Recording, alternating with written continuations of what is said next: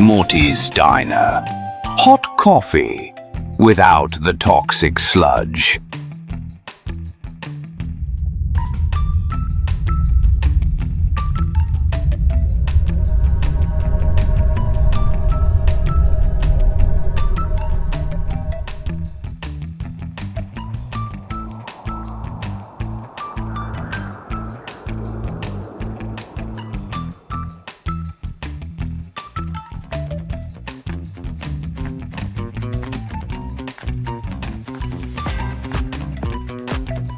Base, this is Squadron Leader. I have an unidentified flying object inside over Morty's Diner.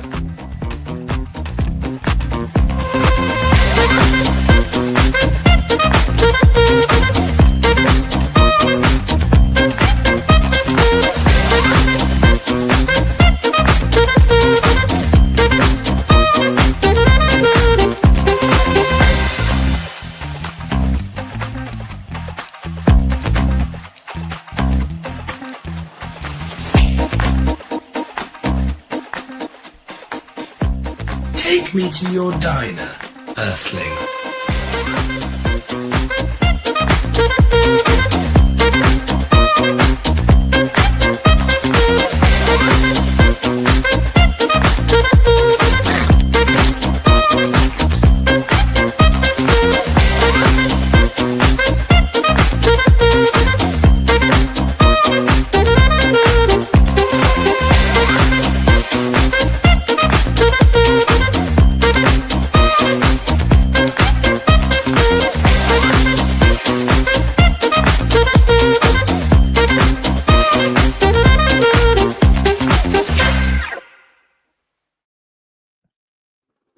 And here we are, Morty's Diner.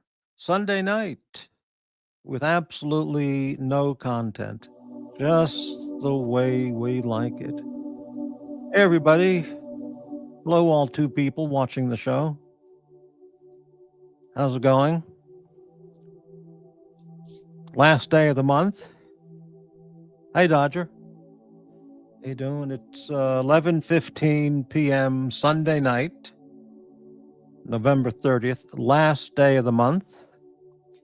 Here to get the last pesos and $100 bills, super chats, PayPal's, Cash Apps to support the channel for the month end.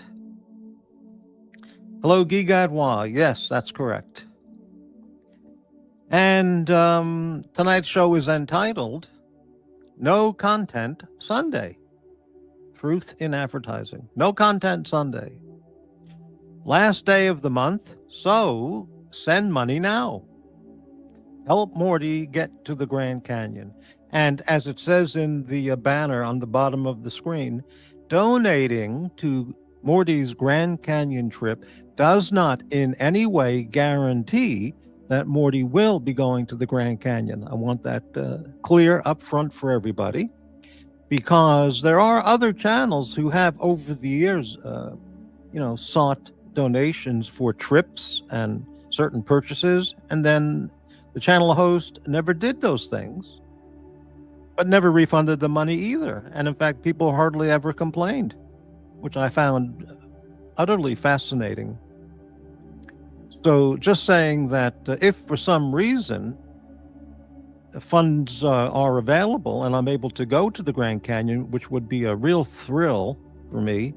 But if something came up and I had to cancel, that would mean whatever money that came in dedicated for that would just go to the channel operations and my dental bill.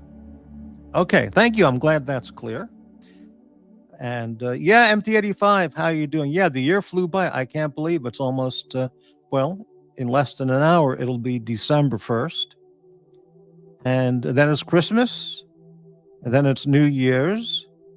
And on the assumption I haven't jumped off a downtown skyscraper, then it's on to Valentine's Day. And then April, May, then it gets hot and sunny. And then it's awful all over again. But anyway, let's be positive and optimistic. 8:30. Okay. And look who's here. It's Doc's report from Florida.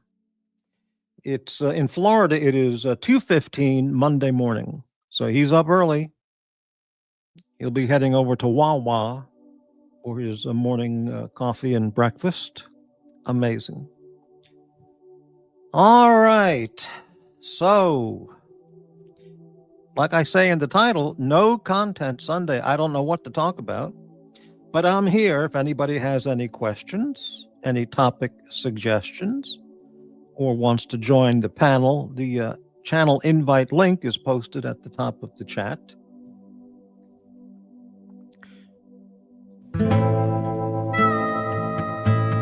Let me tell you a story.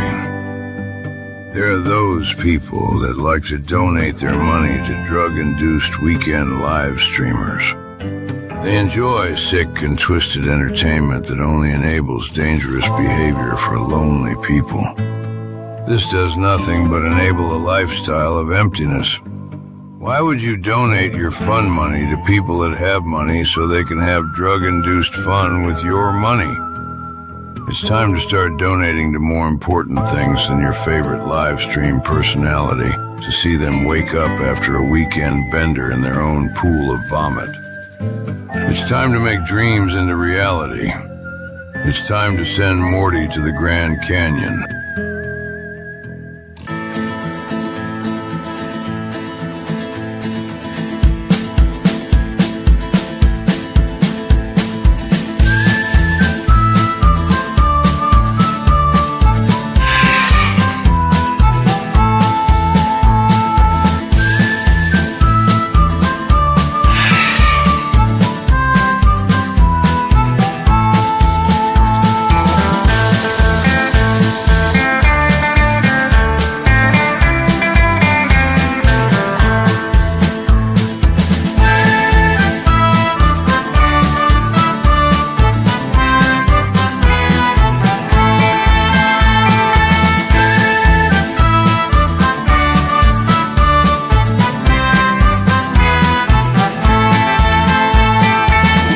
Let's get Morty to the Grand Canyon. Donate now.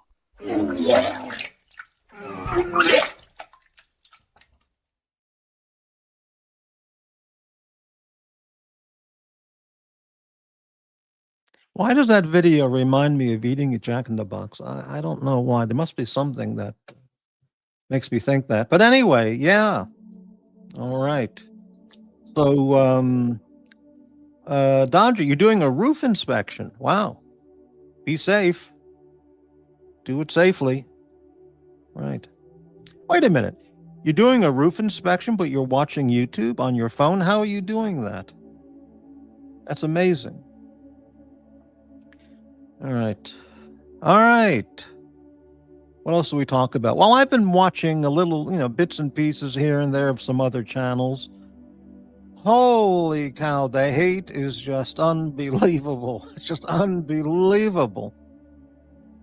There are some people there who just months ago, used to talk, friendly and all about all kinds of fun topics. And now they've just gone full blast hate mode. It's just, it's unbelievable. It's the same people, but it's also new people involved in the hate. Of course, they call me the hater, but I'm not the hater. It's they're the haters. They're the haters who call the other people the haters. But anyway, enough of that. But those shows are there round the clock if you want to watch the hate, because the hate is just unbelievable. As some of you know. Anyway, what can we talk about? Well, let's see. Let me think.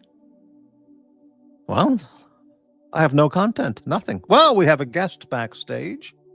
This is amazing. Let me turn that music off. And we'll bring on a guest. And how do we do this? There we go. And it's Dodger. Hi, Morty. Dodger. You all right? Yeah. How are you? Wow, it's cold there. Oh yeah, it's freezing. Ooh. Beautiful. Look at that. It's just starting to fall. I'm going to have a look at the roof, you see. I thought, well, since you're on, nobody to talk to. I thought I'd have a quick chat with you. I got to do So- a roof inspection because the snow fell off the roof last night. Uh-huh. And as it does it, it normally takes a load of roof tiles off. But I think I'm okay. Just one So- gone.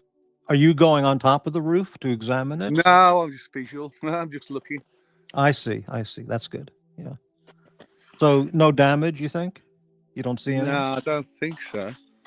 Right. I don't think so. Well, that's I great. got new winter tyres, so I did some. Yeah. I did some circles.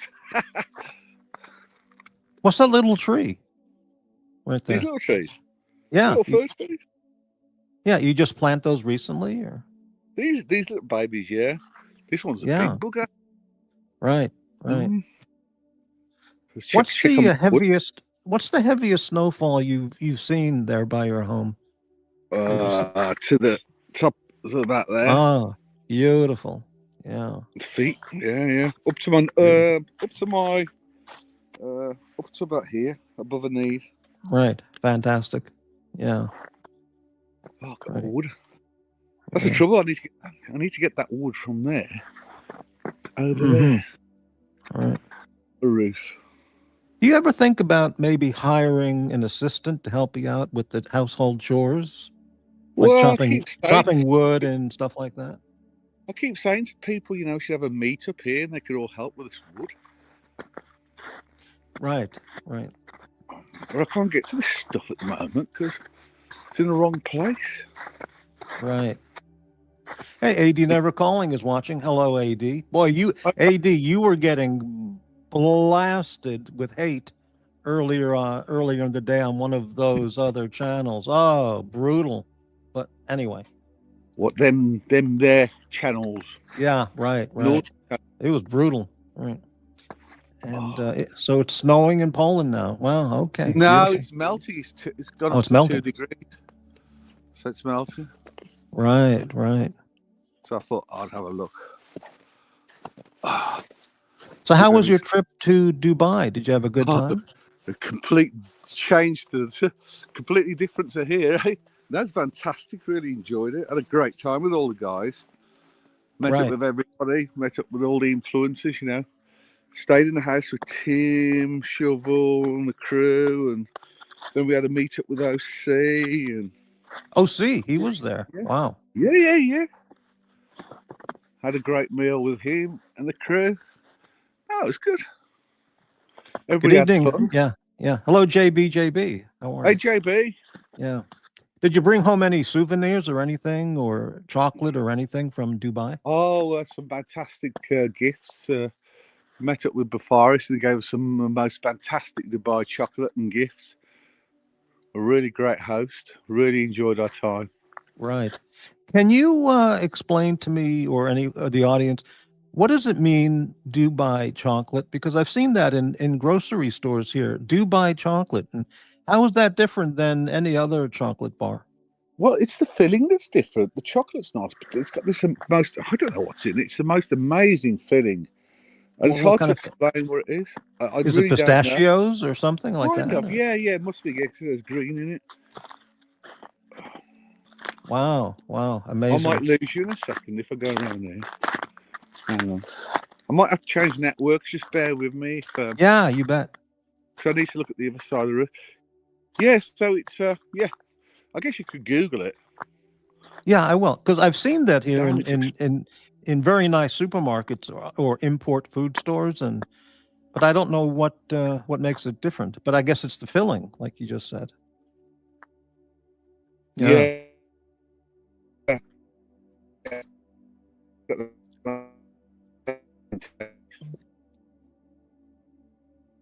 Mm-hmm.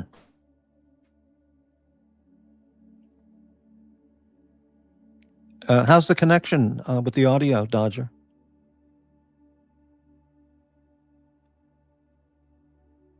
Yeah, we don't have any audio. We don't hear you, Dodger.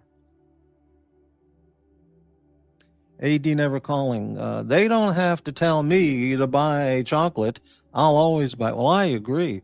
I bought some chocolate biscotti and it was pretty good actually. Too much sugar, but it was good. Yeah.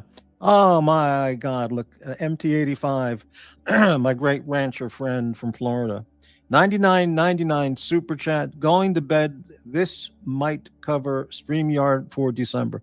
Oh man, thank you so much. You have made my night. It's so great for your support. Thank you, MT85. If I can do anything for you, let me know. I got contacts all over the world. Just let me know, MT. All right. Guy Gadwa. I thought you guys had made up again, Patrick. Oh, with Nicholas. Wow, it was brutal. Brutal. Yeah, Nicholas, he really dished it out to AD Never Calling. And he wasn't alone. I mean, he was dishing it out to a variety of people. Whew, brutal. That's right. He's very yeah, he was giving it out to Tanzil, Patel Philippe, and also JBJB. All my good friends. And he didn't mention me in the face blasting, but well, he wasn't face blasting. He was just, well, I don't know. He was just letting off some steam there. It was intense. Wheelie. Hello, Dodger. You back? Hi, mate. Got it. Face Okay. blasting? Who got face blasted? Well, Patrick, AD Never Calling, got face blasted by Nick earlier today. It was brutal. That show might be up. This is afternoon show today. It still might be up. And he also gave it to JBJB and Patel Philippe. Whew, messy. So, am I right? Is face blasting what I think it is? It sounds disgusting. Yeah, can you see the? Well, it is, but that's what they do on those channels. Hey, look, AD Never Calling, $49.99 super chat. Oh, AD. Oh wow, Patrick. Thank you so much. I might fly to Fort Worth just to meet you and go to Buc-ee's and get a beef brisket sandwich and then fly back home. Thank you so much, AD and MT85. I'm half the man MT85 is, so it's half the super chat. Well, you guys are first class, top of the barrel. Top guys. Thank you so much. JB. See, what I don't like about snow is the mess it makes. I mean, it's terrible. Look at that black snow. Oh, yeah, right. Yeah. Hello, Bateman. How you doing? Yeah, very classy by Nick. Yeah. Oh, God, that's bent. I think I've lost a couple of roof tiles up there. You can't see it. Right, yeah. Hey, I remember last Christmas time or winter time, last year or the year before, you were on the show and you were showing us all around your home and the outdoors and the wood pile and all the snow and you had a cat that was walking around. Oh yeah, they're all cats. So they won't come out now. It's too cold. Yeah, so where did this snow go? Somebody fell off a roof when I was in bed. So how's Mrs. Dodger? No, she's asleep at the moment. Right. She's had a good rest. And she had a good time on the Dubai trip? Of course. I think it's one of the best trips, actually, Dubai. Right. We weren't focusing on having to do any stream, just focusing on ourselves and just each other and just having fun, Right. Without having to feel as if you're performing puppet. Right. Jamie was there. I saw that. Jamie, yeah. He was there. Great guy. Really like him. Thomas was there. Known him for years. Yeah. Watch Your Princess was there. Yeah. So Shovel was there. Mm-hmm. I didn't know Original OC went there. Why would he have gone there? Well, he's got a load of, he's got crew, and he's got crew that live there, so, Oh, really? Yeah. I see. That's a long trip to fly to Dubai. Wow. Yeah. Obviously, he's quite famous, but he, some people don't like him, but he's always been very good to me, Mrs. Dodge, I'll say that. Mm-hmm. I'll tell you what, anything comes to bar bill or anything else, he pays up prompt. He's just a straight guy, Really? He picks up the bar tab? No, but, he pays, so then no argument, no nothing, Wow. Yeah. That's pretty good. Times, we've been in Switzerland. He's bought us some drinks and everything else. Just a kind chap. That's very nice. Well, that's a big difference. That's one difference between OC and Archie. Archie never picks up the tab. Everyone always has to pay for Archie, his drinks or his meal. Oh no! That's not true. When we were in Switzerland, he did pay towards a meal. Oh, really? He threw in $75. So, yeah. Oh, well, that's a surprise. That's good to hear that. Okay. Yeah, but I think the bill was 125 each. I stand corrected. Yeah. But no, he does, his way. But I guess he's such a stratospheric superstar that, right. It's interesting how he might be thinking about his fame, because when he started 15 or 16 years ago, there was nothing. He just came on and talked about Louis Vuitton handbags, purses, pens, and 15 years later, he's probably a millionaire and has fans all over the world. It's unbelievable. Yeah. No, at one point he's making a lot of money, wasn't he? Probably $500,000 a year. Oh, yeah. God, it's cold. Yeah. Dodger, have you ever been to the Grand Canyon? Flew over it, yeah. Flew over it, right. Yeah, right. Yeah, and the Hoover Dam. Right. Yeah. Amazing, isn't it, the Grand Canyon? Well, I've never been there. If I can, I'm going to go there in January, if it works out. Nice. And it's one of the great sites in the United States. And I've been near enough to it, but I never went there. So I think that would be a great, 3-4 day trip. Flying through it is probably the best way to see it rather than trying to walk through it. Well, yeah, they have helicopter tours. You can fly around over the Grand Canyon. Yeah, I think we went on a plane. And a plane, yeah. I've never been in a helicopter. I don't know if I could. They're all right. I don't know if I could do that. Yeah. My only tip to you is never go in a single-engine helicopter. Always go to an engine. Okay. Yeah. I like the sound of crunchy snow. Do you? Oh yeah, sure. Yeah. Stays of this lot. I've seen a lot of news reports about Europe, and apparently Poland and Hungary are two of the safest, most secure countries in Poland. Yeah, but we don't talk about that because we don't want anybody to come in. Right. Right. But I really congratulate the leadership of those two countries in protecting their citizens. Yeah. Wow. Well, yeah. Freedom's hard won, so.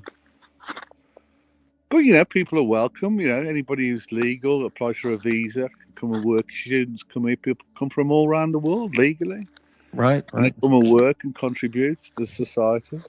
Well, that should be the reason they go. They want to work and contribute and become part of the everybody. Country. There are tens of thousands of visas issued to skilled IT people, and other folk that want to come and live here or study here. Yeah. That's really not a problem. Right. Need people, need good skilled people. Sure. Cheese makers, boot makers, leather workers, they're all needed. I've got plenty of them. Yeah. Just skilled IT people, engineers. Sure. Right. Hello, 90K Dragon. Mort, are you going on the dam tour? You mean Hoover Dam? That's closer to Las Vegas. I've never been to the Hoover Dam. But, yeah, that's. I flew over there when I was in Vegas. I flew up that way on the airplane. What is this camera? Piece of shit. Wow, JB, look at that comment. Oh boy, yeah. I still got a strawberry. Must be frozen. Frozen strawberries. Look at that. Wow. Oh yeah, it's left over from the summer. Obviously, didn't pick it. You would think they would have fallen off and just All the leaves have fallen.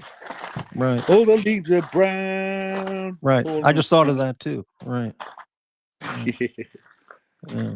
Yeah, see, I'm starting to eat through the wood. So you've chopped up all that wood, is that right? Yeah, this is for next year. So this is Wow. seasoning, all the seasoning for next year. Next year, And is that enough for the full winter supply? What you I have? think so. Cause I'll have some of this left and the other stuff you saw on the other side. Right. But I'll buy some more in the summer for the year after. So When it's your cheap. house is not electric heated. It's all wood fired stoves. Wood and coke. Coke. But I'll be Wow. a liar to say that. So this is the coke I burn, not the white stuff, the black stuff. Right. Right. The inside of your house must smell like a winter cabin in the woods because of the wood burning stove. It must be fantastic. Oh yeah, especially because I've got cherry trees which I chopped down, and the cherry wood. The smell in the house is just fantastic Right. with the cherry wood. But now I also have a posh eco pellet burner. Right. Right. How's the how's the drinking water there at the house? Is it pretty clean and good, or? Well, I can't see now. Oh yeah, I've got a well at the front, And and I've got a borehole that's on a pump to here. Mm-hmm. Oh, I'll turn some lights on. You still hear me? Because I might lose the internet. Hang on, Morty. You still there, Morty? Yeah.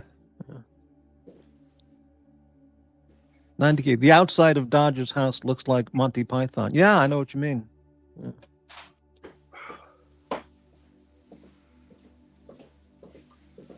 So I've got a borehole that's 40 meters, drilled 40 meters down, Right. and it comes up here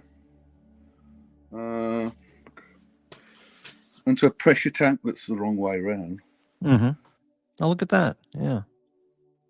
So you dug. It was dug all straight down 40 feet to get to the water. Yeah, drilled. Yeah. Wow. But I've also got a well at the front. But you know, the borehole, the water was thousands of years old at that depth because it's hit the aquifer. Right. So there's no hard water there. You know, the stuff at the well, because it's a limestone area. It's hard. So you get lots of deposits in the kettle and what have you. But from the borehole, there aren't that many minerals. It's really nice, clean. Mm-hmm. So it doesn't clog up the pipes or the kettles. Yeah. Right. You know, there's a big. I was just thinking of that 90K. One of the big bottled water brands in the U.S. is called Poland Spring, and I think it comes from New York State. Some, spring water or artesian well water, and it's sold all over the country. Poland Spring water. But anyway, is that Y2K in the chat? I can't see us in the chat. I can't read it. It says 90K Y2K? Dragon. Yeah, 90K Dragon. Oh, 90K. I thought it was Y2K. So these are the pellets I burn in the hopper. I've got sacks of them there. Uh-huh. Wood pellets. And they burn in the wood pellet burner. Yeah. Do you ever see in the summer months gophers and squirrels and I see them moles? now. If I can get there, there's gopher holes up there. Well, they're not gophers. They're what you call them? God blimey, what's the English word? I'm losing English words. Voles? No, gophers, cretins, chipmunks? holes to go in the grass. Moles. Moles, There's yeah. two there, and there's some more over there. They're all over the place. So you got holes all over the place. Wow. When you see the moles and the chipmunks and gophers around the house, what do? Do you just leave them alone, or do you want to shoot them, or what? Oh, no, I don't hurt anything. I don't hurt people. I don't hurt animals. Right. No, I wouldn't do it. I mean, That's there's nice. natural selection. You know, I've got seven European wildcats that eat these things. So they just sit outside the holes and wait till they dig a bit more and catch them. Well, you can't get any better than that. Let nature take Mm. its natural course there. Mm. Mm. Right. Wow. Did I tell you about my accident where I misfueled the car with petrol instead of diesel? No, what happened? Well, what happened was I ended up with 150 litres of contaminated fuel. Well, what does Dodger do? What does Dodger do? How do you get rid of that? So when I bought me one of these Chinese, I'll tell you what, if you're on a budget, see, that's exhaust pipe. See, that's an exhaust pipe. I want to bought for $60 one of these Chinese camper heaters that runs off a battery, you see. Mm-hmm. Well, runs off a battery and so that little heater there, you put contaminated fuel in there, it burns almost anything, engine oil, mixed up engine oil, the works. Mm-hmm. And it produces an amazing amount of heat. Okay. Amazing. Yeah. And it talks to you as well. What amazing, really. So that means I can comfortably work in here now, do jobs. Mm-hmm. You get pretty cold. What temperature is it in here? Once you hit the main pellet burning's been on this one. It's see, it's not bad. It's 10 degrees. 10 degrees. That's all right. That's about 50 degrees Fahrenheit. About. Yeah. Mm-hmm. Yeah. Mm-hmm. Excuse the mess. You have an interesting home, kind of like JB. He showed a tour of his home in Portugal on my show months ago, and it's a real interesting. a real lived-in place with lots of stuff, So I mean, that's a problem. You just collect junk. Yeah, Like I've junk everywhere. There's boxes and boxes and junk everywhere. Tools, junk. Years of collecting. I never throw anything away. Oh, what's coming? Oh, Big Digger. Big Digger came down the road. Ooh. They're doing the road. They're replacing the road outside. Mm-hmm. So, in Dubai, was there anything you wanted to buy that you couldn't find anywhere? It just wasn't sold there. Now I could find more things this time than ever. When I first started going there about 25 years ago, there wasn't much of the stuff like you couldn't buy sausages and bacon. Now they're in the shops, the sausages and bacon. Really? Oh, I was happy as Larry. Same, they have quality German sausages now, maybe. Oh, I'm not. German sausage is okay, but for breakfast, it has to be an English sausage. English sausage, right. For breakfast. Yeah, German sausage is okay for a main meal, your breakfast. Right. But I have to have proper English breakfast sausages. Right. Wow. Absolutely.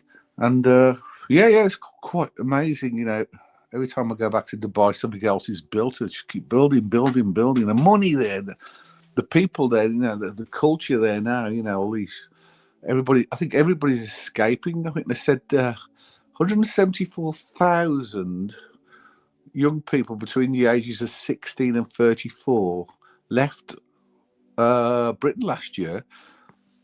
And I think they're all going to Dubai, It's amazing. Now, obviously, these people are people capable of getting visas, work visas. You don't. Right. Now, with Brexit, you can't just go to another country without having a proper visa to work. It's a complete You would think, brain. 50 years ago, you can't imagine anybody would, except for people in the oil industry, maybe. You can't imagine why anybody from England would want to move to Dubai, okay? And now it's like one of the most luxurious places in the world, and people can't wait to get the hell out of England to go there. Absolutely. Work. Amazing. I mean, I was close to this skydiving base, and this plane was going up and down all day long, teaching people. They've got the money, and they're enjoying themselves. The bars are all rocking, the discos are all rocking. It's a paradise for a young person. If I had my time again, now with the interconnectivity of the internet, I'd definitely be doing business out of Dubai, not sitting somewhere in the backwaters of Britain. Really? Shite, absolutely. Yeah. For me, the weather's a killer in the summer. It's just, Oh, yeah. you go from air conditioning to air conditioning, it's 55, 60 degrees Celsius. Unbelievable. Yeah. What airline did you take to get there? Wizz Air from Katowice. Wizz Air? Wizz Air, yeah, one of these budget things. WIZ? WIZZ. WIZZ. Wizz Air. Where is that based out of? WIZZ if you come from where I come from. Yeah, yeah. And that's a Polish airline? Or? No, I don't know. It's one of the Eastern Blocs runs. I see. Wizz Air. Wow. Yeah. So it was 5.5, 6 hours. Yeah, that's okay. That's like New York to Los Angeles, 5.5 hours. Yeah, That's okay. it wasn't too bad.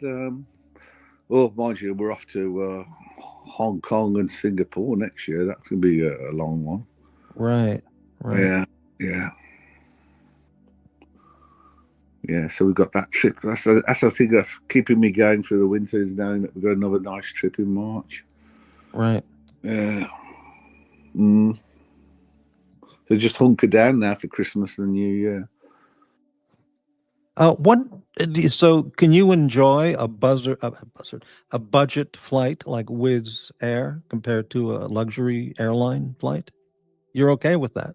For that distance, absolutely. But look, when I was traveling business class or upper class, it was all paid for by the businesses, But if we're spending our own money, it's a different matter, isn't it? Right. Because we're pensioners, we don't know, because nobody's actually written down the day we're going to die. So how do you budget for that? I mean, normally you can budget for things, can't you? You've got an income, but how do you budget spending cash? Right. I could run out of cash, like if I live to 100. Especially when you have a month where you lose $90,000 and 3 yacht masters, you can't budget anything. But who lost that? Well, I was watching Nicholas. He lost $90,000 in the stock market last month or this month. That can't be true, can it? No, it's true. Well, it's all on paper, but he's down $90,000. So, I thought he didn't have any money because OG baby girl was paying for his meds and stuff, and he didn't have any money. Is he? No. He has said many times now, quote, "I don't need the money. I don't need the money. I have money. He has fun money. Well, send me the money. I could do with exactly. Now he's got lots of fun money. In fact, today I heard him say, "I don't need those $5 super chats. I don't need them. I don't want them." He said that. Wow. I mean, I was blown away. So no, he lost 90,000 in the stock market and maybe Bitcoin. Jeez. But it's a paper loss. I understand that, but he's still down 90,000. Jeez. So he said it's like losing. Like, wow, dude, I lost like 3 yacht masters. That's what I thought. Because he's got a really nice yacht master. I like his watch. Oh yeah, it's a great watch. It's a great watch, yeah. But 90,000. I don't wish anybody ill. I hope he makes his money back. Sure. Yeah. I know people have problems with Nick, and I know he's contentious, but he's never caused. I've never caused him any trouble. He's never caused me any trouble. You know what I mean? I've never done anything to him to cause trouble, but he's never got him. Any kind of trouble. I never had a bum fight with him. I think that's the thing. Once people start having bum fights with people, it all gets, and sometimes it can get very nasty. It's like the old days. Used to have bum fights. It never really got too serious, if you remember those days. Right. But it seems to be very serious, and to be honest, even me, because I am a troll, it can be a bit too much for me, Mm-hmm. Yeah, wow. Hey, we have 22 people watching, so thank you, everybody. Yeah, thanks everyone. Yeah, give Morty a little thumbs up. Yeah, so that's 18 regular viewers, 2 lurkers, and 2 of the haters. They're out there watching. What if people are being refused? Hey, send Morty the $5. I know he could do with a coffee. Absolutely, I would put that to my next Grand Canyon trip or my dentist bills. Yeah. So. Yeah. Yeah, it's expensive in America, isn't it? Medicare. Oh yeah. In Poland, do you find there are many villages where people still use horses, like horse carts and small villages where they use horse-drawn carts, and they live right. Yeah, I very was having this. poor. It's not a case of being poor because there are plenty of four-wheel drives here. Hey, you'd be surprised at the amount of Ferraris and Porsches that are knocking around this place now. Really? But in other places, especially in Tatra Mountains and other parts around here, where the weather gets so bad and there are tracks, that not even a four-wheel drive will go up these tracks. And so they still use a horse because, obviously a horse is, uses his feet to step. So the horse can get to places, the horse and cart can get places where the 4x4 can't. And so, that's right. They are still used. Right. Makes sense. Yeah. And, people do horse and carriage driving here for a sport, that type of thing as well, and taking tourists around. It's all part of the culture, Yeah. I would, if I were able to, I would go to Poland for a visit and explore historical sites and all kinds of cultural things. There's tons of them. It's a shame on us. We've been here 12 years. They haven't really explored the country, really. Yeah. We've been to Scary Mountains. We haven't been to the Tatras and other parts of the North Part, Gdansk, the port region. Right. We've still got all that to do, Yeah. Wow. So how was the local Polish alcohol, like beer and wines and spirits? Good. Tiski's all good. Yeah, this is my little drinking club den, you see. So when my neighbour comes round, we have a drinking session, so we drink the Tiski's. Ah, look at that. Right. I ought to tidy up. It looks a bit messy. It looks as if I'm an alcoholic. That looks like Doc's apartment with whiskey bottles all over the floor. So the maid has to come in and clean everything up. Now Doc's is going, what is he talking about? Yeah. Oh, is he on the drink now? No, that was just a joke. Oh, it's a joke. He keeps it all locked up nice and tidy. I thought he was a good boy, healthy living, and I'd be a bit worried if he went down that road. No, he has one whiskey every 2 weeks. He keeps it. Oh, whiskey a go-go. That's right. Whiskey a go-go. Right. How's that? Whiskey a go-go reminds me of a song. Donna Summer, you mean? Things like that? No. Something a go-go. I can't remember. Right. Oh, smoke some of these things. Yeah. Oh, anyway, all interesting. It's nice to have a chat with someone. Yeah. It's 6 minutes left till the end of the month. So, audience, please, super chat, PayPal, Cash App now for the end of the month. There's only 6 minutes left to get it in at the end of the month. Thank you so much for supporting the channel and maybe helping me get out to the Grand Canyon in January. Thank you all. Nice you can gonzo that. Yeah. See what I mean about collecting junk? There's just junk. Yeah. We've got a declutter, really. Junk. Chemical junk. How would you throw all those things out if you had time to clean up the house? Is there like a garbage truck that comes by, or do you have to take everything yourself to some dump or something? Well, not really. Well, the traditional way in Poland is you just go up on your land, you get a digger, right? You dig a big hole. You throw it all, find a space, you dig a hole, and then you throw it all in a hole. That's what they do. Really? Just dig a hole, and throw it all in the hole. Okay, got it. All in the hole. Yeah. I wouldn't do that because I'm an eco monkey, so I'll just put stuff through the recycling slowly. And right. there's sometimes they do like a drive to collect furniture and stuff, so I leave it out, collect it. No, but a lot of them, I'm serious, I'm not joking, I would burn it in the fireplace if it's burnable, Right. Or dig a hole and bury it. Hole. What was that song by the Beatles? Fixing a hole. Fixing a hole. Fixing a hole. Oh, right. JB says, Morty, ask Dodger to share the picture I sent him. Do you know what that means? Have I had something? He says, ask Dodger to share the picture I sent him. I can't on his phone. I can't even read the chat. Okay. Yeah. I could go away, fire up the laptop, then try. I could do that. Are you on for long? Maybe a half hour or so. I don't know. See Okay, how it well, goes. Yeah. I'll go in the other room and start the laptop. So I'm getting cold in here anyway. All right. Yeah, only 4 minutes left for the end of the month. Thank you, everybody. Happy New Month! Yeah, unlike Nick, watch Nicholas, Morty gladly accepts $5 super chats. Hell, I was accepting 20 pesos nightly from Argentina, so $5 is a mega donation for this channel. Mega money, isn't it? Yeah. He never calling. Lech Walesa was appearing in Dallas.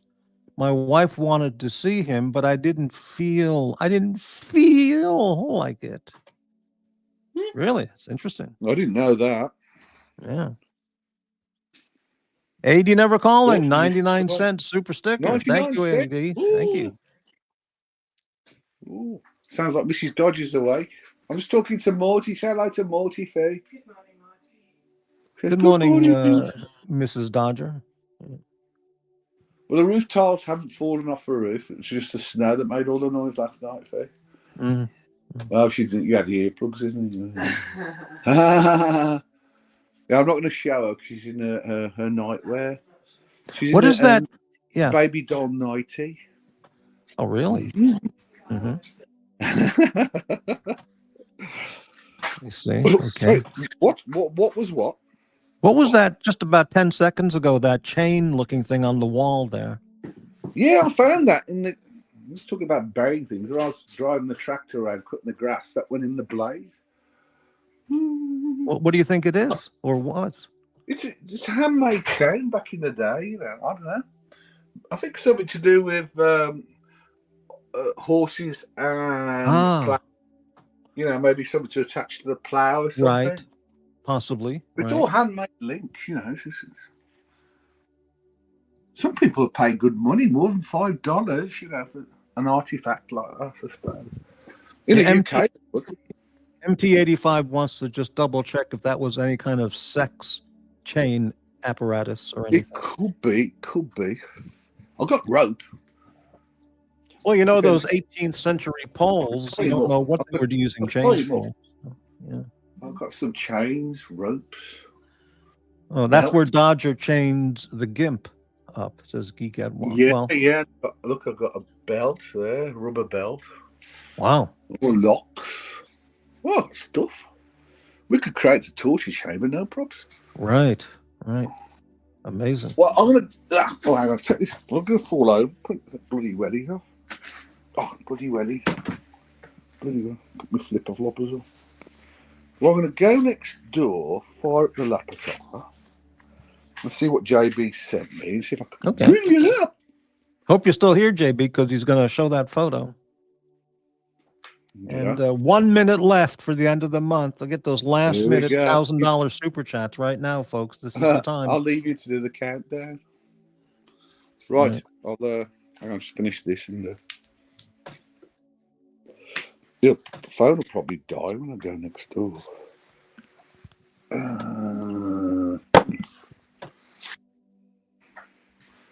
Wonder how far the signal will go. That's the trouble. I've got a mesh network, and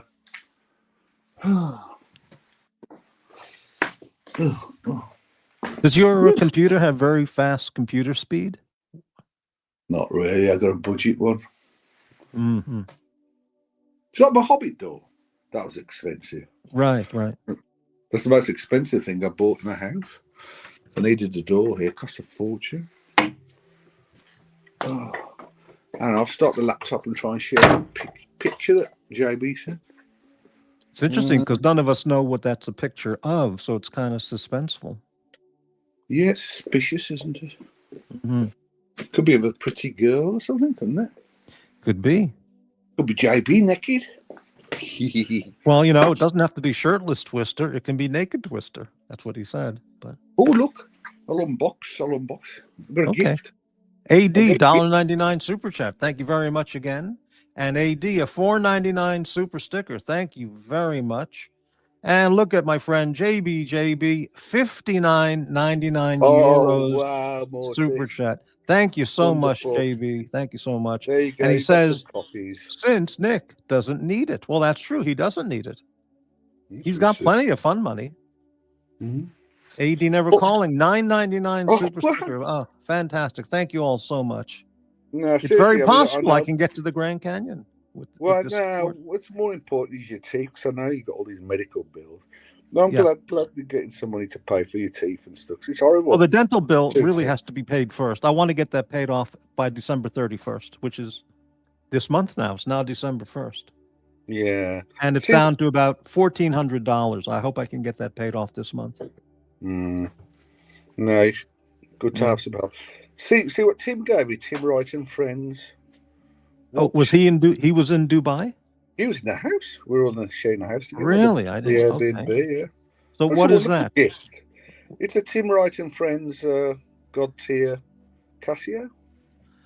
Ah, Well, I'm not doing a very good job of showing it because I'm rubbish, but it's got one of these inverse faces. uh-huh. You can't really see it, but that's wonderful. Goes to my. Well, other no, that's little- very nice. OC paid for the drinks. Tim gave you a nice watch. Mm, Wow, I'll tell you.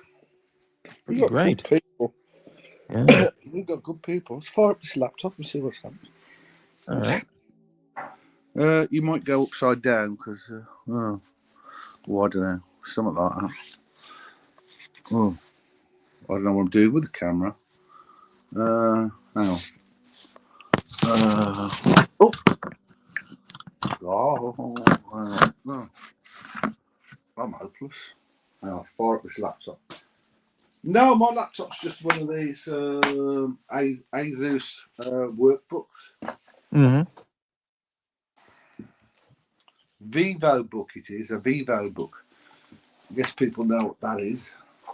Is that Lenovo or No, it's an Asus, ASUS. Asus? Yeah, right. Oh, that's how you pronounce it. Well, here we say Asus, or yeah. Ah, okay.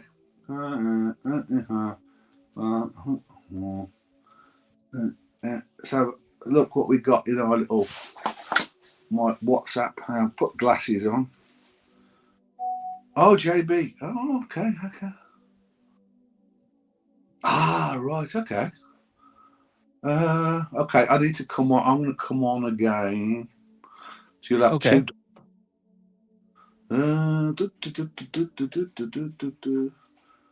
Hang on. Oh, link. Right.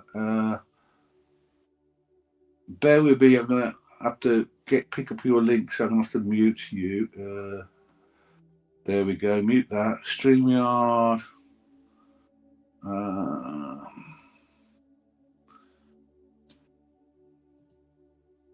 Continue as dodgy, yes. I'm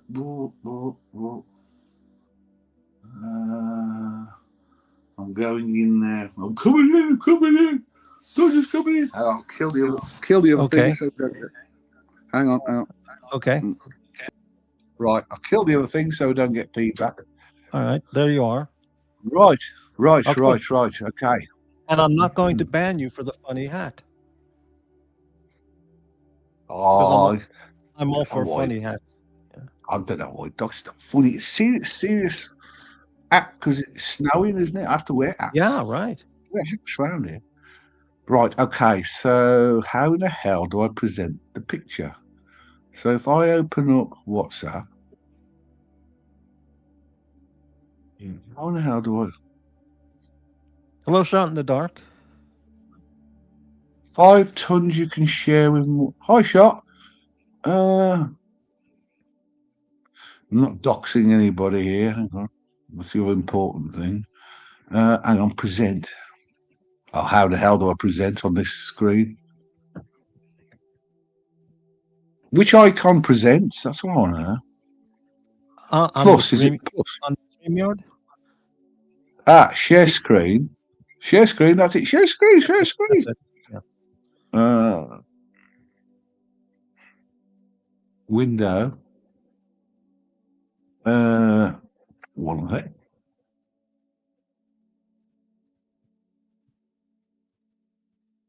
And Can you see it? Got it. All right, let me. Oh, there you are. It's got 5 tons as well. Look. 5 tons of wood. Are you there, Morty? Yeah. Oh, I have to yeah. So, remove something else. It says. So hold on. It says well, before okay. presenting this, remove other media streams. Let me. Maybe it's my photo pictures. Hold on. Let me try that. Or let me try it again. There we go. Okay, and JB, what is that? Well, it says 5 tons you can share with Morty. It's 5 tons of wood. It's his winter wood supply. Look at that. Yeah. Yeah, it's not Wow. working very well. Chopping up wood for a wood burning stove for winter heat. That's amazing. Yeah. Mm-hmm. That's what we do out in the country.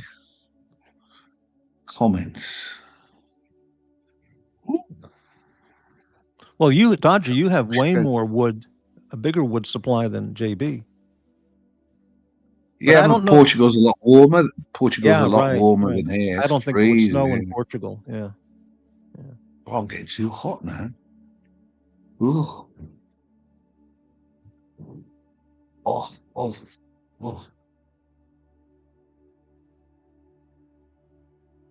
This we can't think of what to write. I know the feeling.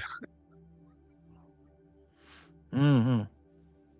Hey, it's pasta. Fuck me dead. Pasta. It's December already. Yeah, it's We're already. Yeah. 12:08, December 1st. Yep, just became December. It's 8 minutes after midnight. Do you have a snowmobile, Dodger? No, but what I do is I get the tractor out, little tractor, and I drive. I need to get a little snow. You can buy a snow plow attachment, and then I can go around plowing. Ah, right. Yeah. Right. Mind you, it's only a 600cc engine, so I don't know how well it'll plow snow. Probably get stuck with all that snow. Yeah. The last time I was in I know, a John. house, the last time I was in a house or a cabin with a wood burning stove would have been like when I was a teenager on a camping trip in upstate New York in the wintertime. And I mean, I remember the smell and the fun and the crackling of the wood, and it's just great. Yeah, it's nice to hunker down in front of a log fire. Mm-hmm. I've got to resurrect it. It's gone out overnight, so I've got to resurrect that. But the pellet boiler took over this morning and heated the house back up. So, Mm-hmm. in fact, I need to just turn that off because I don't want it to come on again. Does expensive. Yeah.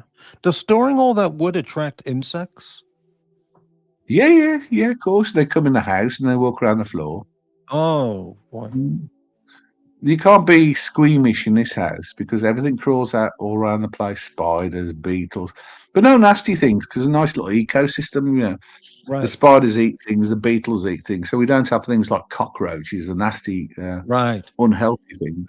No gigantic All the sort of things that you can eat in Bangkok. You know, you buy them on a skewer. They'll walk around the house. Right. In your travels in Asia, did you ever try to eat like scorpions on a stick or, insects or really weird stuff like that? When I was in China, I ate frogs, fish heads, Right. live drunken prawns. Oh, what was that thing? Oh, cow sinew, you know, the tendons sliced, cow tendons sliced. Oh, sure. Yeah. Yeah, so cow tendons sliced, that sort of thing. You know, snakes, things like that. Of course, snakes. Crocodiles, kangaroos, horse meat, of course. France, horse meat. Chevals, the chevals eat the cheval. What is that? What is that? Cheval. A cheval, a horse. A horse. Yeah. French. Cheval.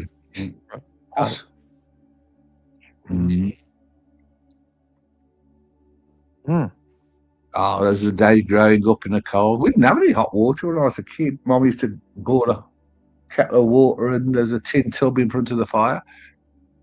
My sister had the first bath and I'll be the second one to have a bath. Really? And this was in Birmingham, where you grew up? Yeah.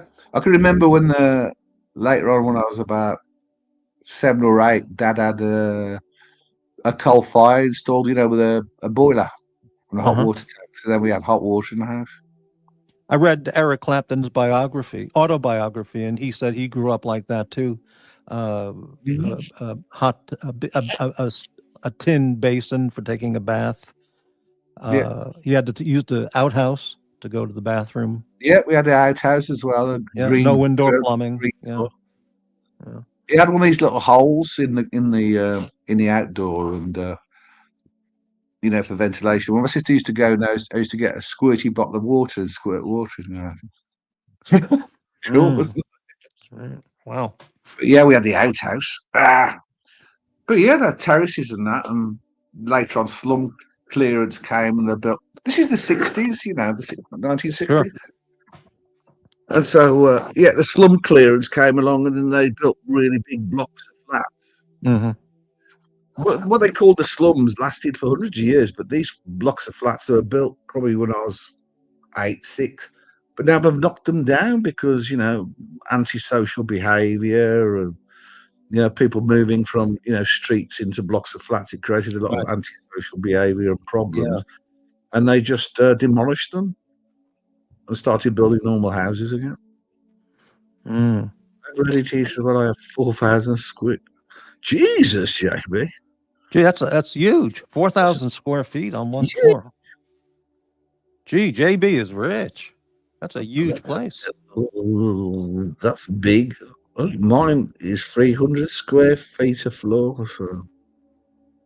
Jeez. That's a huge place. Gigantic. There are Beverly Hills homes that are 4,000 square feet. On one floor. One floor.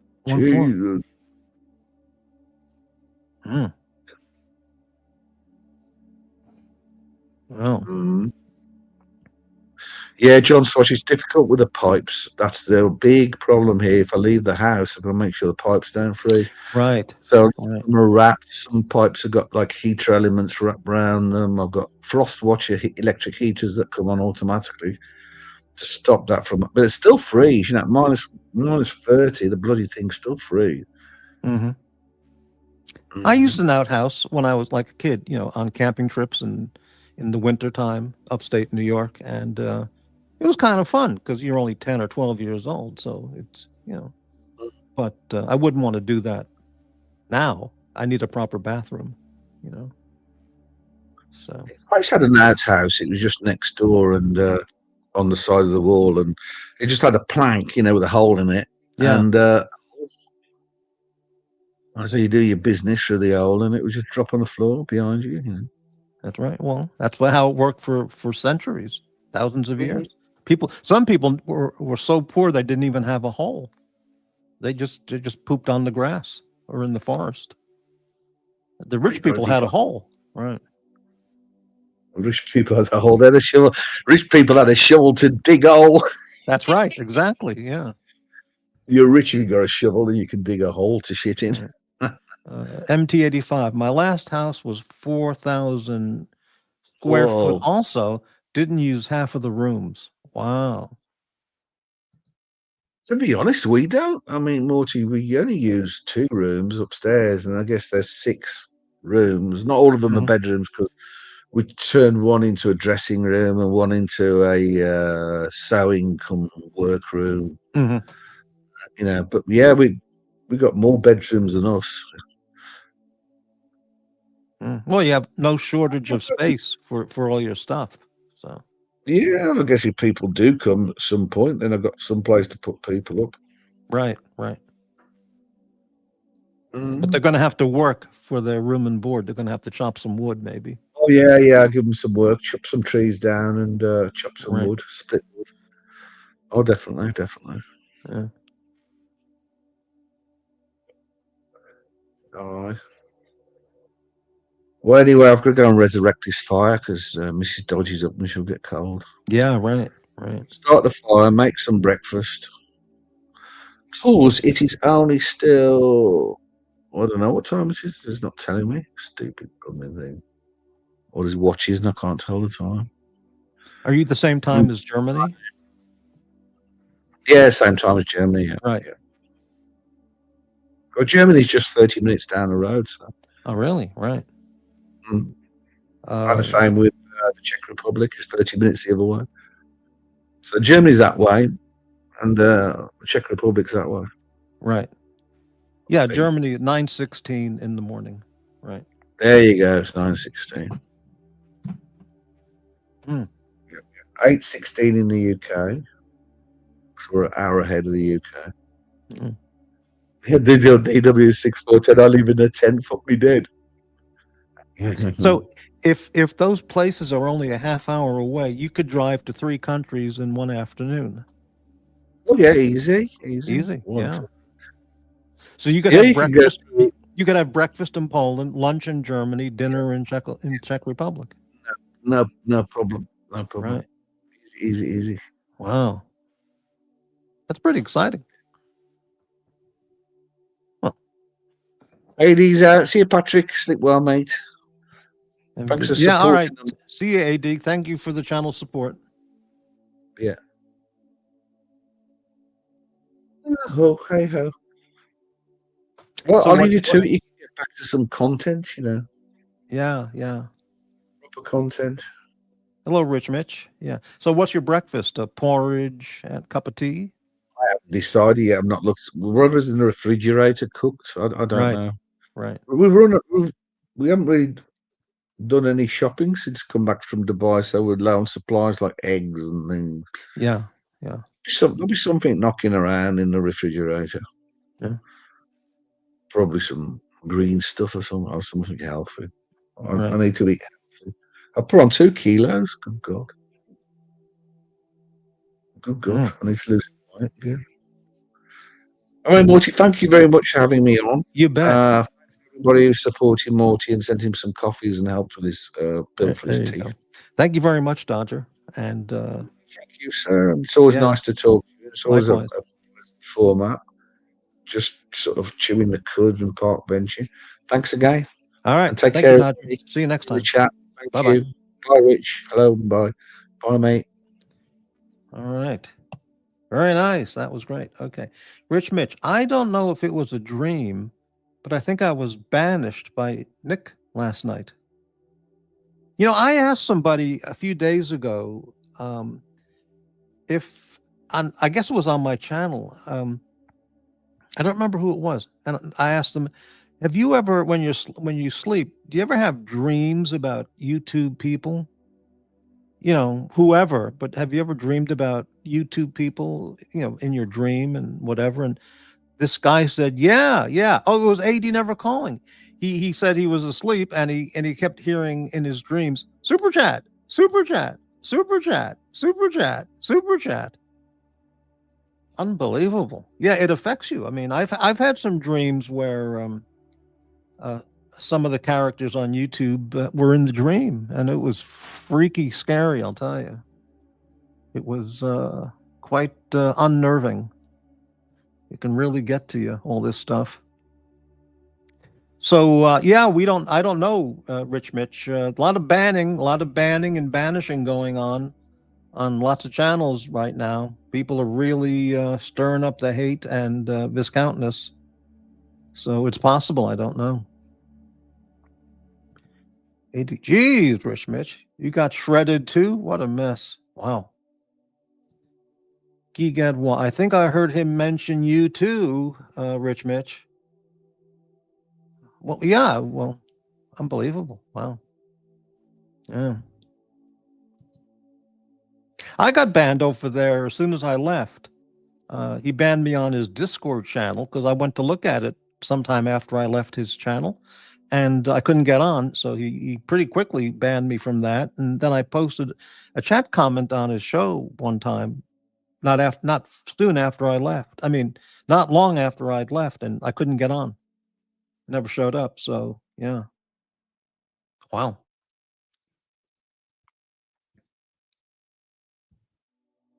Jesus is right. Yeah.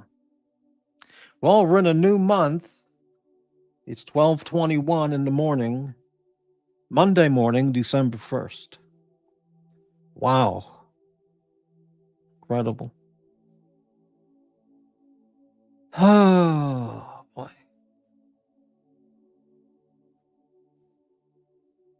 So let's talk about the Grand Canyon.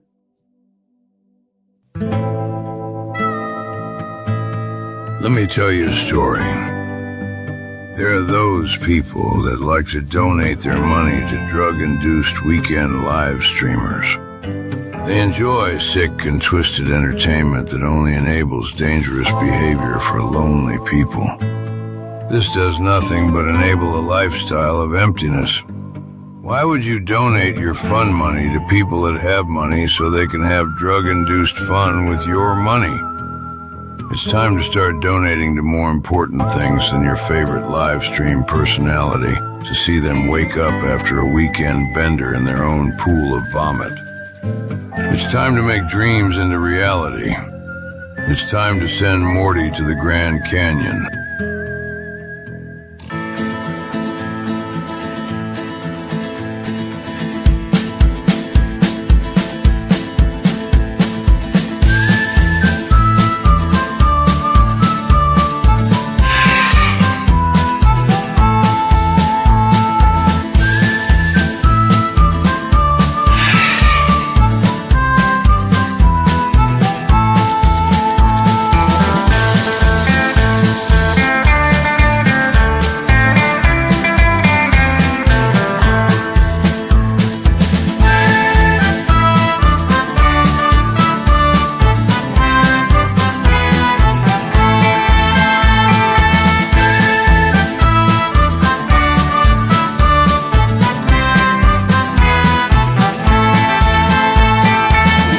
Let's get Morty to the Grand Canyon. Donate now.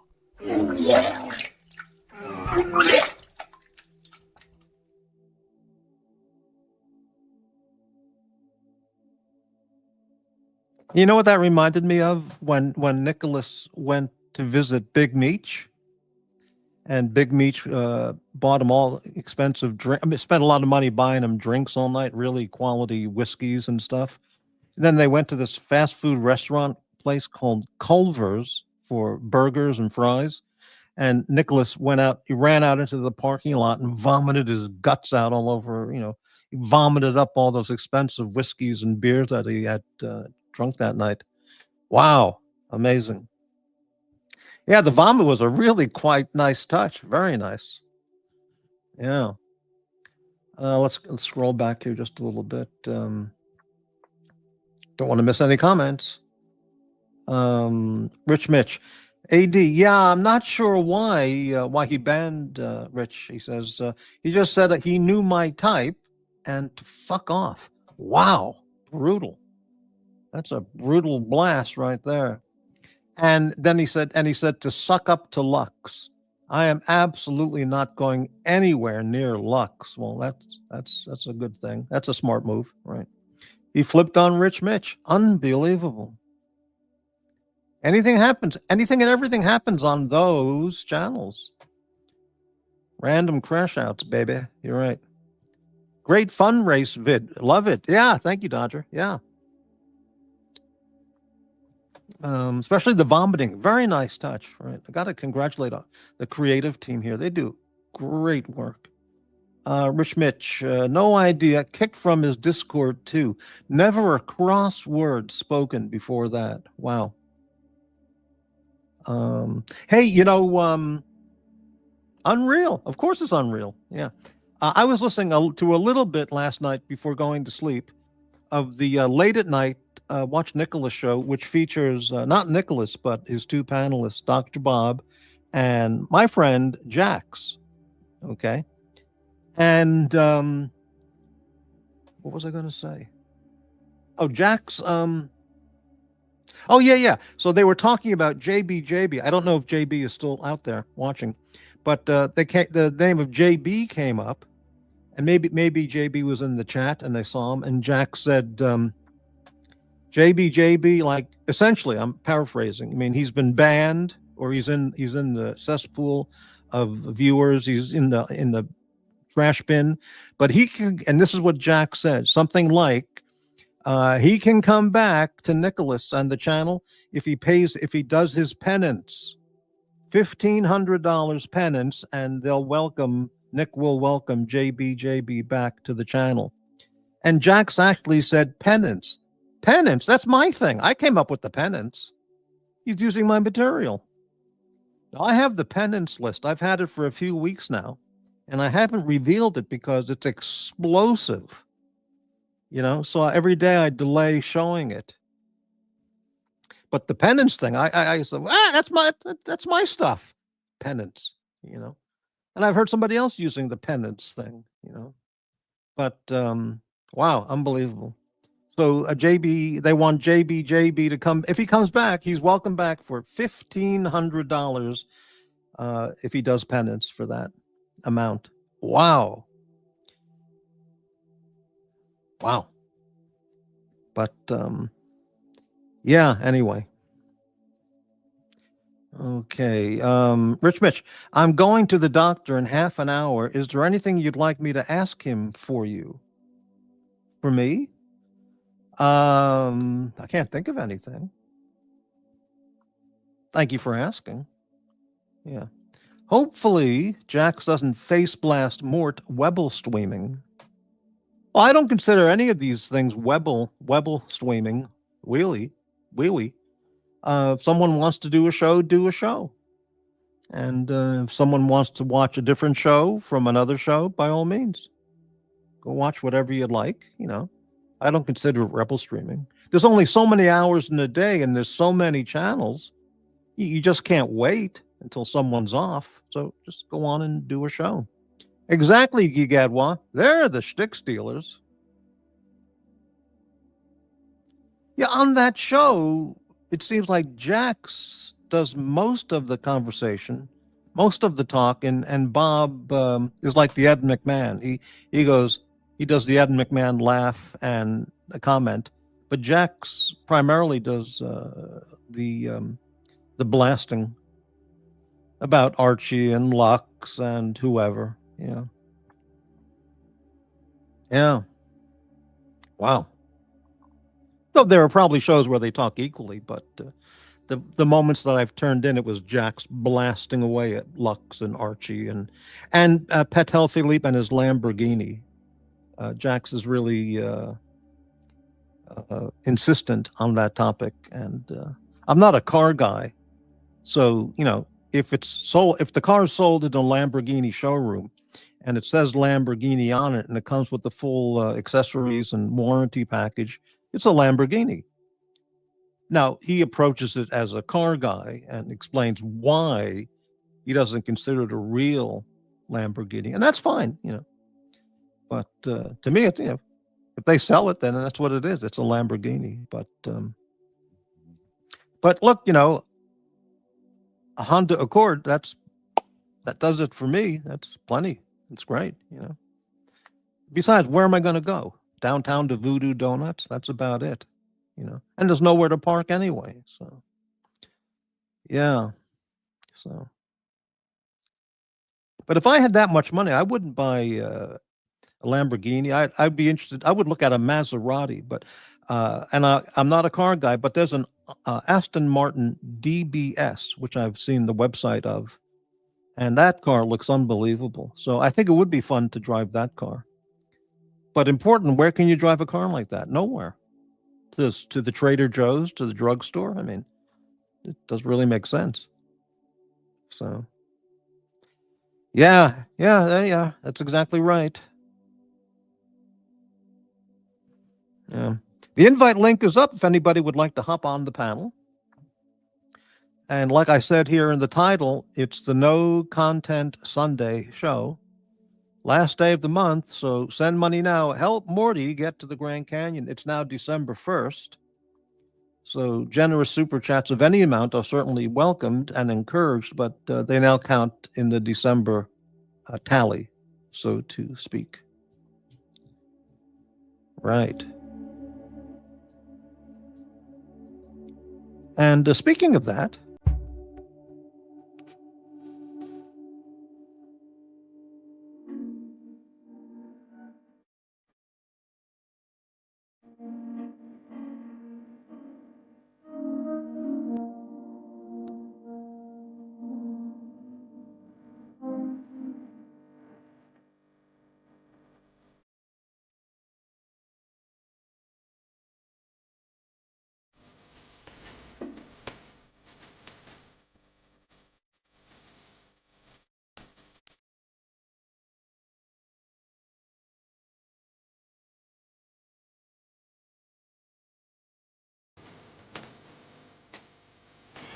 Morty's Diner. Hot coffee without the toxic sludge.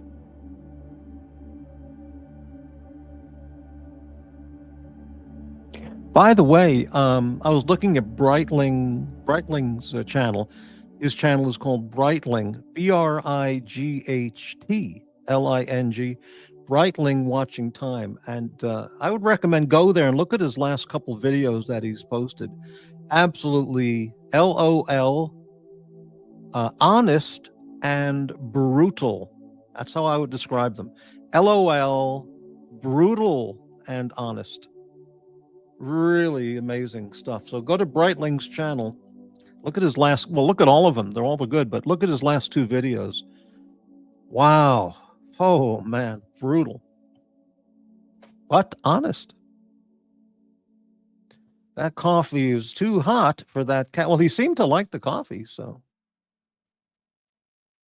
Link for Dubsy. He's in rare form. I didn't see him in the chat here. The link is up for anybody. Anybody can join this channel. Yeah, I think so. And, if anyone shows up who, if that guy, he's not my kind of guy, then I just wouldn't bring him on the panel. That's all. Yeah. Down from 22 people down to 10 people. Brutal. Absolutely brutal.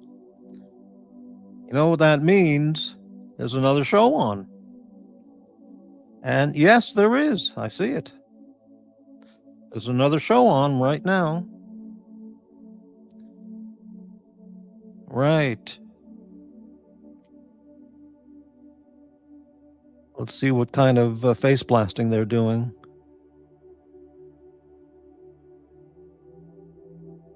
I got to say, this last month, I have screenshots and clips of not everything, because you cannot watch 24 hours a day all the content. But I've got a collection of screenshots and clips of hate, face blasting, racism, anti-Semitism, and all around evil psychopathy from the month of November, which, if I can put that all together, that would be one hell of a 1 hour show. Unbelievable. People would not believe the hate. Absolute evil, viciousness, and hate. The face blasting. Unbelievable. John Swatch. Watch Nicholas claims you can do no wrong, Morty. Really? Well, it's nice of him to say that, but have you seen the things he said about me last month? I've got all the screenshots. Well, essentially, I'll take out the word all. I've got the screenshots and clips. It's unbelievable what he said about me. Unbelievable. And other people too. The psychopaths and the racists and the people with real psychological issues. But anyway, the point is, as John Swatch says, we need peace and a good marble rye. Nothing like a nice, warm, right out of the oven marble rye with, butter? Tongue sandwich? Anything. Tongue sandwich with mustard? That would be okay. Yeah. All right.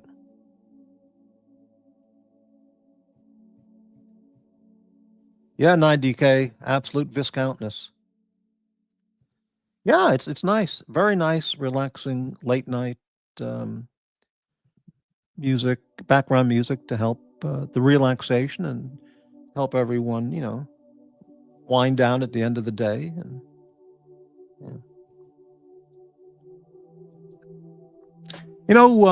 I don't watch his channel. I mean, maybe over the entire year, I've looked at O'Sheen's channel, O'Sheen O'Malley, maybe a half hour. That's over the entire year, okay? And what was I just going to say?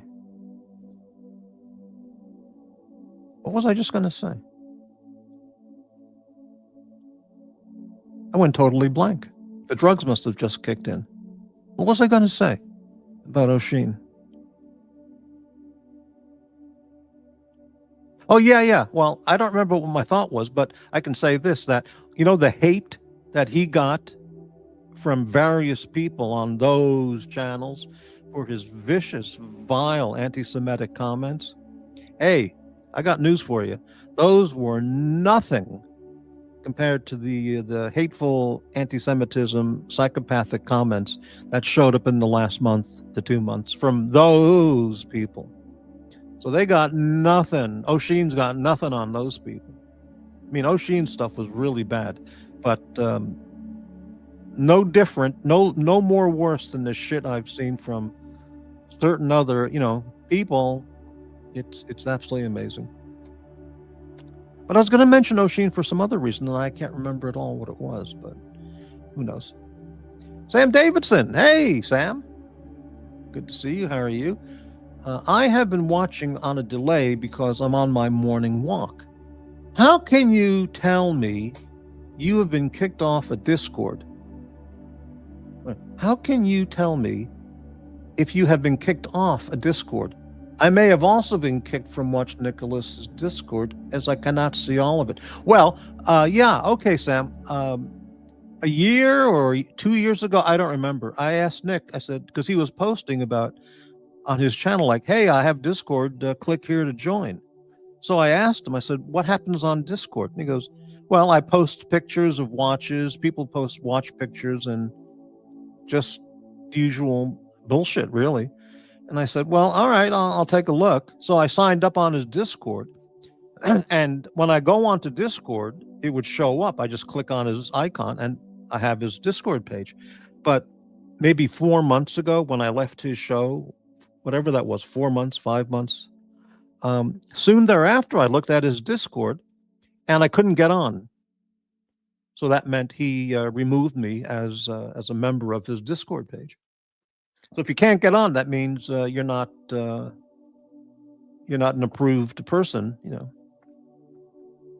O'Sheen Sounds, the Morty edition. Yeah. Hey, we have a guest backstage, and it's Shot in the Dark. Hey, Shot. Hello. How are you doing? I'm doing well. How about yourself? I had too much sugar today. I'm all kind of wired up right now, so I'm hoping to calm down so I can get to bed. Yeah. How's your winter weather there? Any snow and ice yet? No, just cold. Cold And some rain. Yeah. Right. Do you get snow ever where you are? We do. Really? Okay. Yeah. We get more ice than anything else. Ice, yeah. When I lived in Atlanta, there were old timers there who kept talking. I might have mentioned this years ago to you. Every once in a while at the morning coffee break at work, these old timers would talk about the big Johnson City, Tennessee ice storm. They just couldn't stop bringing it up. It must have been unbelievable when they were a child or something. But that's Eastern Tennessee. That's yeah. Well, that's in the mountains, so. Yeah. That's in the Appalachian Mountains, so yeah. You say Appalachia? Appalachia? Yeah, Appalachian Mountains, yeah. Yeah, I guess that's what because I would say Appalachian, but I guess it's Appalachian. That's what people down there say. Yeah, Appalachian. Yeah. Doesn't matter, right? I didn't think about it. And any new purchases of any farm implements or household tools or anything? Nothing so mundane. No. Right. Have you had any good pies lately? Had some pumpkin pie over Thanksgiving. Yeah. Homemade or from the bakery or? Out of the bakery. Right. How about yourself? Are you a pretty good cook, or do you like cooking stuff, or just like a Marie Callender's frozen dinner kind of thing? No, I cook. Uh-huh. Can you cook a baked ham? I could, but I typically don't, because that's something you can just get the smoked spiral at the store. That's a lot easier. Right. Really, how much different would it be if you get the baked ham all done at a good supermarket, compared to just doing it yourself? Would it be much different? You can get that ham for maybe $6 to $15. You can eat on it for a week. A whole family can. Right. Three people can eat on it for pretty much a week until you're tired of it. Yeah, I haven't eaten a baked ham in 20, 30 years, but it is really good, I'll tell you, you know. You like sugar cured or salt cured or Well, mixed? I don't know that, but it's usually glazed with like a pineapple or a honey, or Mm-hmm. it's sweet. It tastes great, you know. I hate cloves. Some people put cloves on baked ham, but Yep. it's really Oh, good. But you got another super sticker there. Looks like. hey, look at that from Sam Davidson. 10 euros super sticker, kicking it off for December. Thank you very much, Sam. Really appreciate your supporting the channel. Rich Mitch says to Sam, I have just been banned from the Discord, Watch Nicholas Discord, so I can't access it at all. If you can't see much of it, it means you need to get permission from him. So you can send him a DM and ask, right?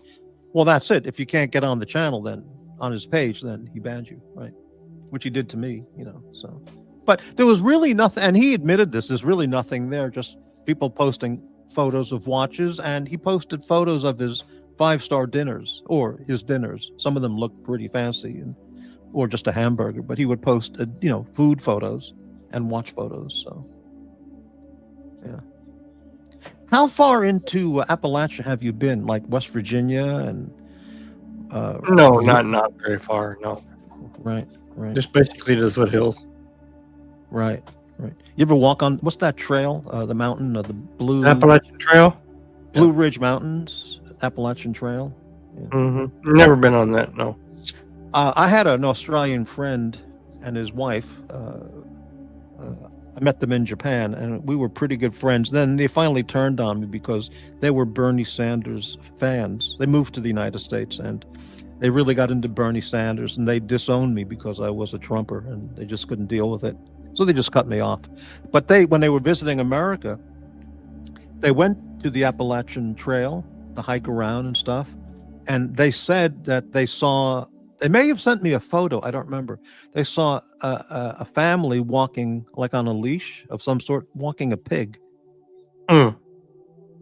And I said, well, I've never seen that, but I don't know why you couldn't take a pig for a walk. They're intelligent, you know. And I mean, some people have pet pigs. pet pigs, right? Yeah. So They're pig little, like it. Pig likes small. the They're little small things. They're not, yeah, not a 1,000-pound hog, but yeah, right. not 200 or 300 pounds. They're like 5 pounds. Yeah. So like I a guess big round house cat. exactly right. Yeah. Did you grow up in a rural area where your friends and neighbors had pigs? No. Right. I knew a pig farmer. Yeah. Right. I understand pigs are very intelligent, even smarter than dogs, many pig people say. But I just don't find them attractive, you know. A lot of girls find little pigs, baby pigs, really cute, you know. But I just I can't get into pigs as a pet or as a cute animal. It's just, they just can't. They're not a dog, you know, or a raccoon or something really cute. And they got the pig nose, you know, which is not the prettiest. But anyway, I'd rather just have a dog or a cat. That's exactly right. Well, that character on Green Acres had a pet pig, Arnold. Easy. Yeah. So I guess people do have pet pigs, right? Yeah. Not my thing, but whatever. Yeah, exactly. So, anything coming up for you this December? Any plans for anything? Purchase, a trip, throwing anything out of the house, or I'm just gonna go do some photography. That's about it. what pictures of what, for example? Of different buildings and just street photography. Ah, right. Maybe do some landscape. Right. Just to get away from the house for a few hours. Exactly. Right. Yeah. Not going to go crazy and get 500 miles from the house. Right. AD Never Calling talks about Buc-ee's quite a bit, and I've never seen. They don't have them here, but I would sure go to one if I were in Texas or wherever. Do they have Buc-ee's in your neck of the woods? Not yet. Not yet. They probably will at some point. They say they're going to be building one, but right. If I They've ever already- flew They've through already, Dallas, they've already, they Yeah. sorry, they already have the land and everything. All they have to do is bring in the contractors. so it's coming. Yeah. Yeah. Yeah. If I ever fly through Dallas Fort Worth and have time at the airport, I will definitely grab a Lyft, an Uber, and head over to a Buc-ee's, maybe a half hour away. Get the beef brisket sandwich or whatever they have, and then Gigantic back gas to the station. airport. Yeah. It's a gigantic gas station. Well, yeah, I understand, but it's like Wawa. I wouldn't do that for Wawa because that's more of a gas station environment. But I would for Buc-ee's. Maybe I would apply for a No, job I and mean just stay there. Yeah. it's a truck stop / gas station. Think of it like a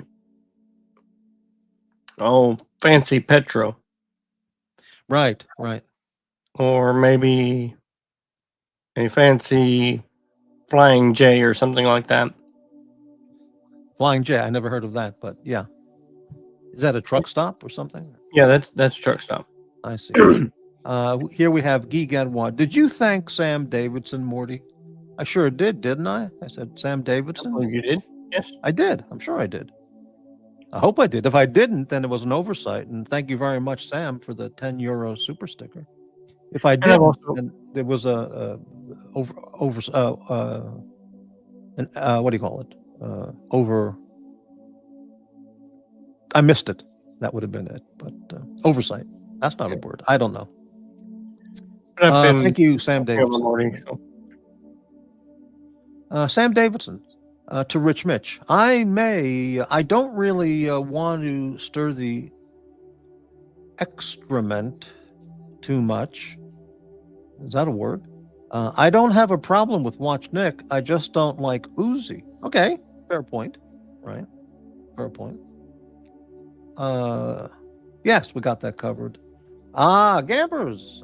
Morty's is open. Good morning from Chile, New York City. Right. Morning, Gambers. New York would be 3:49 in the morning, Monday morning. Wow, you're up early. I see you've been getting into the AI game, I'm sorry, getting into what? the artificial reality game, What is that? with your visual aids. Oh, the videos. Yeah. Oh, I don't know how to do any of those. The creative team does all that work. We discuss ideas and they come up with some unbelievable stuff. Yeah. So, if you went to the Grand Canyon, what time of year would you go? I would look at it for January. Mm. And because I looked at the websites, a lot of the websites about how to get there and all that, and what they call the South Rim, which Aussie Expat and some other people, and all the websites. So that's the main tourist one to go to. Okay, and it's the easiest and all that to get to, and that's open year round. A couple of their other west or north, they're not open all 12 months. So January, it might be colder, maybe an inch of snow, which no problem. So January would be a nice time, I think. You should take the Grand Canyon train. There is a train. I showed that. It goes from a place called, unless there's more than one, but the train I found goes from Williams, Arizona. It's an old steam train kind of thing. And it goes very close or right to the Grand Canyon somewhere. There's a stop there somewhere. Yeah, they've got one that travels along the Grand Canyon or in the Grand Canyon some kind of way. Yeah. Oh, I don't know about that one. I'll have to look. And it only goes for a couple of hours and then back to the station. So that would be great. I'll have to look for that. That's a fantastic idea. Yeah. It used to be run by the precursor to Amtrak, and then Amtrak dumped it, and it wasn't active for a long time. And then they said, "Well, why don't we start this tourist train?" Right. And I believe it may be steam, and then it has a conventional diesel electric behind it that powers the electrics for the train cars. Okay. I will definitely look into that because I would definitely do that. The one that goes from Williams, Arizona, which is really far away from everything. If you take one of the bus tours from Las Vegas, on the way to the Grand Canyon South Rim, they do make a stop at Williams. And if you get that package, you can take the bus to Williams and then take the train to the Grand Canyon. But it's faster just to get straight to the Grand Canyon. But I'll look into all that. Yeah. I thought you might enjoy train. I like train rides. Yeah. Train trip to the Grand Canyon or through the Grand Canyon some kind of way. Yeah, that'd be amazing. Yeah, I mentioned if I ever get to Chicago, which I definitely want to do, I would fly there and take the Amtrak home. It goes from Chicago to Seattle, all along the northern border, North Dakota, Montana, and so on. And then Seattle back to Portland. And Doc's report couldn't believe I would do that because he looked up the train route and the time of day that it travels. And he says, you're not going to see anything. It's going to be dark at night. But I would enjoy it. It would be a lot of fun just to sit there. Well, there's a guy on YouTube, Downey Live. He does or has done train trips on Amtrak, and he's taken the northern route to like Chicago, or from Chicago to Seattle, and then took the other train, and basically it made a triangle the way he did it. Yeah. And he did that, and that was pretty interesting. I mean, I've flown enough, so there's nothing exciting, nothing novel about that. But it's a long train ride. But there's no rush to get anywhere, you know. So there's certainly no rush to get back home to Portland if I were in Chicago. And then I think he took the train back to Vancouver. Right. So he may have started at the lower leg, and then went to Chicago, and then back to Seattle, and then on to Vancouver. I'm not sure. Yeah. Honestly, I have zero desire to ever go back to Seattle. It's an absolute shithole. Okay. But if I were just going through the Amtrak station, like arriving and then changing the train to the next train, that would be okay. But yeah, I mean, that's basically all he did. Yeah, right. I would not leave the station because I know what's there. I mean, I've been there. I lived there. But I just, arrive at one time, wait for the next train and leave. And you can, they have a food car on those trains. Even the Portland-Seattle Amtrak, you can get food, sandwiches, burgers, snacks, and all that stuff, and drink coffee and whatever. So it's nice just to sit there and, but look out the window and relax. If you really enjoy the snow, and you would enjoy the Empire Builder, and that's one of the ones they call. Right. And then I forget what the other one is. It's been a couple of years since I've seen those videos. Yeah. But that's what he does. He's a travel vlogger. Yeah. Remember, producer Mark? I haven't talked to him in maybe a year, half a year or a year. Yep. And I had mentioned to him I hope to get to Chicago, and I told him some things I would like to see, and he mentioned that Joliet State Prison, which is famous from all those gangster movies in the 30s and 40s, he said that's not, because I asked him how far is that from Chicago, and he told me I don't remember, an hour and a half, I don't remember, but he said they offer tours for the public at Joliet State Prison, and you can also eat. You can go to not the prison cafeteria, but the adjoining cafeteria, and have the same food that they offer the prisoners. You can have like a real prison meal for lunch. It's like, wow, I'd like to do that, but how the hell do you get there? But I mean, that wouldn't be the top thing I want to do in Chicago, but it'd be very interesting to see that, because that's a really old, kind of famous from the old Hollywood movies place. Like Sing Sing in New York. That's all the Jimmy Cagney movies and all that stuff. Well, okay, here it is. Pasta Downey Live does a Grand Canyon run. Downey Live. Okay, I'm going to look that up right now and save it. Thank you, Pasta. Yeah, I never saw that channel before. Downey Live. Here it is. Downey Live YouTube. Your friendly Canadian YouTuber with a passion for adventure through curiosity.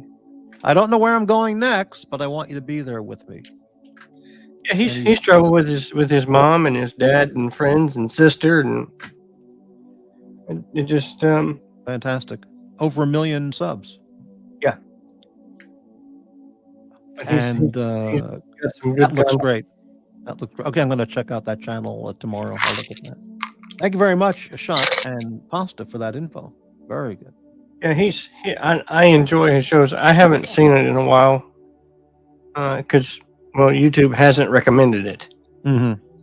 You know how YouTube kind of throws people to the side for you, and then you never see them again. You know what's really funny is sometimes you get a recommended thumbnail on your main page, and it's some strange topic like it could be anything, or sometimes really strange. And then you click on it, you watch the video, and it's I can't even think of an example. It's like, I can't even think of an example, but it's like you say to yourself, why am I watching this? Because it's such a weird topic. And then you scroll down and look at the viewer comments, and people say stuff like, how the hell did I get here? Yep. What the hell am I doing here? Yeah. Mike Downey is a down-to-earth young guy. Uh-huh. And that's what I like. Right. Well, it's a family-friendly show. Right. No F-bombs like here. I wouldn't say that there's, well, I wouldn't say that there's no swearing, but it's very light, if any. Right. You might get a damn, a shit, or a hell, Right, but that's not like on those channels kind of stuff. Right.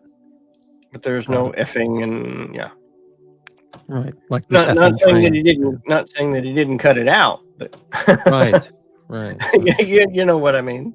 Right. But he's pretty much taken every Amtrak ride in the U.S. and then he's done he's done the Canadian trip, train across Canada that went completely sideways. Amtrak also has, because I looked at their website, they also have a train that goes from Los Angeles to the Grand Canyon, or right near the Grand Canyon. There's an Amtrak station right near somewhere there. If you wanted to see really pretty trees and all that, in the fall, I would say take the Cardinal. That's the name of the Amtrak train? Mm-hmm. Okay, I'll look for that. That takes you through the Smokies during the fall, and they call it the Cardinal. Right. Okay. I've never been in and I think Appalachian area. I think it goes from like Washington, D.C., and I forget where the northern terminal is. I forget. Mm-hmm. I don't remember the channel name, but there's a guy who does a bunch of videos just driving around through West Virginia, among other places, and he finds these old towns that were maybe back from the 1920s, where they were actually, some kind of local businesses and real towns, and there's nothing left, nothing. And is his name Nick? I can't remember who this guy is. And Nick Johnson? Might be Nick. It could be the Nick Johnson channel, but I don't remember. And he drives all through rural West Virginia, and many of these places are just empty, completely empty. He's dead done towns, this. and he's done this. Nick Johnson has done this. He's gone through Arkansas and Texas and Louisiana and Alabama and, as you say, West Virginia, and it might be him. I have watched his channel, but I can't recall if that was his. But it might have been, yeah. But you know who I'm talking about. Then. Oh yeah. I subscribe to his channel. I've watched it. Yeah. Mm-hmm. So it might be him. And there's so many places in that area that are just gone. No businesses, no industry. Nobody Yep. lives there anymore. Just town's just gone. And you can see the old small main streets and the little main street and the storefronts and just gone. Yeah, he'll basically fly near and then take a car and drive. Right. Rent a car. Yeah. Pasta, Peter Santinello. Now, I've seen his channel too. I can't place who he is, but I've watched that guy's channel too.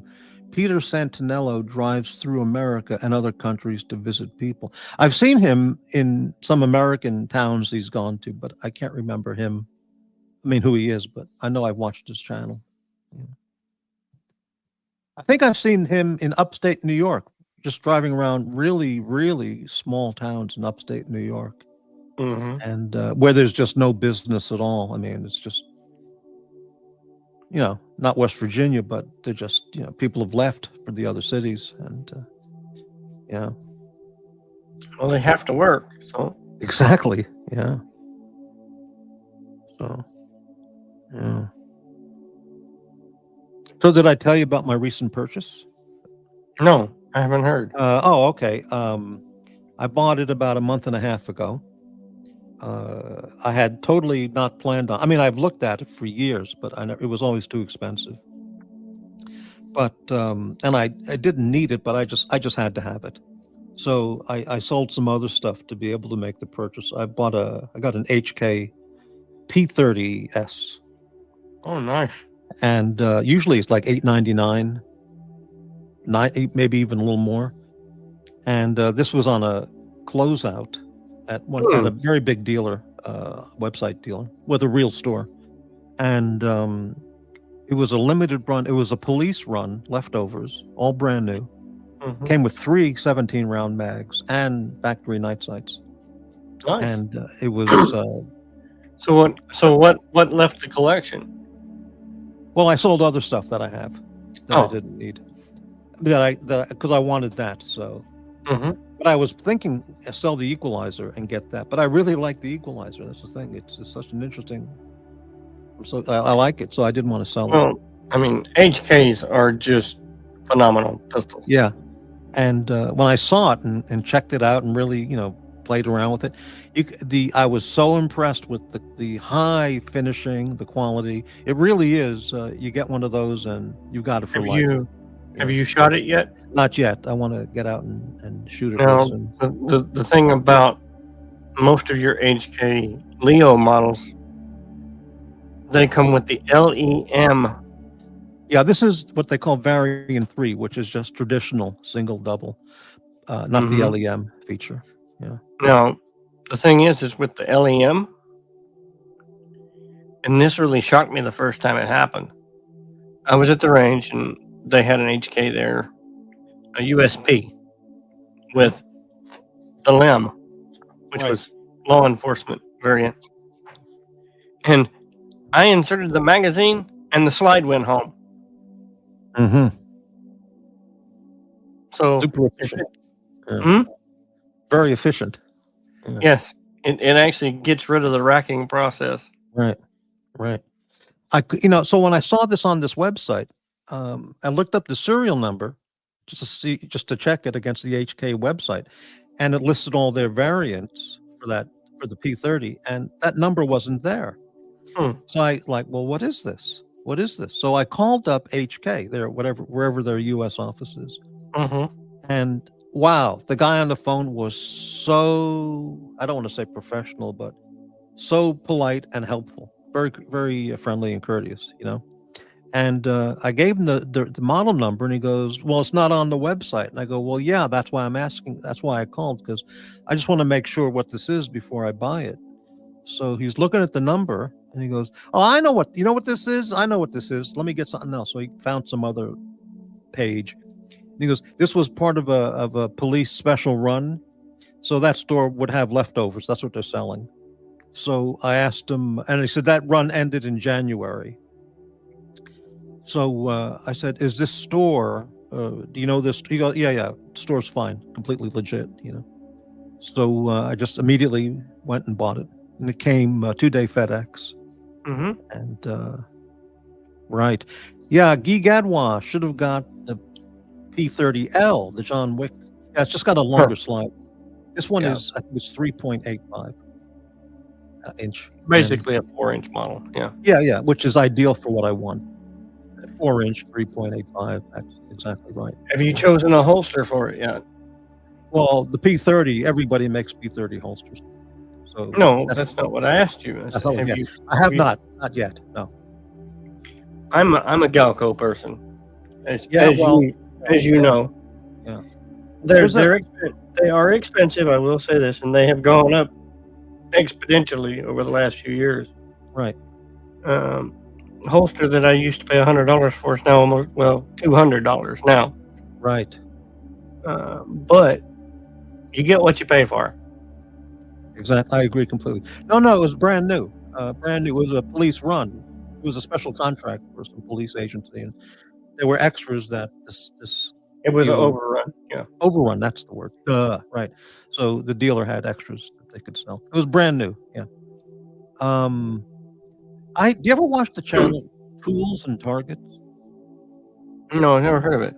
Oh, this guy's great. Let me make sure that's the name. I watch every one of his videos. He lives in rural South Virginia, right next to North Carolina border. Tools and Targets. That's the guy, and he's got a real country Southern accent. Mm-hmm. And he does tons of videos on ammo, shooting into gel blocks and all that stuff, and he's one of the best personalities on YouTube in the gun sphere. He's just one of the best. Okay, and his sense of humor is really excellent, and his testing, it's really fun to watch. Tools and Targets.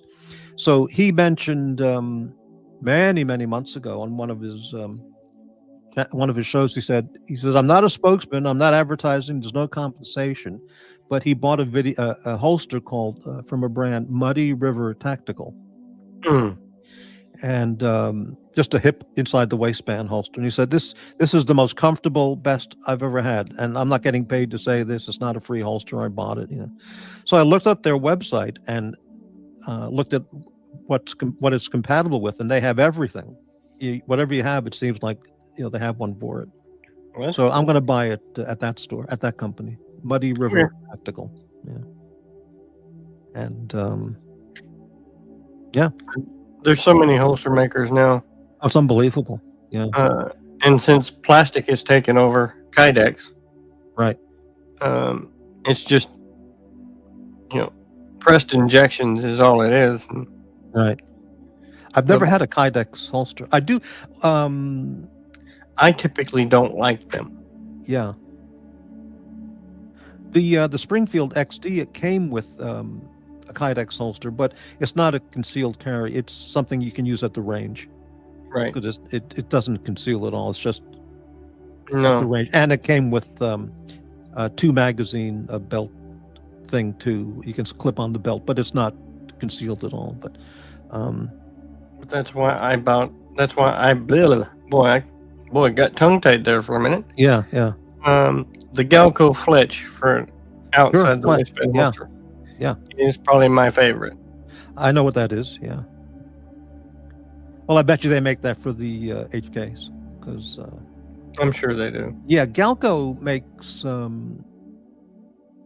I don't know, but primarily they match up holsters with the most common police or best-selling pistols, Glock, HK, and Berettas and stuff. So if you have something strange, like I've had some weird ones that you can't find holsters for, Galco's not going to have it. No. But for the main military police brands and models and the major selling ones, they have everything. They have it all. Yeah. Like Glock, they'll have everything for Glock. And oh yeah.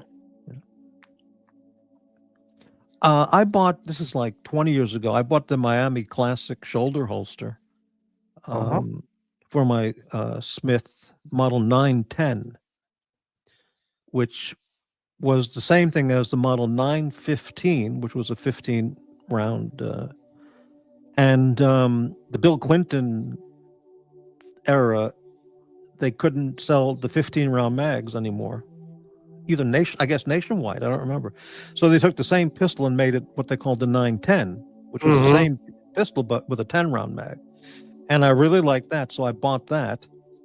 And but the holster said it's for the 915. So I figured, well, it's the same thing. So I bought that, and it didn't fit.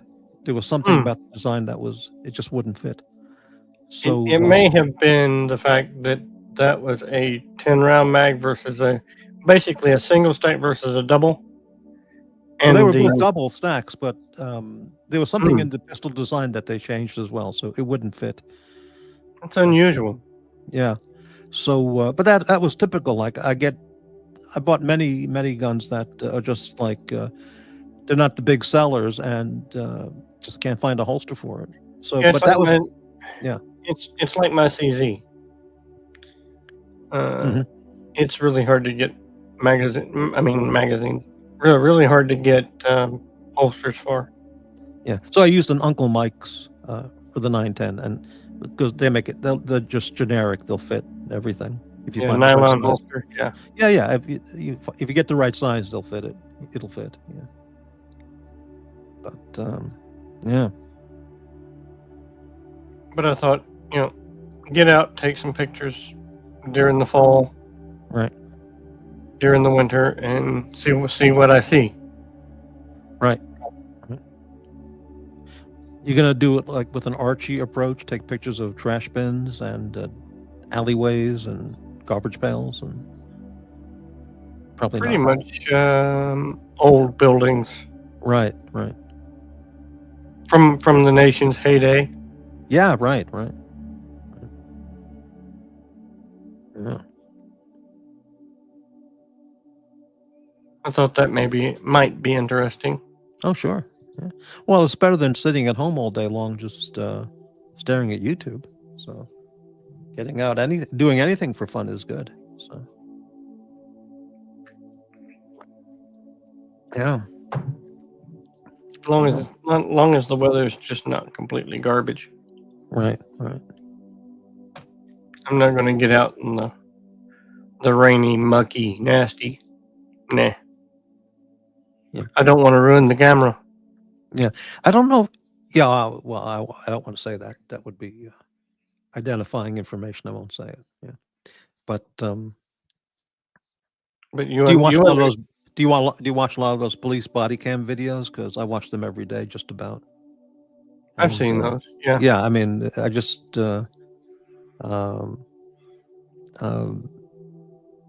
It's just amazing stuff. Yeah. So I wish everybody saw those, because then they would see how many millions of crazy people really are out there. I've been seeing clips of this black gentleman, and he shows like TikTok videos or YouTube shorts of people just going off of certain fatigue, shall we say? Mm-hmm. Yes. Without getting into the ethnicities. Yeah, right. Because it's all ethnicities just going berserk. Right. That's the word, berserk. Yeah. So the last one I saw was, I think this was in Florida, Sarasota, Florida police, maybe. They pulled up to this guy's house, and he came out to meet them. Friendly police officer. And he talked to the guy about 5 minutes, then handcuffed him and arrested him. And he was on video at a store parking lot. He was leaving the store, and he was walking to his car. And as he was walking towards his car in the parking lot, he saw another car with a Trump bumper sticker. Huh. Okay. So he pulled out his key fob, and what do they call it? When you scratch the car? Keyed the car? Keyed. So he keyed the car, and not only one side, but he walked around to the other side and did the other side too. And the stupid dumb fuck, the entire whole thing was on the parking lot camera at the store. Mm-hmm. So when the guy came out who owned the car, he went to the store, they looked at the camera, and they got him. And they had the guy's license plate on the camera, unbelievable. So the guy's wife came out of the house and was like, "Hey, what's going on?" And the guy said, "Well, okay, I did it. Yes, I did do it." The cop goes, "Well, it's not my business, but why did you do it? You know, because this is a felony. It's over $1,000 in damage." He goes, "Well, I fucked up." That's about it, you know. So Yeah. they took this guy who had no criminal history, nothing. You know, he just. Yeah. So the cop called him. You know, told him to repaint that car. It's going to be like $3,000-4,000. This is a felony. You fucked up. So he said, "Okay, I fucked up." They put him in handcuffs and drove him away. And his wife said, basically, "You fucked up. Leave me out of this." You know. She says she did ask the cop, "When can I pick him up at the jail?" And he said, "Tomorrow morning. He'll call you when he's ready. Tomorrow afternoon or morning." You know. Unbelievable. So people are insane. Have you watched anything about pinball preparedness? Pinball preparedness. Mhm. I never heard of that. What is that? He's a guy that puts out a couple of videos a day, usually early morning and one at noon. And then on the weekend, he just only does one, like on Saturday morning. Mm-hmm. And he does some live streams around 7 o'clock Eastern, and on Tuesdays. So, but he talks about all the different shit going on in the country and different laws and different things like that that are going into effect. Mm-hmm. And I believe it was South Carolina or was it North Carolina, where that girl was murdered on the Right, Charlotte. Yeah, Charlotte. Yeah. Charlotte, North Carolina. They brought back the 3 strikes law, Mhm. and it's active today. The first. Yeah. So yeah, if that law had been in place, and they also struck down, being let loose on your own recognizance. You'll come back on your court date and all this happy stuff. Yeah, they cut all that out for violent offenders. Right. Of course. I mean, they should. Yeah. And had they held that guy for his court date, that girl would still be here. Mm-hmm. Right. So, well, it's all the liberal judges and DAs. And they just even that guy's mother talked about him being she said she didn't want to see him go to prison as much, but she said he should have been taken to an insane asylum and left there. Mm-hmm. And she's like, take him, lock him up, and never let him go. That's where these people belong, right? I mean, when your own mother says that. I saw a thumbnail of a video. I haven't watched it yet. I think it was in Michigan or Detroit. Some guy was let go by a judge for a recent arrest, and he already has 78 arrests in his criminal career, and she let him out again. And they don't just throw these people in jail. They just dismiss charges or let them go. It's incredible. This guy had spent, I forget how many years in prison for murder the first time. Mm-hmm. And they let him go and he did it again. See, that is just mind-boggling. How can they let anyone who committed murder? Manslaughter might be different, but if it's murder, throw away the key. That's it. Yeah. He had been in mental institutions and in prison for I think since he was 16. Right. 15, 16 years old. He'd been in the prison system. Mm. And he was only like 32, 34, something like that. Yeah. Either put him in the prison for life, put him in an insane asylum for life, or give him a YouTube channel. I mean, that's one or the other. Yeah.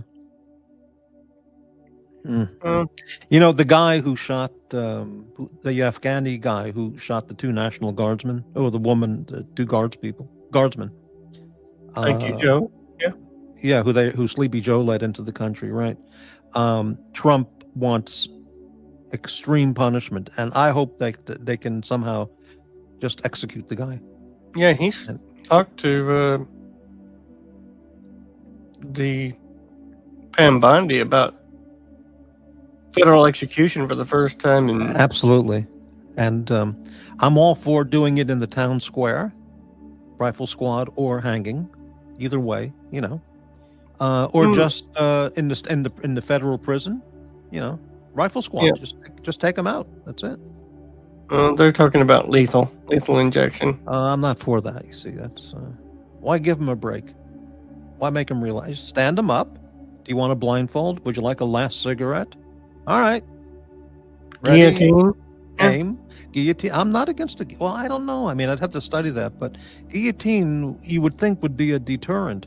But back in 1800s, people knew the guillotine was the punishment. They would still commit crimes. So, if that doesn't stop you from a life of crime, nothing would.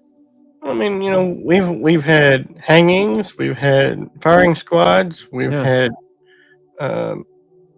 electric chair, gas, lethal injection, everything imaginable, and they still do it. So right. Yeah, I'm all for the firing squad. It's ineffective. It's effective. It's cheap. It's the cheapest way to do it, and there's no shortage of volunteers. And you can pay them $150 for the day, and make sure they're trained. You have to train them properly. I mean, the people. It's over. Done. You know the people that actually do that, don't you? You know what they are. Maniacs, psychopaths. No. I mean the people that actually do the firing squad. No, I don't know at all. They're typically state troopers, and they are snipers by training. Really?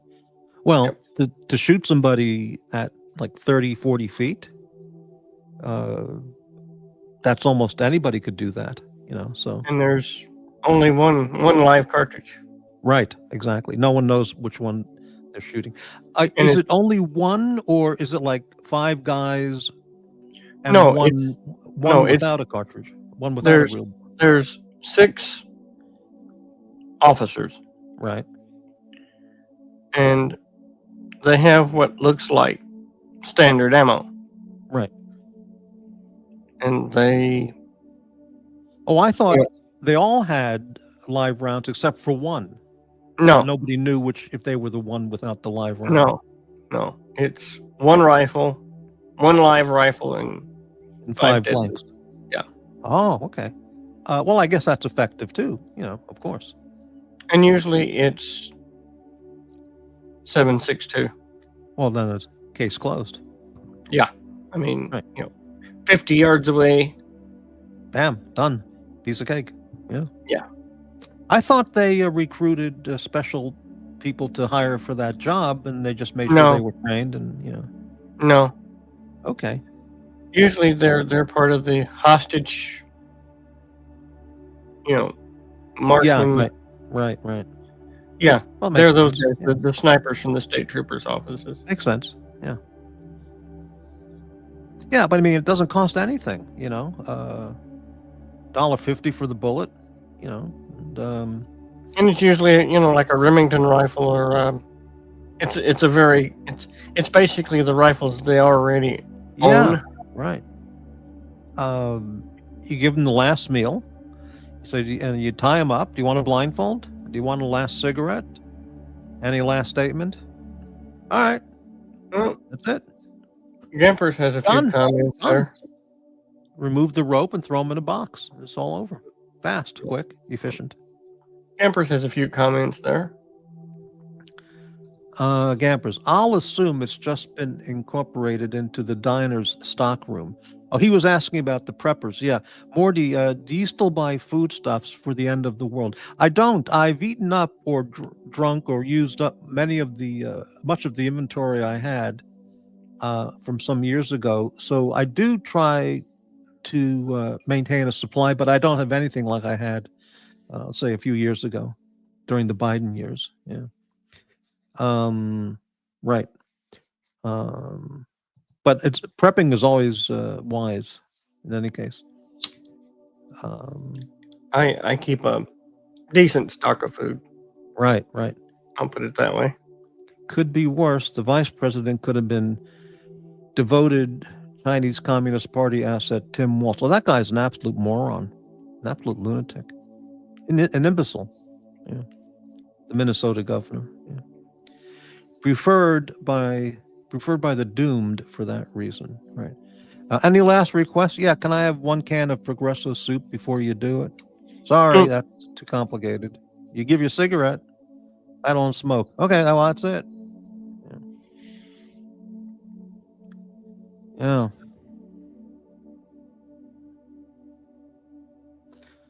Well, I hope Trump can get that authorized so they can just take this scumbag and just shoot him.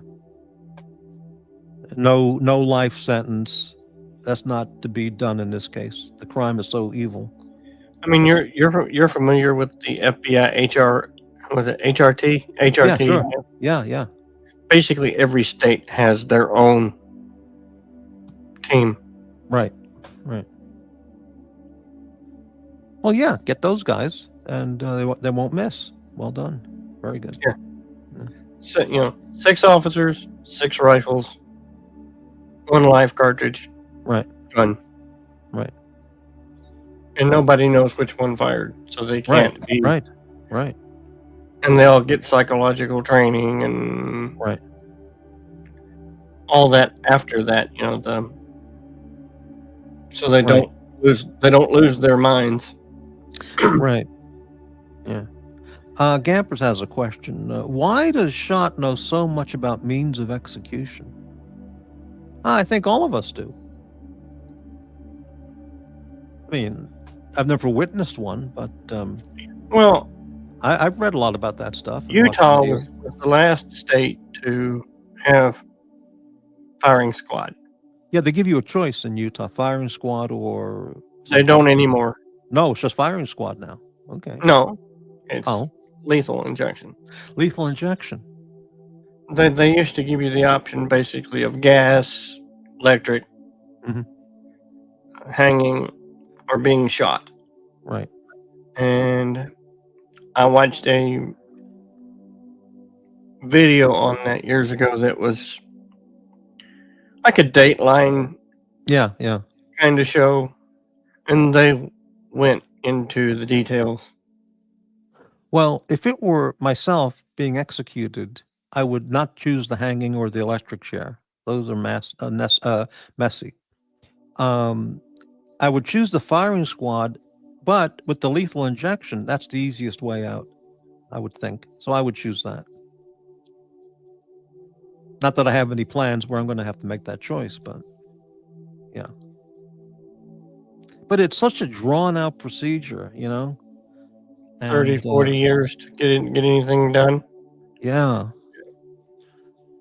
I mean, the Old West was better. Just take them out and hang them. Have the trial. Judge says, guilty. Take them out. Hang them.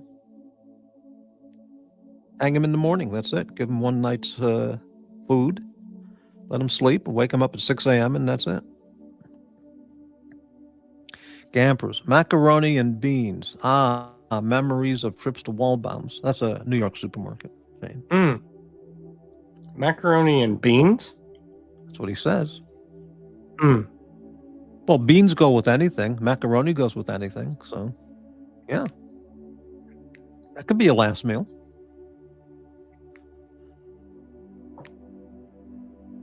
When people get hanged, do they lose control of their bowels? Do you think? When you die, you lose control of your bowels. Right. So it doesn't matter in that regard, right? No. Yeah, that's messy. Yeah. So it doesn't matter the way you die. You just shit yourself. Right. You shouldn't piss yourself because there's nothing there to hold it back. The body just lets then they go. should offer another choice, another option, like death by hand grenade, or stick of dynamite, and they just take them out in the desert, like in Utah, and just set the charge next to where he's standing. The desert. Yeah, and just and then they run the 100-foot wire on the detonator. And they go, any last wishes? Any last statement? Okay, bye. And there's nothing left, no bowels to clean up or anything. I had a better option. Mm. Let them go skydiving over the ocean about midnight. That's the easy way to do it. Yeah, it's simple, effective. Just push them. Yeah, well, I'm all for that. Yeah, I actually think I thought about this for a long time. That the murderer or the terrorists, the murderer, they should die by the same means that they killed the people. So if the guy was a mental case and he just went nuts with an axe and chopped somebody up, then it would not be hard to find some person, just put an ad in the newspaper. Who wants to chop up this prisoner? He has a death sentence. You can chop him up, no problem. We'll even pay you. So he dies by the same method. If he shot somebody in the head, then you shoot him in the head. If he tortured someone before he killed him, then you torture the guy and you kill him. The same, equal to equal thing, But you can't do that. I still like the better idea of, put him in a C5 Galaxy or some military plane and just polish that deck to the deck of that airplane to just smooth as glass and open the back door and tilt. Well, yeah, works. Yeah. Why won't why won't Lex hop on? Is he watching, do you think? He might be. He checked in. He was in the chat an hour ago or so. He might be over at Wawa getting breakfast. We don't know. So people may think I'm crazy for that, but well, it's just American justice. I don't see any problem with that. Yeah. And you feed the fish. Exactly. You just recycle the body back to nature. No problem. Yeah. Mm-hmm. You don't need to do a burial, grave marker, anything. Yeah. Well. And I'm pretty sure that it'd be standing room only in that airplane. Well, I had this conversation with a friend of mine like 30, 40 years ago. And it actually makes a lot of sense, considering, especially now, how the society is decayed to what it's become. Is you take all these prisoners on death row, okay? And you, whatever state that they're in, okay? So let's say, for example, well, doesn't matter, any state. Let's say Texas, okay? And there's a whole bunch of them in death row. And you bring them all to an arena, like the Rose Bowl, any big outdoor arena, baseball stadium kind of place like that. And then you have combat, one against the other. So the axe murderer goes against the child rapist and a nun killer, okay, who used a knife, and you got the guy with the axe, like in Spartacus. And they go after each other, and you tell the guys, one of you is going to be dead, and the other, or both of you will be dead. But if one survives, then you'll get a pardon from the governor. Okay. And then you sell tickets for this in person. The stadium would be full to capacity. There's no question about it. Gladiatorial games, huh? Exactly. And you can also sell tickets for it like an HBO Showtime special. Okay. People around the country would pay $100 to watch this. And you have one event after the other all day long. One guy against another, or if it was two guys who committed the crime, two guys against two guys, crowbars, hatchets, knives, whatever they might have used, however they killed, okay? And just let them go. And you can have multiple events at the same time going on the field, like gladiatorial games. That would sell out. That would make millions. And all that money, okay, all the money goes to the family of the victims and to the state prison system. So it self-funds. So the prison system has good funding, and all the extra, and the other monies go to the victims' families, then you just scoop up the bodies and dump them in the field somewhere.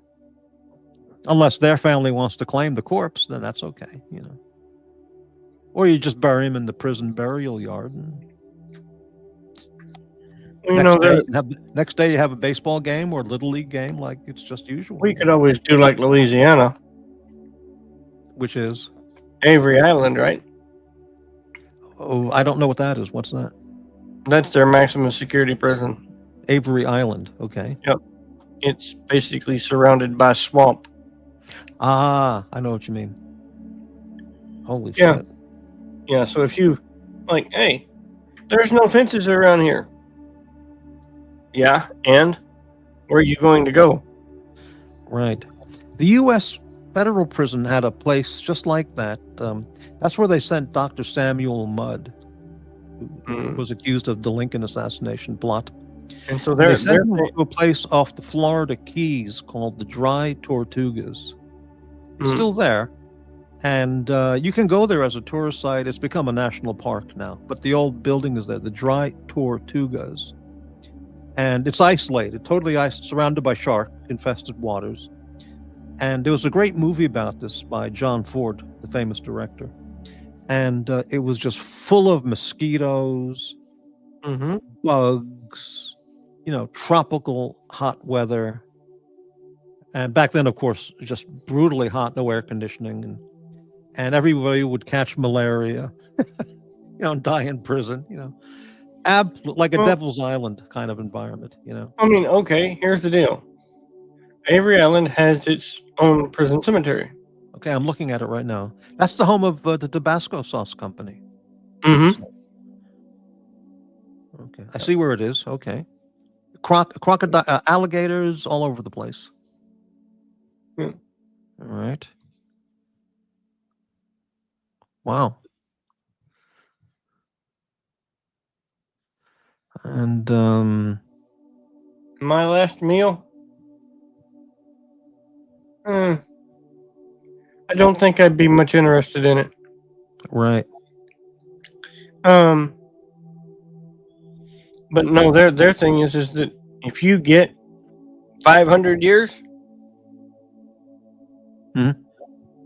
they put your body in the ground with a numbered marker, and the body is not released until you finish your term. Louisiana justice. There you go. Yep.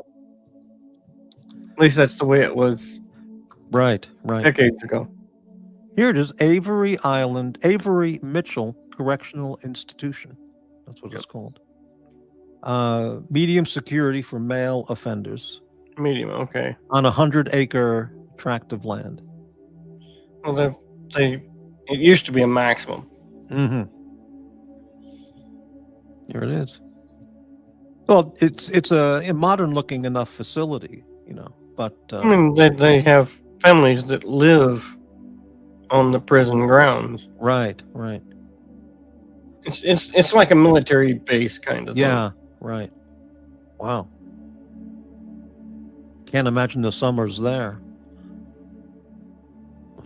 Now here's older pictures of it. Yeah, wow, okay, yeah.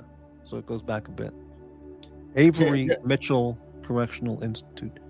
Right. Yeah, it goes back a long time. Yeah. Well, they got that Angola farm prison in Louisiana, which is old chain gang kind of stuff. That may be one of the ones I was thinking about too, Angola. Absolutely brutal. Yeah. Louisiana State Prison, Angola, or something like that is called. Yeah. And here's a picture of the Tabasco factory. Wow. And I wonder if the prisoners in the correctional institute ever at lunchtime they go, excuse me, sir, can you pass the Tabasco sauce? They might. Yeah. What are you in for, bud? Eating too much Tabasco. Eating too much. I held up the Tabasco company. Unbelievable. Gampers has a question. Shot, please tell us the items on your hypothetical last meal request.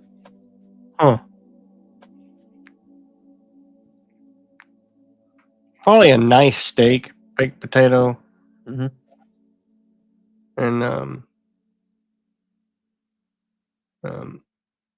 piece of lemon meringue pie. Nice. Now, are you going to specify more details, like you want mushrooms, grilled onions on the side, or? Oh, grilled onions on top of the steak. That would be wonderful. Yeah, nice. Heinz ketchup. Tabasco sauce. No ketchup. Nah, ain't gonna have that. Oh, ketchup. Right. Exactly. Well, I shouldn't have said that. Correct. Yeah. Yeah. The Tabasco really wouldn't go either with it. Right. Right. Yeah, I thought about that. I would have thought. I've thought things like, my last meal request is I'd like a 2-pound bucket of turkey stuffing, non-GMO cranberry sauce, whole berry, not the jelly. Now would it be and gravy and turkey gravy and some Haagen-Dazs ice cream, and I'll just now binge would out it on be that. your dressing type? Would it be bread dressing or would it be cornbread dressing? Wow, that's a great question because the chef has to know. The guy in the kitchen has to know. Mm-hmm. Well, they're both great. I don't like bread dressing. Yeah, I mean, I would go with the cornbread. I mean, it's more flavor. Yeah. So a bucket of turkey gravy, the dressing, and cranberry sauce, and some Haagen-Dazs, maybe a chocolate pie of some sort, chocolate cake of some, and that would do it. Yeah. I guess I could say, let me have 10 containers of Haagen-Dazs. Then you just eat all 10 of them, and you're dead before the next morning when they take you to the chair. You already killed yourself. So. But campers, how about you? What would be your last meal?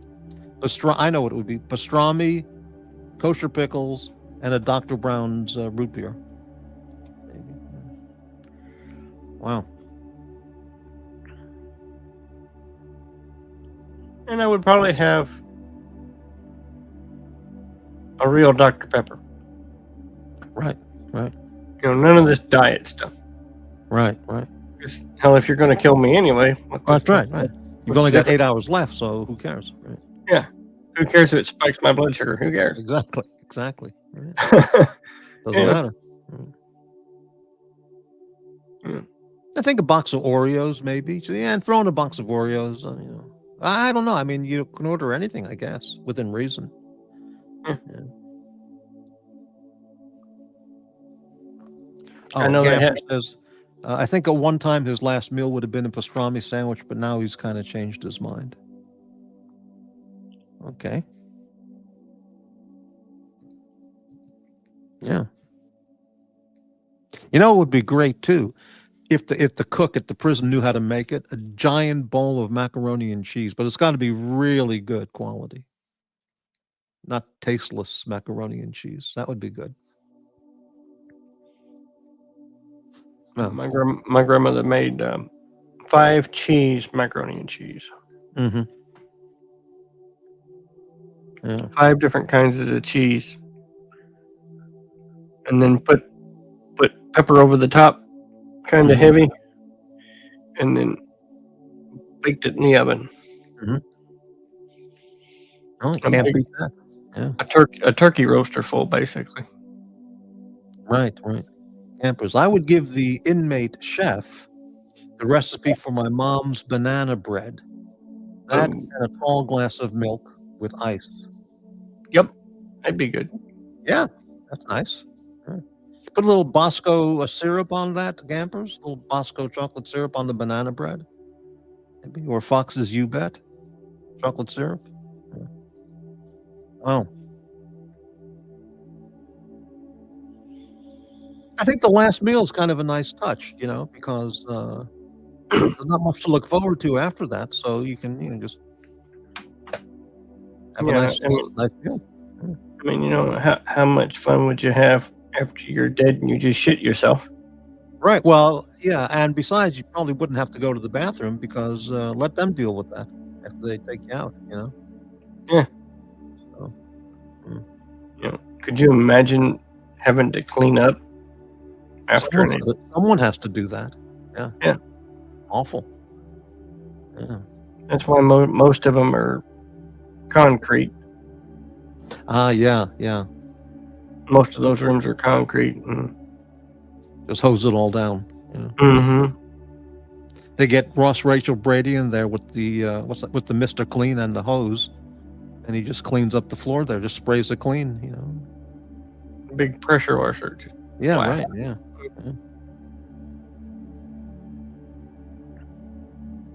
I could picture Ross Rachel Brady doing that as his job. But as you say, C4 with a remote detonator. Boom. Well, yeah, and then you don't have to clean up anything. You just leave them there you leave the pizzas and parts there for the vultures and the gophers. Yeah. And then the insects come out and finish them off, And there's nothing in a week. There's nothing left. It's just totally decomposed and been eaten. Yep. Out in the desert somewhere, just poof. Yeah, right. Poof. That's it. Yeah. Yeah. And all you have to do is just drive off, and when it gets out of range, boom. That's it. Yeah. Yeah. There was a Clint Eastwood movie. I think it was the second of his spaghetti westerns. The first, I think, was called Fistful of Dollars. And I think the second one was called Hang 'em High. Mm-hmm. And this was like the Old West. And then there was The Good, the Bad, and the Ugly. Yeah, that might be right. Yeah. And in Hang 'em High, there was a corrupt local town judge, and he would execute the prisoners like on a giant gallows of like 7 or 8 guys at once. Yep. Just make it, every Sunday morning, every Saturday, just line them up and do them. Get rid of them, Well, that was no fucking around. Judge Roy Bean from Fort Smith. Mm. He was known for doing that. Fort Smith, Arkansas? Yep. Is that where that is? Mm-hmm. He was from there? Really? I didn't know that. I may not have the name right, but he was known to have a 6-man gallows. Oh, really? Yeah. Well, his at the end of his life, he lived in Pecos, Texas. But now remember, he was Judge Roy Bean, law west of the Pecos, and I stopped off there and visited the museum and the house, or the whatever it was, the bar where he sat on the bench, quote. And I stopped on my drive from Texas to LA. I stopped off there on the freeway. Then I had a Sonic. I went to Sonic for lunch and then got back on the freeway. But now remember that this was when Oklahoma was a territory. Mm-hmm. So Fort Smith was the territory capital of the time. Uh-huh. Yeah. Wow. Yeah. And he was known to have a 6-man gallows right there in the middle of town. Mm-hmm. And the amazing thing is, that's not enough to stop people from committing crimes. People still commit crimes when they see that. And I've made this comment before that funny thing is, I believe, and you know how long 40 Interstate is, mm-hmm. from coast to coast, from Barstow all the way to wherever it ends in the Georgia or wherever it ends up. I believe you could place a gallows down both sides of the interstate, and you wouldn't run out of people to hang. I think you could. I think you could just line up those gallows on both sides of the interstate, and you would run out of room before you ran out of candidates. Oh, there's an image, right? Well, you could sell tickets, as you're driving down the 40 freeway, interstate, you stop off for today's executions, you buy a ticket, you have a Sonic lunch, and the money funds the state prison, and or the execution expense, and there you go. Campers, it's like at the parade, the crowd gives a big hand to the humans who sweep up the horse shit. Well, someone's got to do it. The Thanksgiving Day parade, right? Yeah. Well, there's an old joke about people went to the circus and they see this guy, sweeping up all the elephant shit. So they walk over to him and they go, "How can you do this for a job? Just scooping up the elephant shit. Why don't you quit this and get a real job?" And the guy replied, "What? And give up show business?" Yeah, something like that. Yeah. Funny thing is, I went to Barnum and Bailey's decades ago now. Yeah. And he wasn't paying any attention. He was cleaning up the elephant shit. And somebody had to grab him and yank him back because he was about to go up the elephant's ass. Oh, I hate when that happens. Yeah. What a way to go. Yeah. But yeah, basically it was clowns that, or other circus workers that were part of the circus. They did things in the circus besides erecting the tents and stuff like that. Maybe. What do they call those guys? They call them the old carnivals who would set them up and take them down and work. And it was a name for that. I don't remember. Yeah. Maybe in the old days they would have the geek do that. The carnival geek and also scoop up the horse shit. Yeah, but I just remember that vividly. That they had to get yanked back because they were about to get. Their head was about to go up the elephant's ass. Right. Take my word for it. I've been there, done that, and it's not fun. Right. Yeah. How do you live the rest of your life if your head was actually got in the elephant's ass and you had to pull it out? Yeah. I don't think there's enough whiskey to make you forget it. No, I don't think so. Yeah. So, yeah. I got a complaint about the music, so I'll change it. There we go. Let's try something else. From Poway. I thought that was just relaxing, nighttime, peaceful music. I didn't think it was funereal, but okay. Been there, done that, skinned the lizard. What does that mean? I have no idea.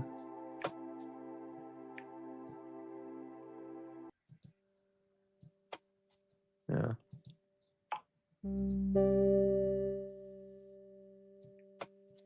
Okay. Poway, what's going on?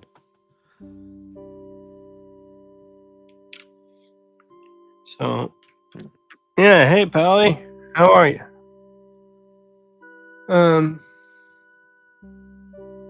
Turn down the volume on the music. Okay, very good. Yeah, it is a bit loud. But yeah. Okay, there we go. So what's the weather like there? Oh, it's very cold. It's overnight now. It's going to be in the 30s. So daytime is 40s, approaching maybe 50. Nighttime is now in the 30s, maybe 40. So for me, it's perfect. If we could just get lots of snow and rain every day, it would be beautiful. But there's no sunshine. It's just cloudy gray skies all winter season long. They say we're going to get flurries a couple of nights, and of course it won't last long because the ground's too warm, and the daytime is supposed to be like 50 degrees, so it's not going to amount to anything. Yeah. So, you ever been to a rodeo? It's been a long time. Really? Yeah.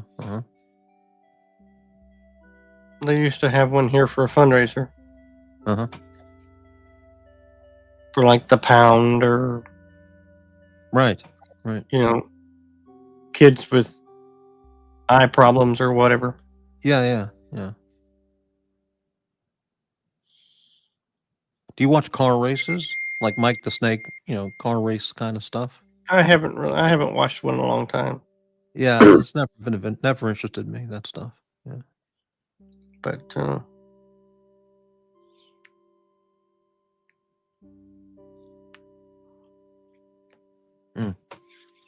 yeah, somebody didn't like my idea about the big tree chippers. Oh yeah, right. Wood chippers. Yep. Except the ones that'll take the big logs and yeah. chew everything up. Right. And I said, yeah. I said, for the ones that are really heinous murderers, just dump them in there. Just put them in the chipper feed first. I've got no problem with that. I mean, you have to do it with dignity. You can still offer the person the last meal. Yeah. You can see a clergyman, a priest, whatever, on the way out. Offer him that. And of course, this is going to be magnificent. Just toss them in, and you aim it at just the grass, and it just recycles into nature. That's too messy. Well, it would be messy, but that's where Rachel Brady comes in with the cleaning. No. You take it out on a barge. Ah, okay. And you just Let the fish deal with it. That's it. That's even better. Yeah. Just aim it out in the river, and then it's gone. Just vanished. Yeah. I can't say that's a bad idea. I mean, if the person's that heinous a killer, murderer, freak, then yeah, fine. The punishment fits the crime. So yeah, Curly will have a good time talking about this. Well, we don't mention that name on this channel, but okay. You can just say that guy. Yeah, but he listens to all my shows. He's in the background right now, probably lurking. Going, what the fuck? Well, he must watch my shows because he talks about me almost all the time. Did you hear Morty talking about this with that? So yeah, I remember his comments about whenever I got in the comments with Patrick about lawnmowers and shit. Oh yeah, and he's like, oh yeah, it was real interesting. They talked about lawnmowers. Well, it was so interesting. He was watching it too. It was a legitimate topic.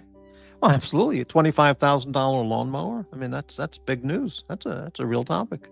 I mean, I paid $2,000 for a lawnmower. What the hell? Right. Well, it's better than talking about O'Sheen or Tim Wright for 3 hours every night. It's way more interesting. So, as I say, most people are there for the chat anyway. So, correct. Right. Palway, are you still out there? Any topic you'd like to discuss tonight, or anyone else? We've already covered executions and prisons, firearms, and macaroni and beans, which is which is a Progresso soup from the supermarket. Okay. And I don't know what else. Oh, and Dodger. Dodger was on before. Talked about Poland and snow. Yeah. I think you would like Poland. I don't. If I went to Germany, I mean, it's too late now to go traveling around Europe, but I would certainly want to go to England and Germany first and foremost. And if I were in Germany, I would want to head over to Poland. Well, the thing is, Poland is a very safe country. Poland and Hungary are the two safest in Europe. Well, I mean, when the president of their country rides the bus. Oh, really? Wow. Yeah. Amazing. Yeah, they have a total. We will not accept those people to destroy our country. They don't let them in. And the president, I guess, of Hungary, I've seen him interviewed with these European Eurotrash reporters who go, "Why do you take in refugees?" He goes, "Listen, we just took in 500,000 Ukrainians, and they've adapted to our country, and they're going to be great citizens. We don't want those people. They're just going to come here and destroy our country. No, we definitely don't want them. You people take them. Look what's happening to your countries." So Poland and Hungary are two of the best run countries in Europe. Yeah, I mean, Poland has this. What you call it? They basically have said, if you come into the country illegally, you get nothing. Right. No welfare, no housing, no nothing. You make it on your own. Right. If you get caught, you get deported, or you go to prison. Right. That's the way it should be. Very nice. But you go to prison first because you got caught. Right. You don't get a Visa card with a $10,000 prepaid Visa card. You don't get free hotel rooms. You don't get free food cards. Healthcare, nothing. Free healthcare. Right.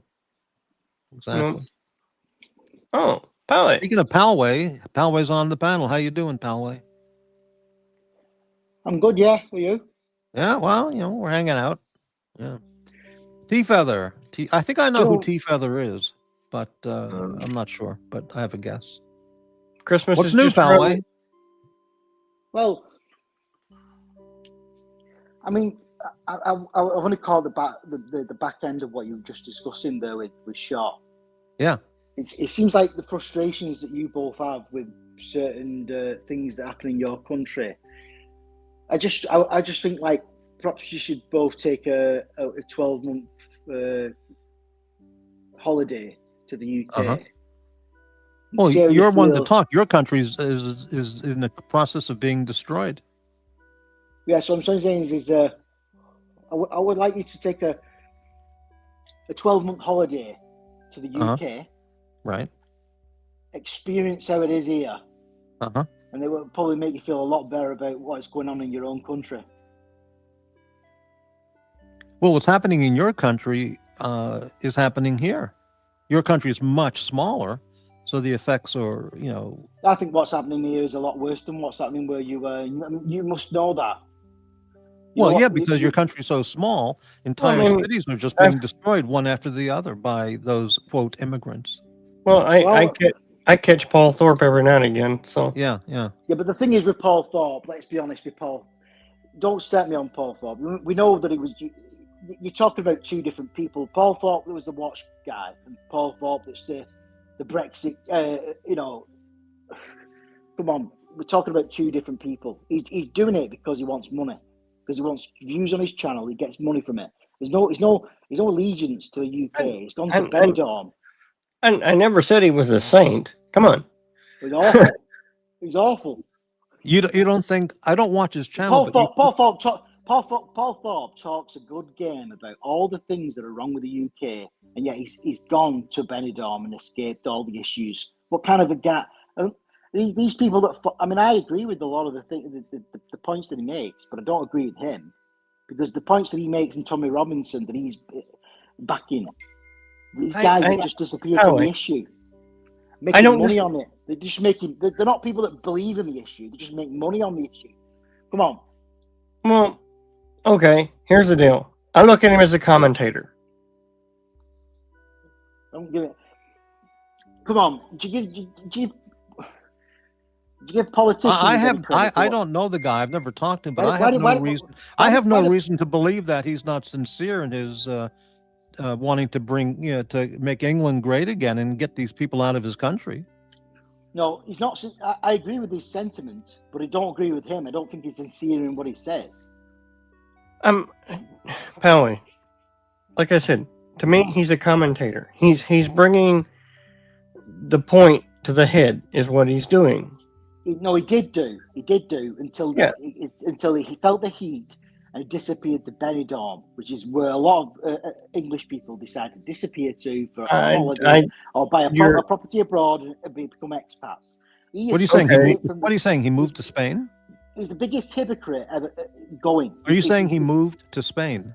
Yes, he did move to Spain. He's I don't know. I don't watch his channel. Okay. Yeah, he lives in Spain. Okay. He started the chat right. It was. Watch channel for many years before the boom, before the booming watch. Then his channel took off because of TPG links, Watch Eric, and all these what's called Nico Leonard, and all he became part of that TPG clan, right?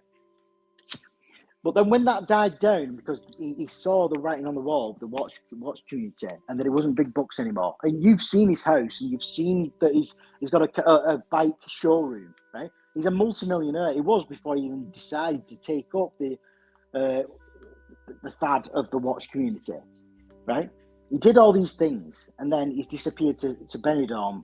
As soon as the watchmakers died down, there's no money to be made in these streams. Everybody on these streams try to espouse that there's a problem with making money on watch channels anymore because the watchmakers calmed down, right? As soon as that's happened, he's changed his channel to Brexit. What would you call him? I'm trying to think of the term.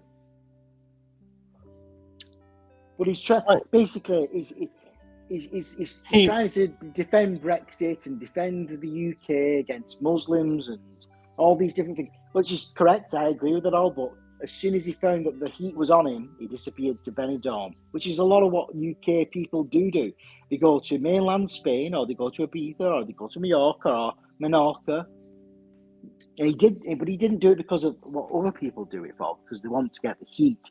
They want to disappear from the UK where it's raining and it's cold, and they want to go to abroad and become an expat and live their retirement out in Spain, right? He did it because he was getting threats at home, and he didn't know. He didn't do it because he wanted to. He didn't want to fight the cause. He evaded the cause. He made the money out of it, and then he went over to Benidorm. Does he still do shows about England politics? And who follows him now in the UK? I have no idea. I don't watch his channel. I don't know. Reprobates. Well, reprobates is who follows him now. Mm-hmm. I couldn't comment. I don't know. You know, I have no problem with him moving out of the UK. I don't. I do. Well, that's a point of contention between you and I. And to me, he's the United States. Can you still hear me? You know, he's talking about issues inside the UK. And, what's going on? There we go. Okay, Poway, are you there? You have Hello. Yeah. Okay, Poway. As I say, I don't have a problem with him living in Spain. I don't. Right. Because if he stayed in the UK, he was going to get arrested for speaking out. Ah, right. Well, they're arresting everyone for speaking out. And so, you say anything they don't like, they arrest you. Do I blame him for leaving because threat of arrest of speaking out? No. Mm-hmm. Same if somebody left the United States because they were going to get arrested for speaking out. I don't have a problem with it. Right. No, what I'm trying to say is I try to take a neutral view on these kind of things because. There's no neutral. No. I do. Either it's wrong to invade a country or it's not wrong. No, I try to take a you're going way ahead of where I was talking. Right. So what I'm trying to say is in terms of a neutral perspective on things, in 2016, I went to my local ballot box and I voted to remain in the EU. Right. Yeah. I voted to remain. And the reason I voted to remain because I had an informed opinion because I'm not stupid, right? Okay. There are people that come on here and they talk about high IQ and all that carry on. I have got a high IQ. I've said it before. I do. And usually people that have an high IQ don't usually say they've got an high IQ. So, but I did vote remain in 2016. But I also know that the UK public moved on from that vote. So I moved on from that vote. And times have changed, and 2016 is 9 years ago. So the point is now I'm in favour of Brexit because my UK public that I'm part of voted Brexit. The problem is that Paul Thorpe only is in favour of Brexit because it gains a lot of views on YouTube. And the reason he decided that it would gain a lot of views on YouTube is because that's where the public was going and that's where the narrative was going. And the watch community, which was a previous thing that he was involved in, lost traction. So he just jumps on the bandwagon of the latest fad. Yeah.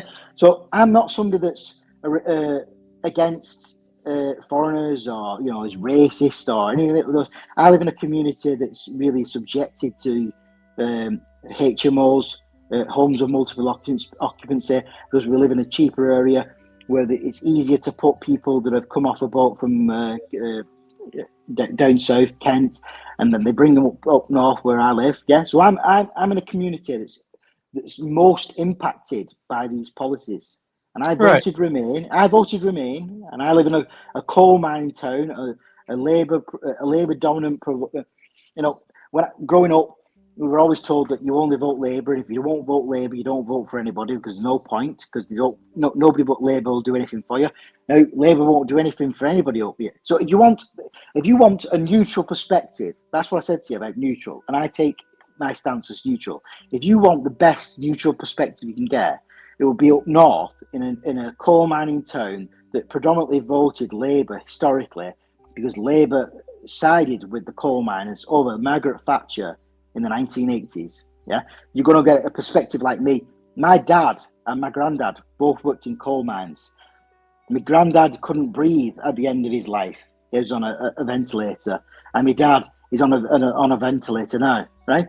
Because they worked in coal mines. They've crawled through shit. They've had to dig holes in coal mines, hundreds of feet deep under the ground, and had to dig holes, have a shit, cover it over, crawl through other people's shit. My dad's done that. Lee Anderson, who was a Conservative MP and has now become a Reform MP, he's talked about that. He's recently talked about the fact that he's about the British coal miners, the BCSS scheme that was in the Commons lately.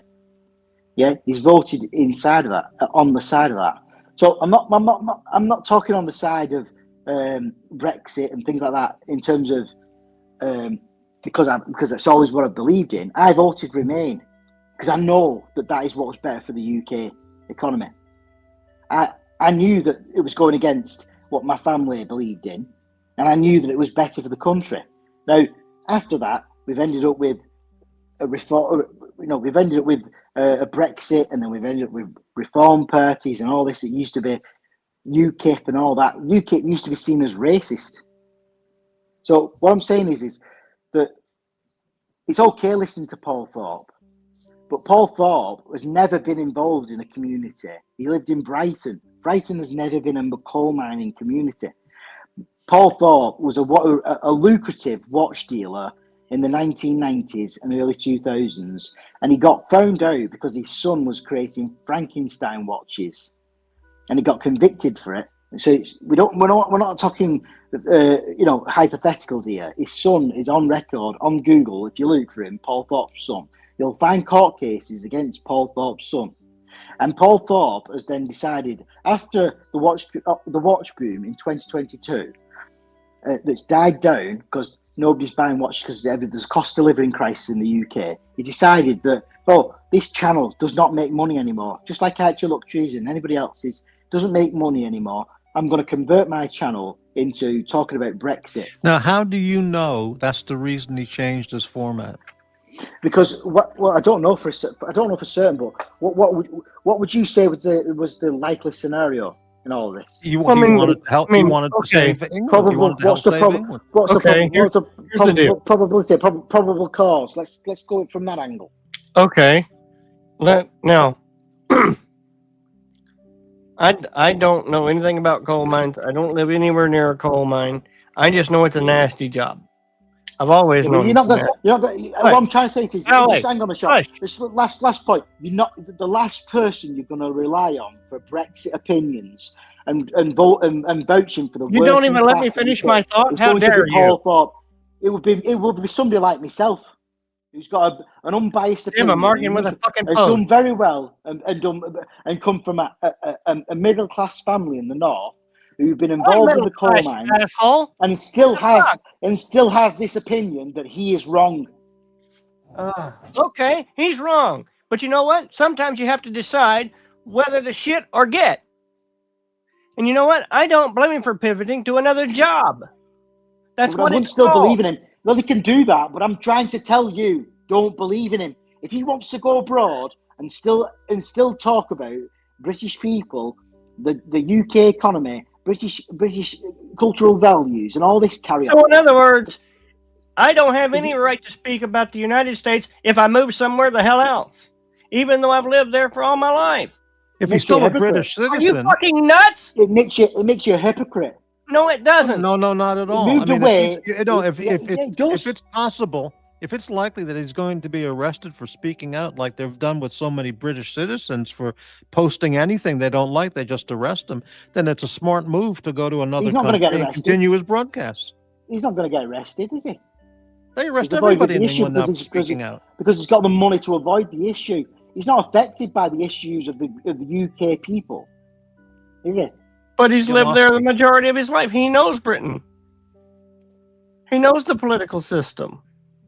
He can speak out just as effectively living in Spain as he could in England without the fear of getting arrested for his shows.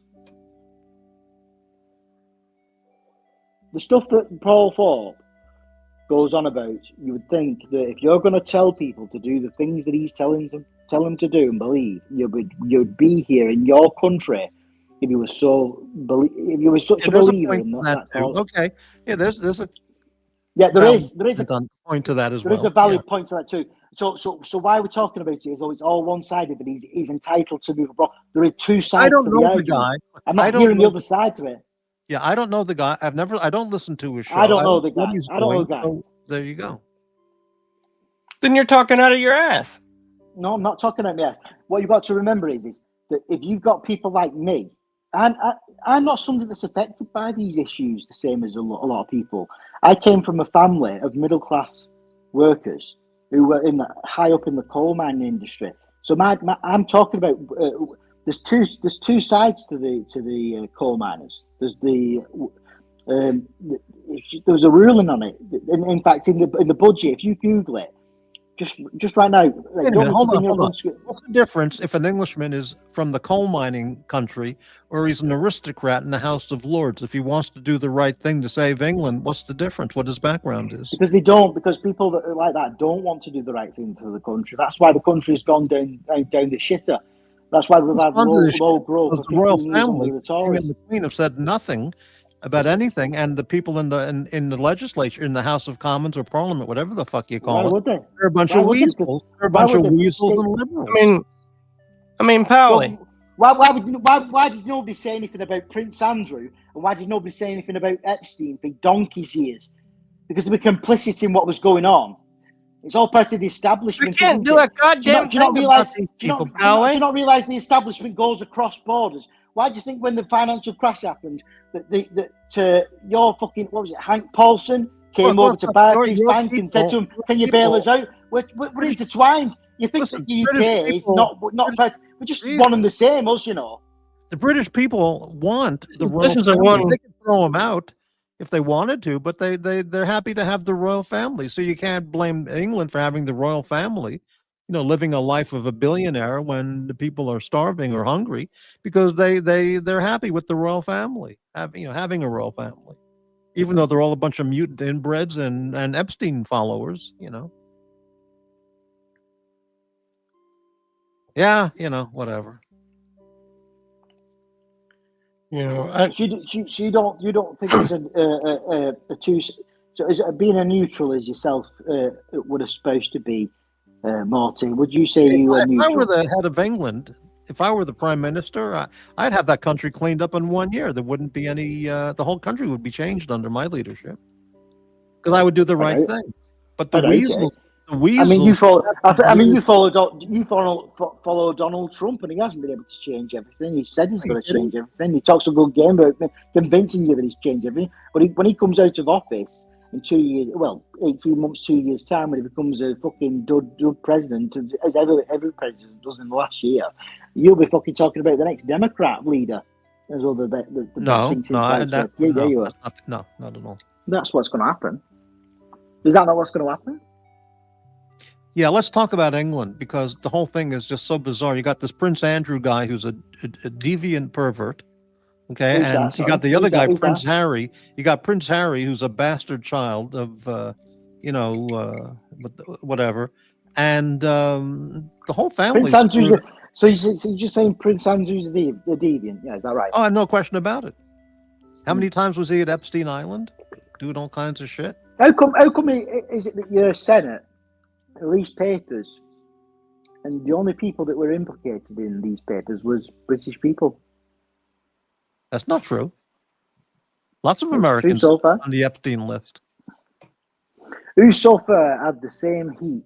Bill Gates went there, 40 times? And who's had the same heat as Prince Andrew since the files have become a thing? Well, I hope they all get the same heat and prosecution. No, but I didn't. No, I didn't say who you hope. I said who has. You dropped out. Who? What? I said. You said I hope that everybody that's implicated with it gets the full. Oh yeah. Law. Yeah. You hope. Yeah. What I'm saying is, who has in the USA? Who has been subjected to the same criticism or ridicule? Well, that's the thing. You see, the mass media is all deranged liberals, and they won't go after these people in the news, because all the people all the people on the Epstein list are all Democrat liberal fanatics. and they protect each other.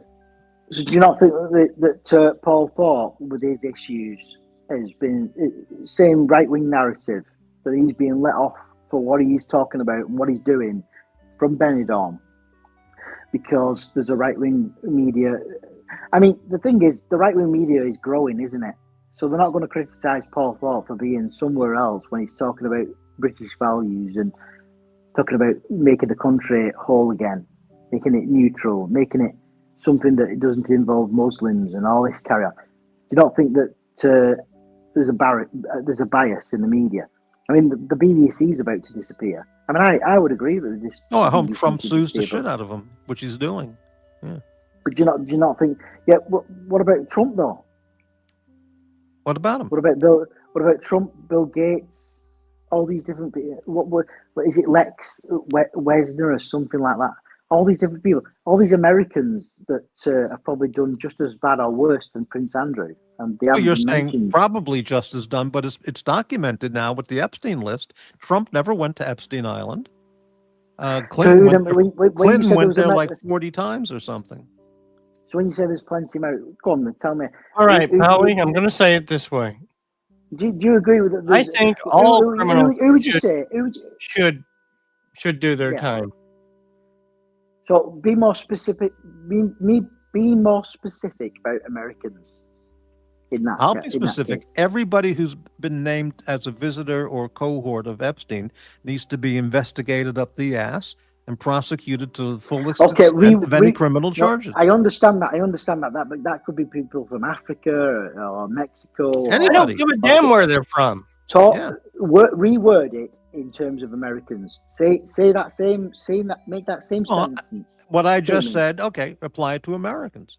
And apply it to... Say it again. Say it again in terms I just said it. Preface it with Americans. If an American went to Epstein Island and did all this nasty shit, they should go to prison for life. And who are the Americans that you believe that there's a big list? Just look at... I'll tell you what you do. A fucking list. I'll tell you what. Poway. No, there's too many names. No. I'm not going to go down the goddamn list, Poway. No, you're not going to go down. What you do? You're not going to go down the list. But you're very happy to say the name. 100 Prince names Andrew. there. Poway. Go to the Alec Jones website. He's got the list on his page. You'll see all the names. Like I said, Poway, if they've done the crime, they should do the damn time. Alongside Prince Andrew. Name some names alongside Prince Andrew. Name some American names alongside Prince Andrew. For God's sake, Poway. Because we know Prince Andrew's one. How many damn times do I have to tell you, if you do the crime, you do the time? It's that simple. I don't give a damn what country you're in. So name some American names. Are you a mad-headed son of a bitch or what? You're arguing with a damn signpost here, Morty. Come on. Implicate. Yeah, Poway, your point makes no sense. The list is available. Boy. Look at the list on any of a number of... Very easy to make this story. Listen, you can find the list American names. Listen, you can find the list. I know we can find the names. I'm asking you to say the names. I'm not going to read a list of 100 names.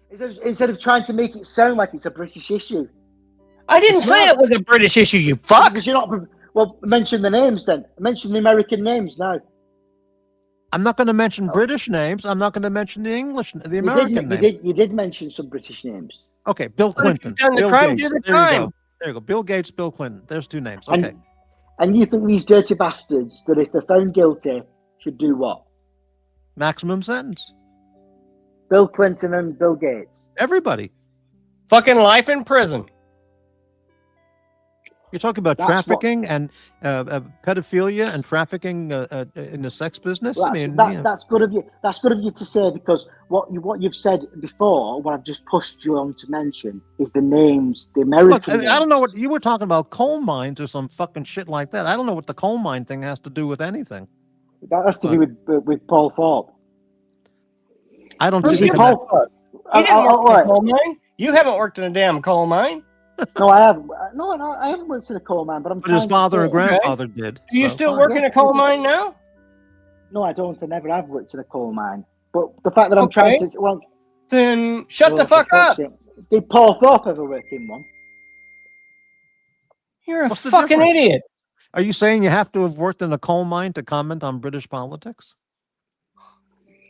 No, but you've got somebody there in Paul Thorpe that has never been in a working class background in the UK, and he's talking about working class background things, and has moved abroad, wherever it is, Benidorm, which is a very working class area to have a holiday or a holiday home, like Paul Thorpe has got. But he's never worked in a working class industry. The town that he comes from has never had. His family hasn't. His dad hasn't. He's talking about Brexit things. He understands the issues. Let's say he's a wealthy guy. If he understands the issues and wants to take action on it, you don't have to have been from a coal mine town. I think that doesn't make any sense at all. I think they've got. What you're saying is only aristocrats and wealthy people can talk about politics. That's what you're saying. Well, I'm talking about them. I'm not one of those.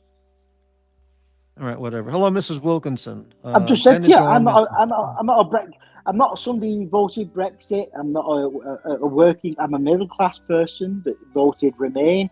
What I'm saying is since the Remain vote and we lost, I am in favour. What I'm trying to say is I'm a middle class person from up north in a coal mine working. I'm a middle class person from the southern US, and we lost we lost the Brexit vote, and now I am on the side of people that voted Brexit because that is the way that the British people voted. And I still live in the UK, and I still live up north where there's a cost of living crisis and where there's a problem with living. There's no support, no social care, no social welfare, no dentistry, no NHS that's disappeared. And I'm still in the country. And I have all those things in the area that I come from because I've worked very hard off my own back. Never mind my parents or my mum and dad or my granddad and what industries they were in. And I'm still here and I'm still voting and I'm still talking about these things in favour of the British people. But Paul Thorpe has disappeared off the face of the earth, and his family were never in the coal mining industry. His mum and dad were never working class, and he has never had a hard life. He's always had a middle class to upper middle class lifestyle, and he's disappeared the moment he got hard. And he's been, and the thing is, I don't have a YouTube channel with hundreds of thousands. In other words, he's complaining that he doesn't have Paul Thorpe's money. Going on Sky, and I'm going on Sky News talking about the injustice to people in the north, which is what he does with Nigel Farage and Tommy Robinson. He does that, but he's escaped the country. Do you not understand the problem with that? I don't do that. If there was anybody that should do that, it's me, and stay in the country. Even if I wanted to disappear to another country, I could do it better than Paul Thorpe. I could have more credibility than Paul Thorpe. But Paul Thorpe doesn't have any credibility doing that because he's never been in those kind of situations, and neither has his family history. 99% of people in Britain have never worked in the coal mines. What does that mean? 97% of people in Britain have worked in coal mines. Oh, really? Yeah, they have, because there are about 40,000 that have just been awarded a pension uplift in the budget. It was buried by Rachel Reeves. 99% have never been in a coal mine, and they've never been chimney sweeps either. 99% of people, you can't say 99%. You look on the government, fucking hell. Rachel Reeves has just buried in the budget the BCSS, which is the British Coal Mining Pension Scheme. The people that have been working in that in the last 10 to 15 years that have just retired, she's just buried the fact that she's given them a pension uplift of about £150 a year, a week, right? She's just done that, and she's buried it in the budget because she knows she's asking everybody else to pay increased taxes, and they're not going to get any increased benefits. What percent of British people have worked or do work in a coal mine? Give us more than 1%. 1%. That's exactly what I said. 99% of. I said more than 1%. 89.9% have never worked in a coal mine. I'm sorry. 98.1% have never worked in the coal mine. A few percent have worked in the coal mining industry.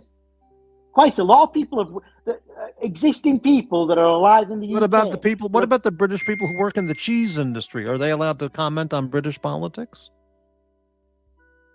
People who make cheddar cheese in England? I mean, Poway. The whole thing is cheddar gorge isn't. I didn't vote for Joe Biden, but I put up with him for 4 years. Get the fuck on. Poway, you know what you ridiculous. should do if life is really 1%. hard there in northern England, is why don't you move to Sweden or somewhere nice like Hungary or Poland, get better value for your money and have a nicer life and get the fuck out of northern England. Well, do you know something? It doesn't affect me enough to move, and it didn't affect Paul Thorpe because he was from Brighton. He was a multimillionaire. So it doesn't affect me. It certainly doesn't affect Paul, but he's still fucked off because Paul Thorpe decided to make multi-millions on YouTube. Paul Thorpe is a multi-millionaire and he's never sent me a PayPal super chat. Holy shit. Paul Thorpe was a multi-millionaire from Brighton, and the shit that I'm talking about didn't affect him. He was never from the north, and he wasn't working class, and all these issues. But he was from the UK. Oh, Christ Almighty! It's like me talking about Patek. This whole conversation's got to be a joke, right? You got to be joking. This whole thing is a put on, right? And this is why most people don't put you on, Pally. You've lost your bloody mind. Yeah. No. If people don't work in the coal mine and they don't do this and they don't do that and they don't meet your standard, they can't talk about any damn thing they want to. You know, I don't get on your ass if you want to talk about U.S. politics. Go ahead. I don't care. It has no bearing on my life.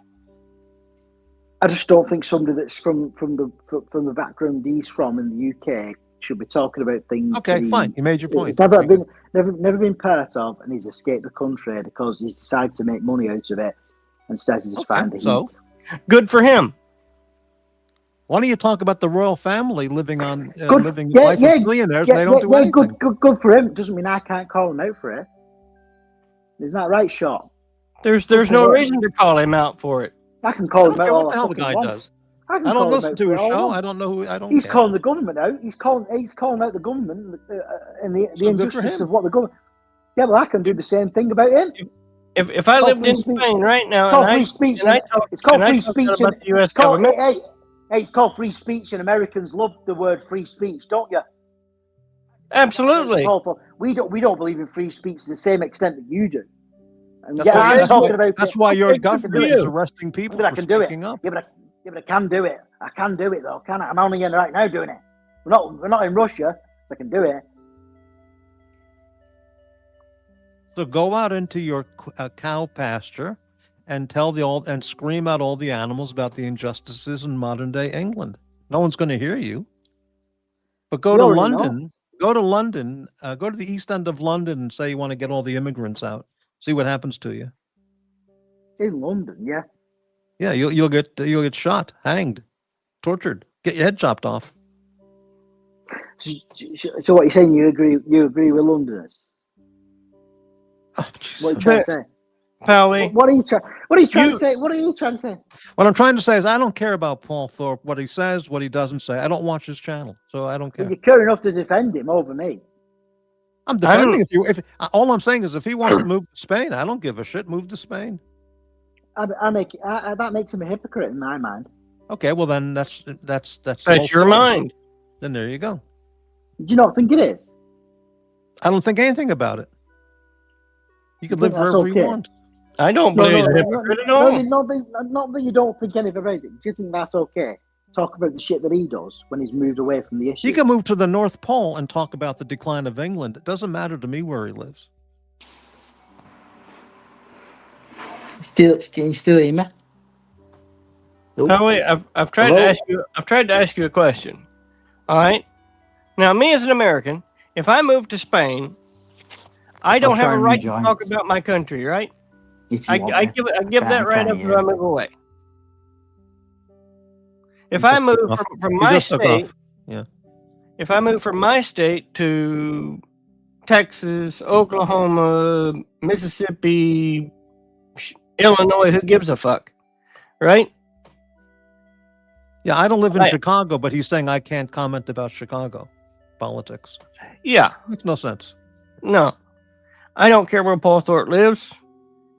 He gives commentary on the UK and what's going on in the UK. Right. And that's fine with me. I don't have a problem with it. It sounds like with that kind of talk, the British government arrests people like that. I see it in the news all the time. People who post on Facebook, he was under they threat. arrest him, so he should go to Spain and continue his show. Yeah. And I don't care how much money he's got. Money's money. The thing that struck me then, Morty, is that before I joined your stream, I was in the chat and I made a comment to you, and you said, "Oh, probably," and Short said the same thing. He said he's jumping on, so I jumped on, and I appreciate that we're having a debate, but at the same time, I don't appreciate that you've both gone at me and gone against what I'm saying. Is I would appreciate some mutual perspective and seeing. No. We said you can say whatever you can say what you're saying, but it doesn't apply to us because we disagree. I appreciate that, but I would appreciate. I personally would appreciate you to see some mutual perspective and understand my side of the argument. I'm arguing my side of things. You've asked me to come on, and yeah, I can appreciate I can appreciate that there is a different side to it. I've said that about the fact that I voted Remain in 2016, and you just have to deal with the consequences. It's simple. And I said to you that I believe in the people that have voted Brexit since. What I'm saying is that I would appreciate that if you two, instead of going at me, you don't have to agree with everything I'm saying. You could try to understand and mediate the argument with me, because I'm trying to say that if the guy wants to continue his YouTube channel and live in Spain, who cares? There is an argument to be had over that. And I'm not saying that you need to agree with me. What I'm saying is, you've said, can you jump on? And I've jumped on, and I've said to you that I voted Remain. You did. Yeah, and I've said to you that I voted Remain, and then I know believe with people who vote Brexit. Good for you. You voted to Remain. Which Paul Thorpe does believe. What I'm trying to say is, since then, and we're at a further point, Brexit's gone, Remain and Brexit things has gone. Everybody should be in line with the fact that we should want Brexit. What I'm saying is that there is a current perspective, and I'm saying that I don't agree with the way that Paul Thorpe's going about it. Okay. You can both disagree with me over that. You made your point. You made your point. And yes, but what I would appreciate is to see my angle of things. Because I'm not that far away from your YouTube's opinions. I'm trying to discuss the fact that there is there is a lot. Well, there is a lot of contradictory opinions that are being espoused. Why aren't you more concerned with Prince Andrew and Prince Harry and all the idiots running your government who are destroying the country than Paul Thorpe, who's just some guy with a YouTube channel? Who cares? You know? Talk about people who can affect the country. Did you say Prince Harry and Prince Andrew? All right, Pally. There's a channel I watch, and Come on. it's an American couple. We know. Hang on, shop. We know that Prince Harry. You talk all the damn time, boy. Shut up. Let me finish. Nobody wants to. Howard, can you come back? Your audio is really bad. You're getting that bad sound. It keeps popping and popping and popping. I'll try and do. But there's a couple. They run Redacted out of Portugal. They've got some kids. They're both from the news industry. Oh, I know that they live in Portugal. Those two people. And they live in Portugal. They moved to Portugal, and they talk about U.S. politics and things going on in the United States every single day. I have absolutely no problem with them living in Portugal and talking about the United States. Well, they're still Americans. So I think they may have given up their citizenship. I'm not sure. Oh, really? Well, that's snaky if they did that. But I mean, I don't care whether they did or not. Right. They have a better perspective of the U.S. Workings, and they can talk about it all they want to. I don't care. Sure, I'll bear that in mind. But did you say that I've got burps? Yeah, right. Yeah, every 5 seconds. Yeah. I'll try and rejoin and do it. I don't. Okay, great. Apparently, from it's in the settings, Pally. Yeah, I was just saying I'll try and change it, but if I can, apparently from Bateman or somebody, they can change it themselves. I don't know if that, but I'll try and do it now. Okay, great. Yeah, good. Poway gave me a great idea. I think we should do a series of coal mining shows. But you understand coal mining, Scotland coal mining, Northern England coal mining. Yeah. But I mean, it's a couple that was living in America. Now they live in Portugal, and I don't have any bearing of why they live there or what or anything else for that matter. That has no bearing on what they're talking about because they grew up in the U.S. They were in the news industry, and they bring good content to the internet. Yeah, I've watched that show. I've watched them a few times, but I find their thumbnails very misleading, very hyped up. Yeah, and, but actually, what they talk about is very poignant for the day. Okay, yeah. Doesn't matter where they live. They can live in Japan or China and still talk about America. I mean, yeah, exactly. They have a unique perspective on the country because they don't have to have worked in a coal mine in West Virginia to do a news show. No. So, and they make money. Who cares? They're multimillionaires. Who cares? Yeah. Well, I never watched the Paul Thorpe channel. Maybe 10 minutes total. I've watched it. I've watched it some. That's it. Yeah. And I know he talks about politics and not the watches anymore. And I just don't follow him. I don't know what he talks about, and I don't care. Right. But, Powey's got it in his head that there's some kind of evil when you talk about the country you're from another country, and you've chosen to live there. Sorry, am I still burping? Oh. No, sounds good. Shot. I'm not trying to say that there's any evil in it. What I'm trying to say is that I think there's I mean, you reword it for me, but I feel like Paul Thorpe is. I don't see them as hypocrites. I just don't. I see them as people that just chose to move.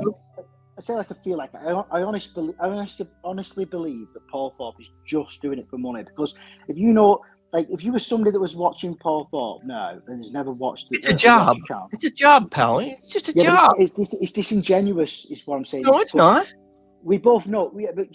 Me and you both know that what Paul Thorpe was before he started talking about the British politics. Okay. If I say it doesn't matter if it's American politics or Colombian politics. We both know what Paul Thorpe was doing before. Let me frame something for you, pal. Now he's moved to it. What he's talking about affects people up north and British voters up north more than it does any voter or him down south. He's talking about things that will get him money. That's what I find disingenuous. Not what. Okay. It's not So the what? subject matter itself, but at least he's working for his money instead of the royal family getting the money and not working. But you're comparing Paul Thorpe to the British family. He's not. Well, they don't do anything. They don't do anything for their massive wealth. We know that. And so why don't you throw them out? Why don't you throw them all out? We didn't throw him out. What do you mean throw them out? We're trying to throw them out. I mean, we don't want to be a republic because we haven't got the same economic power that America has. We rely partly on the royal family. I know that. I'm trying to talk as a neutral. What I'm saying is that Paul Thorpe, not Paul Thorpe's argument, but Paul Thorpe himself as an entity, that is a totally. It's just something I can't get behind. His opinions and his thoughts. Well, I say his opinions. The opinions that he puts across. Listen. The bigger question is the bigger question, Palway, is why do you care about Paul Thorpe and what he's doing and why he moved and who cares? Because it's the same as in like when you listen to like Kamala Harris and she's talking about certain things in America and you think right. Well, she's saying the right things, but it's coming from the wrong person. That's what she's never said. She's never said anything that's right. But do you not think that Paul Thorpe? Oh, fucking hell. So you're telling me you agree wholeheartedly with Paul Thorpe? I never watch his show. I don't know what he says. I never said I agreed 100% with anybody, Pally. The only issue that I'm familiar with is you said he's a millionaire. The only issue I understand is he's never worked in a coal mine. He's a millionaire. He's from Brighton. He does try to save England commentary, and he moved to Spain. Because for whatever reason, and it's actually a smart move, because if he were in England, he'd probably be arrested. Yeah, so what he's doing is a smart move for his finances, but it's not. That's fine. Good for him. Good for him. It's not a foundation for legitimacy. So who cares? I don't care. I don't follow the guy. I don't know anything about him. So, Pally, let me put it this way. If you don't believe in that, you may as well live in Russia.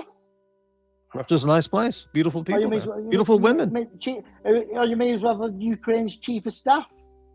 Beautiful women in Russia. I'd be happy in Russia. So in other words, the streets there are safer than in Portland. You'd be happy in Russia until you move there and you realise what it's really fucking like. Come on, fucking hell. You don't know if you think you'd be. I'm not going to be drafted into the army, so it's okay. If you think you'd be okay in Russia, well, do you not know what they do in Russia? You think you'd be retired? They soon tell you you're fucking working again. Find a purpose for you, and you fucking be working.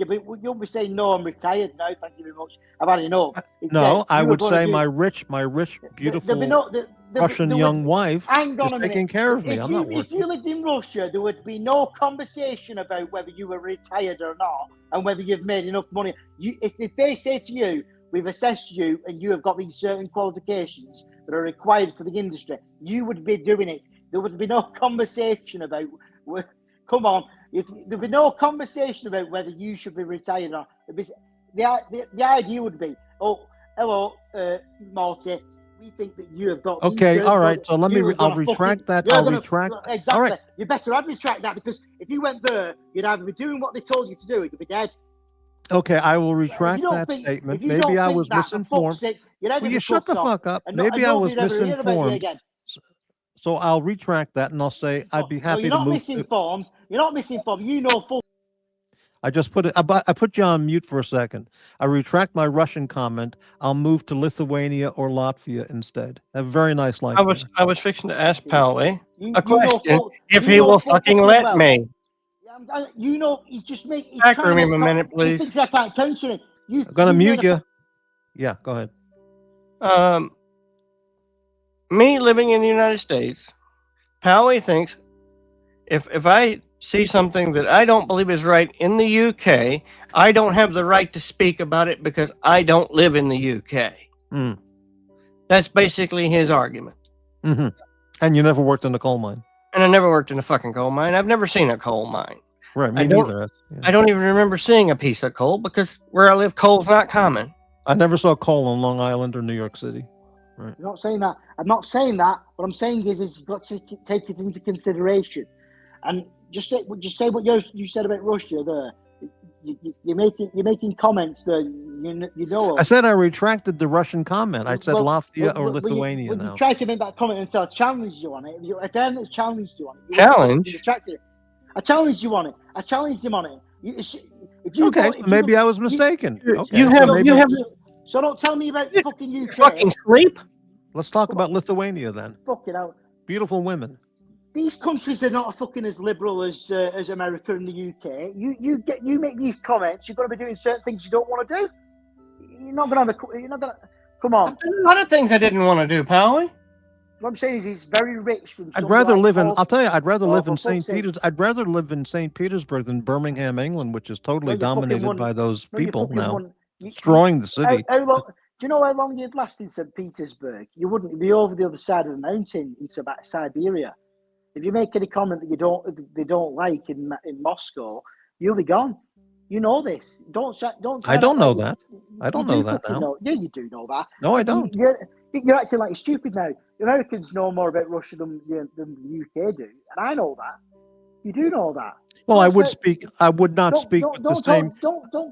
Don't talk down to me and be condescending. Take a breath, Pally, for God's sake. Take a breath, yeah. Clearly, the freedoms in Russia are not the same as the U.S., so I would watch what I was saying and doing. But you can have a very nice life living in Moscow, if you have money and beautiful girlfriend and, What you want to say. No, but not saying what you want to say. Why do you think Giro Pal's in fucking Germany? I speak to Giro Pal every week. Okay, let's read this comment. Gamper says, Shot is missing the point. Thorpe is a grifter who has nothing more than his opinion. No inside contacts, etc. So if you want to listen to that, good. But it says more about the listener. Well, like I said, I know nothing about Paul Thorpe. I never listened to his show. So I wish I had some Gampers on the panel with me with you two, because I'm not a lefty, I'm not a righty, and I'm trying to make convey my point across to you two, and you're both tackling me, and you're both bullying me. I haven't attacked you, pal. No one's tackling anybody. You were both doing it. You were both. I know I'm right. and I'm a very neutral person, and you were both doing that. And No, we're Cut not. him. Yeah, go ahead, Shot. you shouldn't be doing it. You shouldn't be doing that. Shut up, Gampers. Gampers, I'm sorry. Palway, give Shot a chance. Go ahead. You shouldn't be doing it though. Palway, stop. Let Shot talk. Go ahead. You know, Worrying. Gampers, you're right. He's a grifter. I don't argue that point. But what I'm trying to say is that I try to get different perspectives on what's going on in the UK other than what I see in the news. You have been arguing that. Paul You've just been Thorpe, arguing that point. It's That's just why you one put that point. person. Pally? I muted him. Yeah, thank you. He's just one person. Do I get all my news from Paul Thorpe? No. But he, being from the UK, I look at it as a net positive whenever I'm looking at different venues for information. I'm not saying he's a saint by far. It's just a different perspective of what you see coming across on the BBC or the Sun or whatever venue you want to say. And he's got his thoughts on it. Other people have their thoughts on it. It's just like here in the U.S. I didn't vote for Joe Biden, but I put up with Joe Biden for 4 years. Do I like everything that Trump has done? No. Do I agree with anything and everything that everybody does? No. But I try to at least get enough information to be knowledgeable about it and not be a prick. Simple. There you go. Yeah, Palway? but what Gampers is trying to do is back up me because I'm on my own here and I'm not conveying the point enough.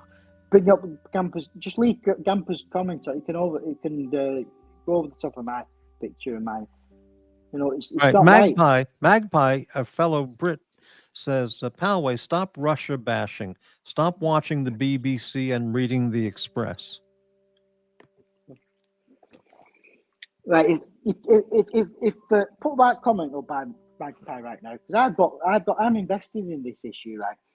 So say that don't bash. What's he saying? That I'm on my phone. It says stop the Russia bashing. Stop watching the BBC and reading the Express. Right. I'm invested in this issue because I've got £10,000 in a Russian coal mine. Right. I want the best for every country. Just listen. And every people. This. I'll tell you some personal information, right? Okay. I've got £10,000 in a Russian coal mine right now. And before the war, which is when I invested it, way before the war, when Russia was on the FTSE stock exchange. Okay. That was fine. Now, since the war, my money, £10,000, was sanctioned. And everybody was telling me, and I was on Telegram and all different forums and things like that, the money will be safe. We'll get back to it the way we were. The fact is that Russia and America have been doing a deal to try and end the war. But while that deal has been going on, Russia has been expropriating my assets back to Russia outside of my control. So I've got Russian coal mine assets that have become a shell, and they've taken the mine out of the shell and put it back into Russia. So if you're talking about who's right and who's wrong, is that they're asking for a deal to end the war, peace, but at the same time, they're stealing assets from UK citizens. So if you want to, you're never going to get an agreement from me that Russia is okay, because I've just had £10,000 worth of Russian mines taken away from me. And if Russia had kept those why were you mines, investing in Russian mines? because it was before the war. I've just said to you. But yeah, even then, why would you be investing in Russian mines? Because Russia at that time was okay, and you're trying to say right now that Russia is okay, but I'm saying that they're not okay, and I've got proof. I've got proof that they're not okay because they've taken my assets off me, and they're still trying to get back with Europe and the USA, and still keep the assets and steal them from me. Did you not see the problem there?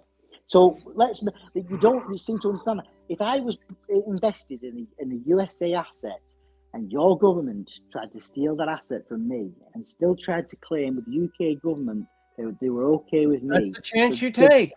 there'd be a problem. But yeah, that's the chance you take. Listen, you can't do that. You could have taken your money and invested it in your local. You could have taken that money and put it in a savings account in your bank. It doesn't mean that you have to accept the Russian state as part of the West, does it? And that's part of the reason that Europe. Listen, the fact that you may have lost. I'm a little retail investor. That doesn't mean that I have to agree with you, because the fact that you lost, that you may have lost. We shut up. The fact that you may have lost £10,000 is because of your investment strategy. You picked something that was high risk in a potentially volatile country. You could have put that £10,000 in your savings bank and been nice and safe. It wasn't high risk because it wasn't high risk. You're investing in another country. There's risk. Because all the UK pension funds are invested in Russian mines. If you want to go and look at the government websites, if you want to go and look at the government documents on it after sanctions and what Russia's been doing, there are documents between Russia. Russia has changed their laws to repatriate Russian mines back to Russia and keep them. They've retained assets against BlackRock and JP Morgan, and they've retained them against Barclays Bank, BP, Shell. They've done it to all of them. If you don't see that, you're a fool. Doesn't mean that you Russia's got me. on I don't know about the coal industry in England. You got me. No, it's not just the coal industry. It's every industry. Nickel, titanium, every mine, lithium, all the minerals that Trump's going on about, getting rare earth minerals. I've got £10,000 in Russia, not directly in Russia. It's by Halifax Bank, which is one of the biggest UK banks. I've got Russian assets in that bank, and that bank is saying that Russia is trying to repatriate those mines to Russia. Yeah, it's affecting thousands and thousands of UK citizens, and it's affecting institutional banks, Barclays, BlackRock, JP Morgan, and nothing's being talked about it. And yet Trump is trying to create a deal that allows Russia back into the West, but yet it doesn't account for all these assets being stolen by Russia. That's what happened with the Soviet Union. Do you not know that? So you're talking about Russia being okay. You just don't understand the fucking thing you're talking about. I know the women are beautiful and you can live nicely. If you keep your mouth, if you watch these, I think it's okay because you haven't yet been. I will say this. Or so you think. Your pension fund probably has had hundreds of, wouldn't be tens of thousands. I don't equate the people to their government. You don't have to equate the people to the government. You just have to equate it to the situation. No, nobody's saying the people in Russia are problems. It's the government. If you don't know that, I mean, all the governments are haywire, Polly. Well, yeah, but I'm on the side of the UK and America because that's where my bread's buttered. I know we're corrupt. That's where nobody's trying to take off me my UK and America. Why didn't you invest the £10,000 in something in England that you have direct access to, not in another country, thousands of miles away? I have. Well, then, yeah. So I think it was risky to invest in another country. No, it wasn't. I've got hundreds of thousands of pounds invested in the FTSE index and the American. You have hundreds of thousands of pounds? Yes, I do. Yes. What's wrong with that? Nothing. I congratulate you for that. You should consider supporting the Morty's Diner with $1,000 wire transfer. Just saying. Now we're going on about my finances here, but having £10,000 in, hang on a minute. Then you lost your £10,000 because you're never going to see it again. No, listen to me now. Right, listen to me. I didn't invest £10,000 in Russia. I invested £10,000 via UK equities, right? But you're still going to lose your 10 grand. You're still going to lose your 10 grand. Look at it this way. Look on the bright side. Watch Nicholas lost $91,000 in 1 month. You're way ahead. He lost 3 yacht masters. No. You're not getting the point. You're not getting the point. What Nick did was invest in high risk American stocks. What I did was invest in stocks that were inside UK funds. Are you listening to what I'm saying there? Yeah, I hear you. Yeah. And then they invested in a Russian coal mine. Okay. Yeah. Good. So what I'm saying is that. And you lost your 10,000 pounds. Boom. Done. That doesn't mean I've done anything wrong. That means no. I didn't say you did. You lost one day date. Watch Nicholas lost 3 yacht masters. And what I'm saying is that how would you trust Russia ever again when they've stolen those assets from the UK and the Americans? How would you trust them ever again? Why didn't you invest in Welsh coal mining companies? No, I didn't do it because I didn't do it directly. I have done. Well, do it directly. Do it directly. No. Support English coal mining companies. So you're trying to say that the fact that I didn't do it directly, now you're saying I should do it. You're changing the argument. No. I'm saying instead of investing in a fund that buys Russian coal mining interests, why don't you invest in a British that pension fund? In that pension fund, right? It's had part of the money stolen by Russia. A lot of institutional investors like BlackRock and JP Morgan and all the others, Vanguard, have also had their money stolen. BP has had the money stolen. ExxonMobil has had the money stolen. Then it's lost. It's lost. What I'm saying is how would you ever trust Russia again in them circumstances? But you're trying to vouch for Russia in these circumstances. I'm not. I don't know. Anybody. I can just say that the women are beautiful and they make good food. Yeah, you're changing the argument because you realize I'm not vouching for anyone, Pally. I'm not. I'm just stating the fact that the investment company did a poor investment, and even though Russia seized it, it's done. There's nothing more to do about it. You picked the high risk. You picked the high risk. I don't agree with it. No. You picked the high risk investment fund. No, I didn't pick a high risk investment fund. I didn't pick a high risk investment fund. It's just an investment fund. Do you not realize that if there was a lot of Russian money in the UK economy, that you're going to be affected by it? Why don't you invest in Venezuela? That's risky. Do that. Yeah. Exactly. Magpie. Exactly. What's he saying? Find an investment fund that invests in Venezuelan stuff. Sorry, I'm trying to say you lost. Then when you lost money. But here's what. Look at what Magpie says. I'm trying to say. About it being a brokerage firm. I'm trying to say. Okay, the brokerage firm invested the money, and they invested in Russian mining. And when Russia seized assets, the money's gone. That's just a state of the facts. That's not agreeing with it. That's not disagreeing with it. That's just life, and you have to move on and deal with it. No, I'm happy with that. What I'm saying is why would you trust Russia anymore? I would be more concerned about trusting your investment company than the Russian government coal mine operations. No. You picked a bad investment fund. No. You would still blame the Russians. No, I would invest in a company that invested in British cheese. You wouldn't blame the Russians. British. No, I blame the brokerage firm, Pally. You know, when you invest in a fund, if you've got 100%, let's say you've got £100,000 and you invest in a fund with 100 different stocks. Well, I would want to know where their investments are. Yeah, but you do know that most investment funds, whether it's in the UK or America, would partially be invested in Russian mines. You do know that. I don't know anything about Russian mines. No, I don't know if they do or not. Well, you should know that if you're invested in any fund, you choose any UK or American fund, pension fund, 401k, whatever you call it in America, pension fund in the UK, and you invest in them, a broad spectrum of stocks.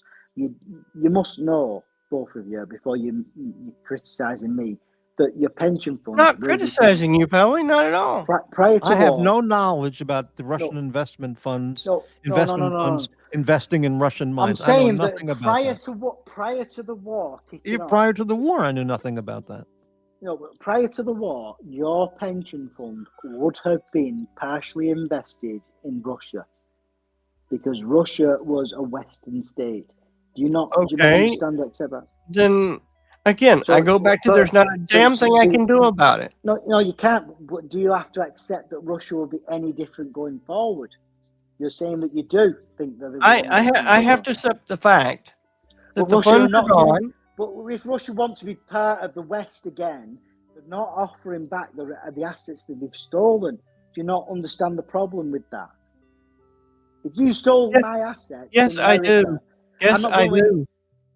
But I'm saying, as an individual, there's not a damn thing in hell I can do about it. I have to just kick it down the road and just deal with it. No, but you're talking about it as though you do think you don't understand, but you don't. And so listen, here's the deal. Poway, here it is. Talking about it. You lost, Poway, you lost a Rolex day date. Move on. You're not understanding the principle of the matter. Fucking hell, I understand that. The principle is you can't do anything about it, so move on. Take your loss and move on. No, I understand that. When I've said, but you're just bitching. That's all you're doing. You're whining about losing $10,000. Watch Nicholas lost 90,000. Jesus, You're whining, Pal. He lost 3 yacht masters. We're talking about the principle of the fact that would you invest or believe in Russia ever again, and you wouldn't. It doesn't matter whether you'd agree whether I should or shouldn't have lost the money that I've invested. I wouldn't pick an investment fund that invested in Russia. Period. Prior to the war, almost every. Oh, for God's sake! We're back to the same thing. Okay, we got it. Talking in circles. Yep. Every fucking fund that you could have get your. Okay, we got it. You wouldn't have had a choice. You wouldn't have had a fucking choice in the matter. For fuck's sake, and they've shafted you. I've said that, Alan. Okay, he's just doing this. He's doing this purposely. Okay. Yeah. Being a moron. Move on. Come on. They want to be part of the West again, and you are okay with them being part of it. You can do one thing, but you can't do the other. If you decide to do the shit on the UK and America, you can't come back. You can't decide to do it and then come back as well and not reverse the course of action you took beforehand, which was to shit on people. Fucking hell, you either shit on people and live with it, or you don't and you stay with us. But they didn't. They shat on the American people. Is there anything in hell we could actually do about it? That's the end of the fucking matter. But you two are still trying to fucking defend Russia when I'm not defending anybody, Pally. And Russia are not. Look, he's gone nuts. Like, he's just in circles. But Russia are not prepared to talking in circles. Russia are not prepared to fucking reverse course, are they? So why the fuck would you let them back in? He's just saying this to stir people up. Fuck you, bro. Come on, I'm gonna fucking stay on here, but you can fuck you. Well, you're gonna stay on here, are you? But fuck you and fuck Morty. Fuck you both, because I know I'm right. Okay. Fuck you too. Goodbye. Have a good day. No, you fuck yourself, because they fucked us over. You want to let them back in anyway? Well, let them back in, but give us back what they get. No, you can't do both. You have a fucking let them back in and give us the money back that we get. Well, I don't want to do it. Well, fuck off then. You can't have your cake and eat it. You're talking about having your cake and eat it. Well, fuck you both. Fuck you. Okay, we're fucked. That's it. Well, fuck you. Yeah, we'll fuck you both. Right. You know what I'm trying to say, and you're both whining the shit out of me. You both know exactly what I'm saying, and you're whining the you know what I'm trying to fucking say, and you're winding me up. I think you wound yourself up.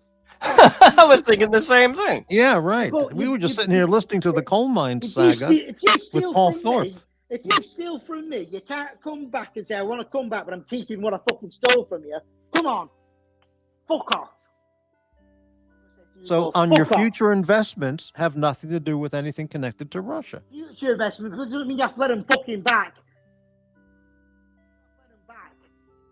If you're keeping what you've stolen, well, okay then, but don't come back where you don't know that. You do. In fact, you don't know that. You both fucking know that. You're winding me up. You both do know that. You both do know that. I don't know anything. You know full well. I don't know anything about British coal mining. You do I don't know anything about British coal mining or Russian mines. If you're still from another fucking country, you can't say I want to come back and keep what I've stolen. That's what Russia's doing. You both know that. Okay. You both, you do. That's what they've done. Don't tell me they've not done that, because they have done that. They've done it to me, and they've done it to a lot of other people. You don't say you want to come back, but I'm keeping what I've stolen. That's what Russia's trying to say. That's what they're trying to say to Ukraine. And I don't give a shit about Ukraine. I care about me. But that is that's the whole argument. That's why there's been no peace deal. Because they're trying to take, they've took the land, we took your money, we took your fucking this and that. And I want, well, let us back in, we'll make a peace deal, but we want to keep that. In fact, what Russia's saying about Ukraine is, not only have we stolen what you've got, we want more land that we've not already taken. Now, I don't give a flying fuck about Ukrainian land. I care about my money. But it's the same principle, and it's a starting position for negotiation, because it's a very strong position to be negotiating from, to say that you not only want what you've stolen, you want more. That if you're going to steal, of course, the Russians are going to say they want more. They steal and they want more. Yeah, because you're going to say, not only have I stolen, not only do you want what I've stolen, I want more, because you hope that your weakest position will be to keep what you've already got. Still, it doesn't mean that you're going to get any better confidence from investors in Russia in the future, does it? Because the fact that you've stolen investments and stolen assets, who's going to want to invest in you in the future? Look at Powie's longer comment up there, Marty. Come on, if you stole my house, you're not going to entice investment from me in the future, are you? What was that shot? That's exactly what the position Russia's in. Magpie's comment up there, that's a long paragraph right there. Oh, okay. This one or later? It's about fifth Magpie's one. Magpie, I like Magpie, but he's gonna irritate the fucking shit out of me here. I know what he's gonna say. He's gonna irritate the fucking shit. He's irritate the fucking shit out of me. I don't know how to explain it. There's something called fairness and justice here. You two are talking fucking politics. Hey, Magpie, a £5 super chat. Thank you very much, Magpie. UK government stole Russian investments in the UK long before this. If it's in the peace deal, the UK gave up your assets in trade for what they stole from Russia. All those hundreds of billions are all on hold. Telling Russia they're on hold for fucking years, since 2022, and they're still on hold. And they're still letting Russia take the fucking assets that the Europeans have got. And they've not even decided whether they're going to do anything about the fucking Russian assets yet. That's how fucking weak the Europeans are and the UK government are. You're talking about... They've never stole a fucking thing. As Putin... And do you know what they're going to do? They're going to give it the fuckers back. They're going to give Russia all that shit back. And the people like me, who's had their assets stolen, are going to keep their assets stolen. But the UK is going to give Russia all the shit that was on hold back. I want to know. I want to know if Putin's ever worked in the coal mine. As he fuck, there's Russian. Hey, I tell you something. Putin's never worked in a fucking coal mine because he's never been to Siberia. No, I've never been to Siberia. He's never been to the other side of the Ural Mountains, has he? No, I never have been. No. Neither is Putin. Okay, Magpie says all investments would have been frozen at the sanctions first stage. Then UK gave stolen billions in Russian money based in the UK. Then UK stole billions in Russian money based in the UK. But somehow Russia is to blame. Yeah, well, fucking of course. Like, you look at the court case. No, and all I've said, Morty and Pally, is that those investment funds are not. They're gone. Right. I tell you what you want to do. And you have to live with it. You don't have to like it. You look at the cases against Petropavlovsk and Evraz and Nikelcorp, Gazprom, Rosneft, all these fucking banks and mine companies. You look at them and see what they've done to UK investors. And I'm not talking about individual investors. I didn't say I had to enjoy the process. Well, you don't have to. You don't like that. It's just a fact of life that the money's gone. You have to move on. Period. End of story. I don't give a shit whether you like it or not. You just look at the court case. Get a life, Pally.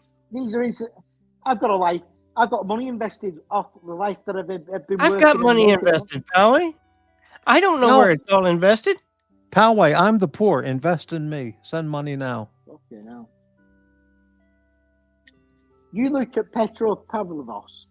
You look at Evraz. You look at that nickel company. Yeah. All Roman Abramovich. Now, the Magpie knows exactly who Roman Abramovich is. He's a Russian billionaire. And you see what they've been doing with Evraz. You have a look. You have a look on Evraz's own website right now. There's a warning on there right now what the government's doing, repatriating assets out. Basically, they're taking the assets out of the corporation that the UK investors like BlackRock and Goldman, who are UK investors.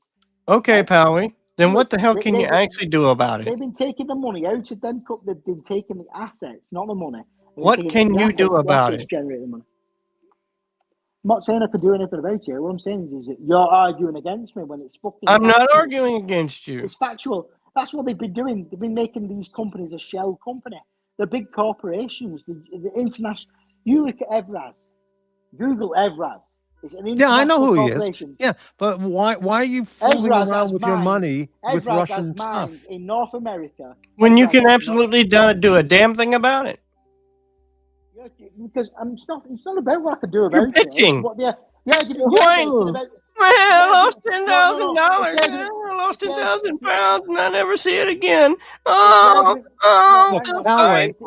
you had a bad day at the racetrack. Move on. No.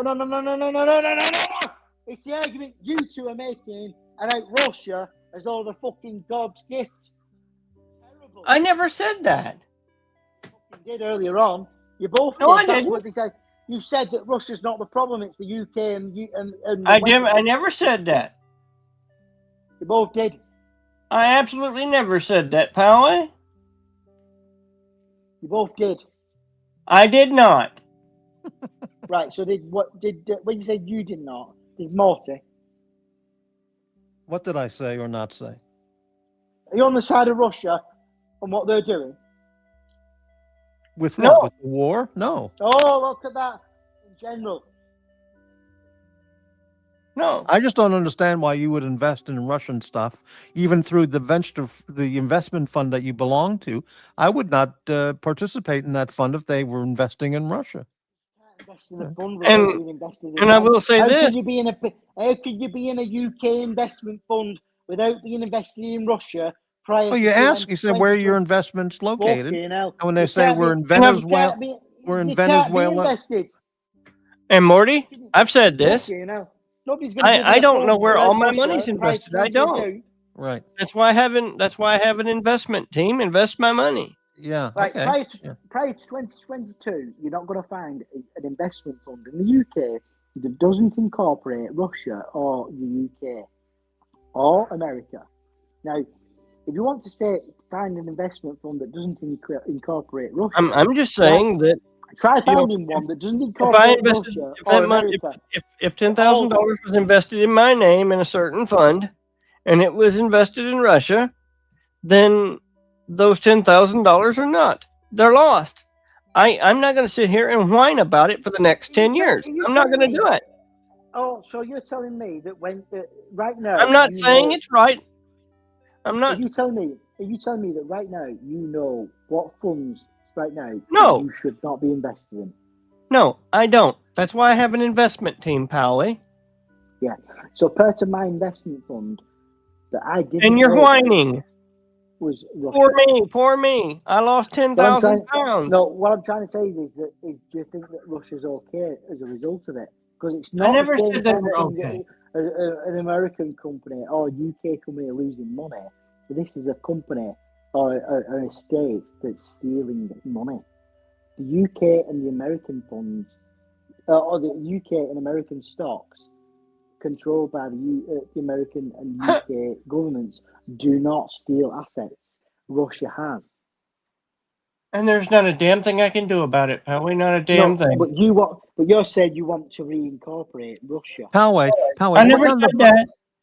Poway, look on the bright side. You lost 10,000 pounds, but you just said also that you have hundreds of thousands of pounds otherwise invested. So you're in great shape. So move on. Look at the last comment. It doesn't mean I have The to money's agree with gone. Russia. It doesn't mean I have It's to agree with gone. Russia and having them back. It doesn't mean I have to agree with Russia and having them back, though, does it? I don't agree, but it's gone. There's not a damn thing I can do about it. So there we go. There we go. You don't agree. You know what I don't happened when agree on Russia- anybody stealing money. Howie? Do you know what will happen if Russia's let back in? Another 10 to 15 years of okay, and then they'll steal even more. Do you not see that? And there's not a damn thing I can do about it. Yeah, you could. You could fucking speak up and disagree with Russia being incorporated back into the West. They've done Right, it let me once. read this comment. Hold on. They've done it Frank once. They've done it hold on, twice. let me read They did it in the this. Soviet Union. They've done it in the Shut up, Ukraine war. Poway. They did in Poway, Crimea, quiet. and you're still trying to get them back. I'm putting you on mute. Okay. Frank Cannon, God, Private Eye, says, I have invested Poway fake investments. It's all in his head. He's on Social Security in the UK. Well, that puts a whole new light on the picture. Thank you, Frank Cannon. I mean, the only thing I've been trying to say, Marty, is this. My investment team has invested in things and I've lost money. Yes, I've lost money. I've gained money. Hey, Morty doesn't. And there's nothing I can do about it. But it can read a comment out about me that's false. Say what? What was that? I said you don't let me speak, but you've read a comment out. You've been speaking. I've let you speak for over an hour nonstop. Bring up that previous comment then. Frank Cannon, I have investigated Poway fake investments. It is all in his head. He's on Social Security in the UK. Yeah, you read it and then you took it off screen. There Okay. it is. There it is. So are you going to clarify anything about that comment? No, because Frank Cannon is a television character from the 1980s or 70s. So why are you bringing up his comment then? Because I bring up everybody's comment. Unless So you're they're not gonna- unless they're vile and vicious. This comment doesn't mean anything. It's just a piece of wit. But you didn't say that. I just said it. After you read it, you didn't say it until I brought it up. Obviously, this guy using the name Frank Cannon obviously has not investigated your fake investments. He doesn't know you or what's in your head, and he doesn't know that you're on Social Security in the UK. So it's But just you a And Frank but and until I Cannon asked was you an to old clarify, you TV didn't say show. right. It's a TV show from the 70s or 80s. It's the whole thing is just. But until I asked you to bring that comment back up, you didn't say anything about it. There's nothing to say about it. It's just a comical It's satire. musing. Well, It's just no, a there comical musing. That's all. He's making statements of fact. You just read it out as fact. Okay. Let's look at this one. Max Carter, Englishman. Poway, you are a worse investor than Watch Nicholas. He lost $90,000 last month. Well, that's his opinion. Okay. That's opinion. All right. Magpie, Englishman. Poway has been propagandized by his own leaders, the very ones he voted for. This is why he's angry, and the 10,000 pounds, which technically is frozen, not stolen. Okay. Frozen till when, Magpie? Frozen or stolen, you're probably not going to ever get it back. So why It's- use the word You frozen? know, I look at it this way, Morty, right? yeah. If I go through an intersection and somebody T-bones my brand new car, Right. there's not a goddamn thing I can do about it. You can shoot the people, but that's about it. I can turn You it see, over to the insurance company and let You're them. right. That's all you can do. Right. Yeah. The argument isn't about the money that I've lost. I've made a lot more money from other stocks. Send me some. I'm just being a whore like the other people. That's all. But that, Yeah, that's I'm sorry you lost the 10,000 pounds, but it's over with. Yeah. Yeah. There's nothing you can do. Yeah. You can't You call up Putin. you have to man up and just take it. Talk to your member of parliament who represents you. Ask him for the money back. Okay, Gamper says, Morty, please get Shot's investment team on the panel. That would be pretty good. Yeah. I think they're busy. Frank Cannon, after my investigations, Poway has a mental disorder. All right, there we go. Yeah. Poway's never heard of Frank Cannon. a big TV show in the 80s or 70s. I think 70s maybe. 70s and 80s, yeah. Yeah. That period of like Bionic Man and yeah, I think the guy that played Frank Cannon died during the series. William Conrad. Oh no, I don't think so. He was alive. No, I don't think so. But he had an amazing career, you know. Then I was early radio. Yeah. Then I misunderstood. I don't know when he died, but I don't think he died while filming the show. No. Okay. Frank Cannon. Poway has a mental disorder. Okay, we got that. Mrs. Wilkinson. I loved watching Frank Cannon in the 1970s. Yeah, it was a popular show. Yeah. It was. Yeah. It's like watching Perry Mason. It's just a different. That was the time of like Barnaby Jones, right? Mm-hmm. Here you had the senior citizen private eye, and Frank Cannon was the fat private eye who had to run after everybody. Yeah, and you had Columbo, and you had Columbo, right. Mannix was 60s, I think, late 60s. And you had who else was it? You had Barney Miller. You had all those old cop and investigative shows. Yeah. That's when Simon and Simon and yeah. Well, Police Story debuted in 1973, I think. That ran for like 10 years or a long time. Joseph Wambach's Police Story. That was a good series. Yeah. Maybe the money will come back, like some of the viewers. Excellent comment, Basil's Beazles. All right. No matter what happens. Okay. Right. Frank Cannon. Poway sees things and hears things that are not there. I don't know about that, but Campers. Poway will be urging the arrest of Frank Cannon. Perhaps you should move to Spain too, Poway. Wow. Yeah. But I say, if my financial advisor invested in something and the money was seized or whatever the situation may be, I just have to look at it as I don't have that money anymore. That's right. And move on. It's a risk. You took the risk by investing in it, and it's over. Can you hear me? No, I'm burp. Yeah, we hear you. I'm a burping. Yeah, you're burping. For one second. Yeah. I think he's got the echo canceling on. I think that's the problem, because I have that problem when I have the cancellation thing on. This is an investment risk in anything. You could be buying gold and silver bars, and that can be a risk too. I mean, yep, you're right. So you can invest in Exxon, and that can be a risk. I used the car analogy because it seemed simple enough. Yeah. Okay, you lost your brand new car. You have to move on. Right, exactly. Yeah, I must. Seeing as I made comments earlier on, I must clarify with people in the chat. I didn't directly invest in Russia. It was indirect. It was through an investment group in England. I understand that. No, so do I. No, when you say an investment group, it's invested in a fund that is a fund, right? Okay, but an English-based fund. UK funds that are invested. Yeah, right. Workplace investment funds. So the point with it is that I've made a lot of money from my own individual investments. Mm-hmm. Okay, a lot of money. That's good. But what I'm saying is that those Russian funds, those funds that incorporate Russian equities, those are the ones that have been the problem. And I go back. I understand that they've lost money and that I've gained in money in other ways, but it doesn't mean that it's okay what Russia's done. I didn't say it was okay. The funds have gone up. Let me just pause for a moment. Let me just pause for a moment and say, thank you for watching the show. Send money now. Send money now. Help me get to the Grand Canyon. All right, continue, Poway. I was just saying that just because I've invested in UK stocks and American stocks is not the same as me investing in my pension fund where my money had to go in because of my workplace scheme. Right.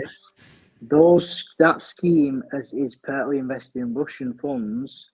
Okay. And the reason that they're invested in it is because pre-war, it was seen as okay to invest in Russia. Understand that. After, But now, after the I come wars that back with, occurred, what can you Russia is actually do about it? repatriating. I'm not saying you can do anything about it. I'm not Then saying you're you can do anything. whining.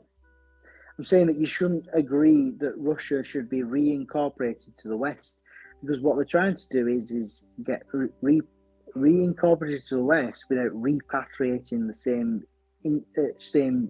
companies. They don't want the mines in Russia to be repatriated to UK and US citizens. It's not just affecting me; it's affecting people in North America. It is, Okay. Evraz is a Russian And steel again, I mine go company. back to, what the Sam hell can I do about it? Not a damn No, thing. but what I'm saying is that Evraz is a Russian steel and coal mining company with assets in America and Canada. But what they're trying to do is keep those assets and repatriate themselves back to the US as part of the peace deal. That means they want the cake and eat it. They want to keep the assets in Russia that were already owned by the UK and America. So they're keeping the And money again, in Russia. I don't and agree the with everything assets, my government and does. they want people to reinvest twice from the UK and America. That's where the problem Poway, you said lies. earlier that you have other hundreds of thousands of pounds invested. So you're in a very good position. So you lost 10,000. That's the way it goes. You're in great financial shape. It So doesn't there's mean we no should. issue. Move It on. doesn't mean we should forego the assets that were It's rightfully not coming yours. back. So just forget about it. But it doesn't It's mean you should done. have to. If they're not going to come back, neither should Russia. Fuck the whole Russian thing that you're talking about. It's the money's gone. You have hundreds of thousands otherwise, you said. So you're in very healthy condition. So you're fine. And neither should Russia then. Russia shouldn't come back. No, you're just talking nonsense.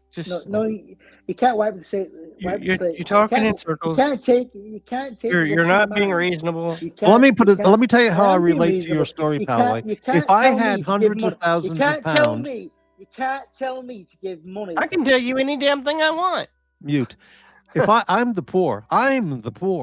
If I had hundreds of thousands of pounds safely invested and I lost 10,000 pounds in some Russian bullshit investment, I would just look at my chart and go, hey, I've got hundreds of thousands of pounds, doing great.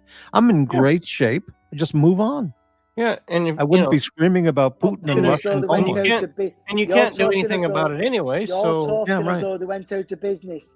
You're talking about as though they went out of business. You can't just take assets off somebody and decide that you want to keep them and repatriate them back into the West.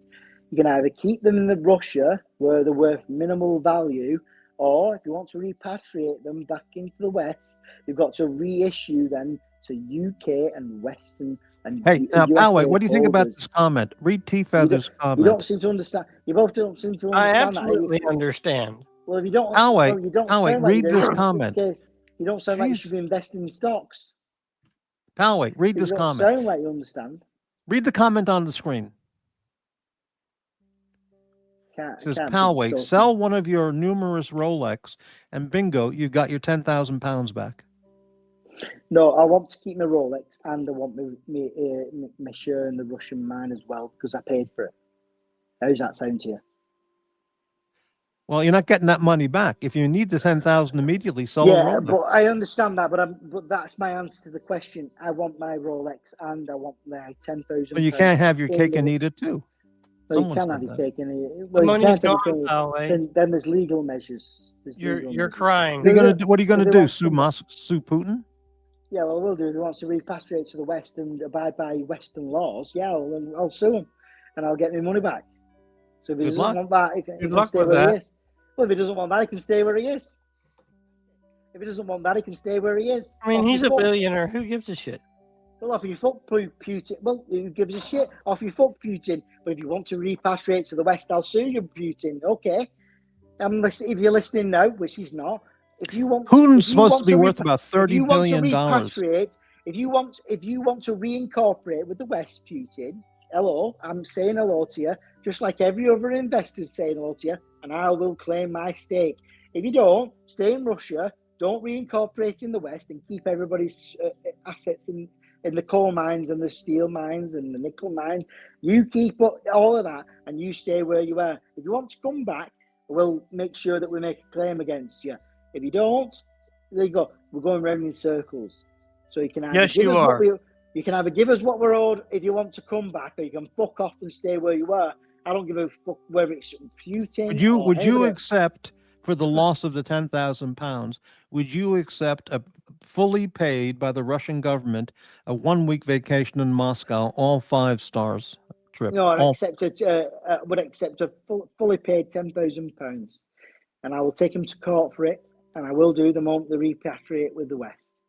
Would you accept 1 week with a Russian supermodel free of charge? No. As soon as Russia is incorporated back into the West, I'll sue them for my money and I'll get it back. Okay? Well, good luck. Is that okay? Good luck with that. But once they repatriate, I'll get it back because they'll be abiding by UK, EU, and American laws, and I'll get the money back then. But they won't do. You're complaining more than Watch Nicholas, and he lost $90,000. Russia doesn't want to be part of the West. He lost 3 yacht masters. Don't give a fuck what Wash Nicholas lost. I care about what I lost. And you lost one date, Justin. He lost 3 yacht masters. Hey, there's two options here. I'll either get my money back by the international court, or they'll stay where they are. The same for every investor. Well, all I can say is good luck with that. Hope you get it back. That'd be nice. No, I won't get it back. But neither will Russia be coming back. You think they will, but they won't be because they don't want to pay anything. I never said I thought Russia. I don't know the details enough to comment on any of it. In fact, if Russia wanted to come back, they wouldn't have invaded Ukraine. I'll tell you what. In my lifetime, in your lifetime, Russia won't be going anywhere. They'll be staying on their own territory. Yahweh, you'll spend more than £10,000 on lawyers fees to get your £10,000 back. No, it won't, because I'm not going to get my money back and my shares back. But Russia ain't going to be incorporated into the West. Trump might want it, and you two might love and don't vote have for any control over what government actually does. I don't. But they're not. But Russia's not going to come back because Trump can't get it through, and Trump will be gone. He's got 18 months left as a dud before he's a dud president in his last year. Trump has 3 years left. But yeah, he's still a lame duck president. Yes, he will be, exactly. Because he's in his last term. 18 months he's got left, not 3 years. He's got 18 months left. Russia is going to remain in isolation. We ain't going to get our investments back, and Russia is not going to get back into the West. If they get back into the West, there's not a damn thing I can do about any of it. So therefore, I'm not willing to sit here and whine about it. Because if Russia do get back, as you two are both saying, I'll make a claim in the international court and get my money back. Did I say that, Morty? Did I say? You said it about 10 times. Yeah. No, I'm telling you what's going to happen. I'm telling you regarding my £10,000. That's what's going to happen. I'll get it back. Your money's gone. It's vapor, man. No, I'll either get it back, or if it's vapor, so is Russia. Put your money in a savings bank and forget about it. Yeah. No risk. No, I don't need to. The rest of my money's making a lot of money. Well, then send me some. I don't need $5 super chat. I don't need $5 super chats. I need the $100 super chats. You send me some of your high Hyundai shares. Send you some of my what? Hyundai. Oh, I sold all my Hyundai shares. I lost everything. I lost $45,000. You're talking. You're conflating issues here between Russia and you and your needs. I lost 2 yacht masters. Right. You did. No, I'm just joking. Yeah. You didn't lose anything. I don't have anything to lose. So you're right. I didn't lose anything. You don't have it. You do have it. You do. You have. You're worth more than me, and I've spoke to you privately about this. Really? Okay. Well, that's news to me. But okay. You did. All right. Yeah. Just because you're getting aggravated with me on stream, don't talk. Don't come mess with me now. I'm not aggravated. I'm talking to you quite cordially. So is Sean. Well, you were talking. I know full well. You know full well. This is why you keep me on here, because you know full well we talk privately. Okay, Mrs. Wilkinson says, Exactly. when I Exactly. woke up this morning, I never thought I'd be listening to Palway, listening to Russian investment for 2 hours. Well, that's true. Okay, we got it. What's this picture here? That's his watch. Let's see what that is. What is that? Daytona. He's got a Daytona? Yeah. He's rich. Yeah. Love that Daytona. Palway, you're loaded. You got lots of money. Coal mining paid off. I told you I never worked in a coal mine. Yeah, but your the money from your ancestors, grandpop and pop, you got all that money from the coal mining. No.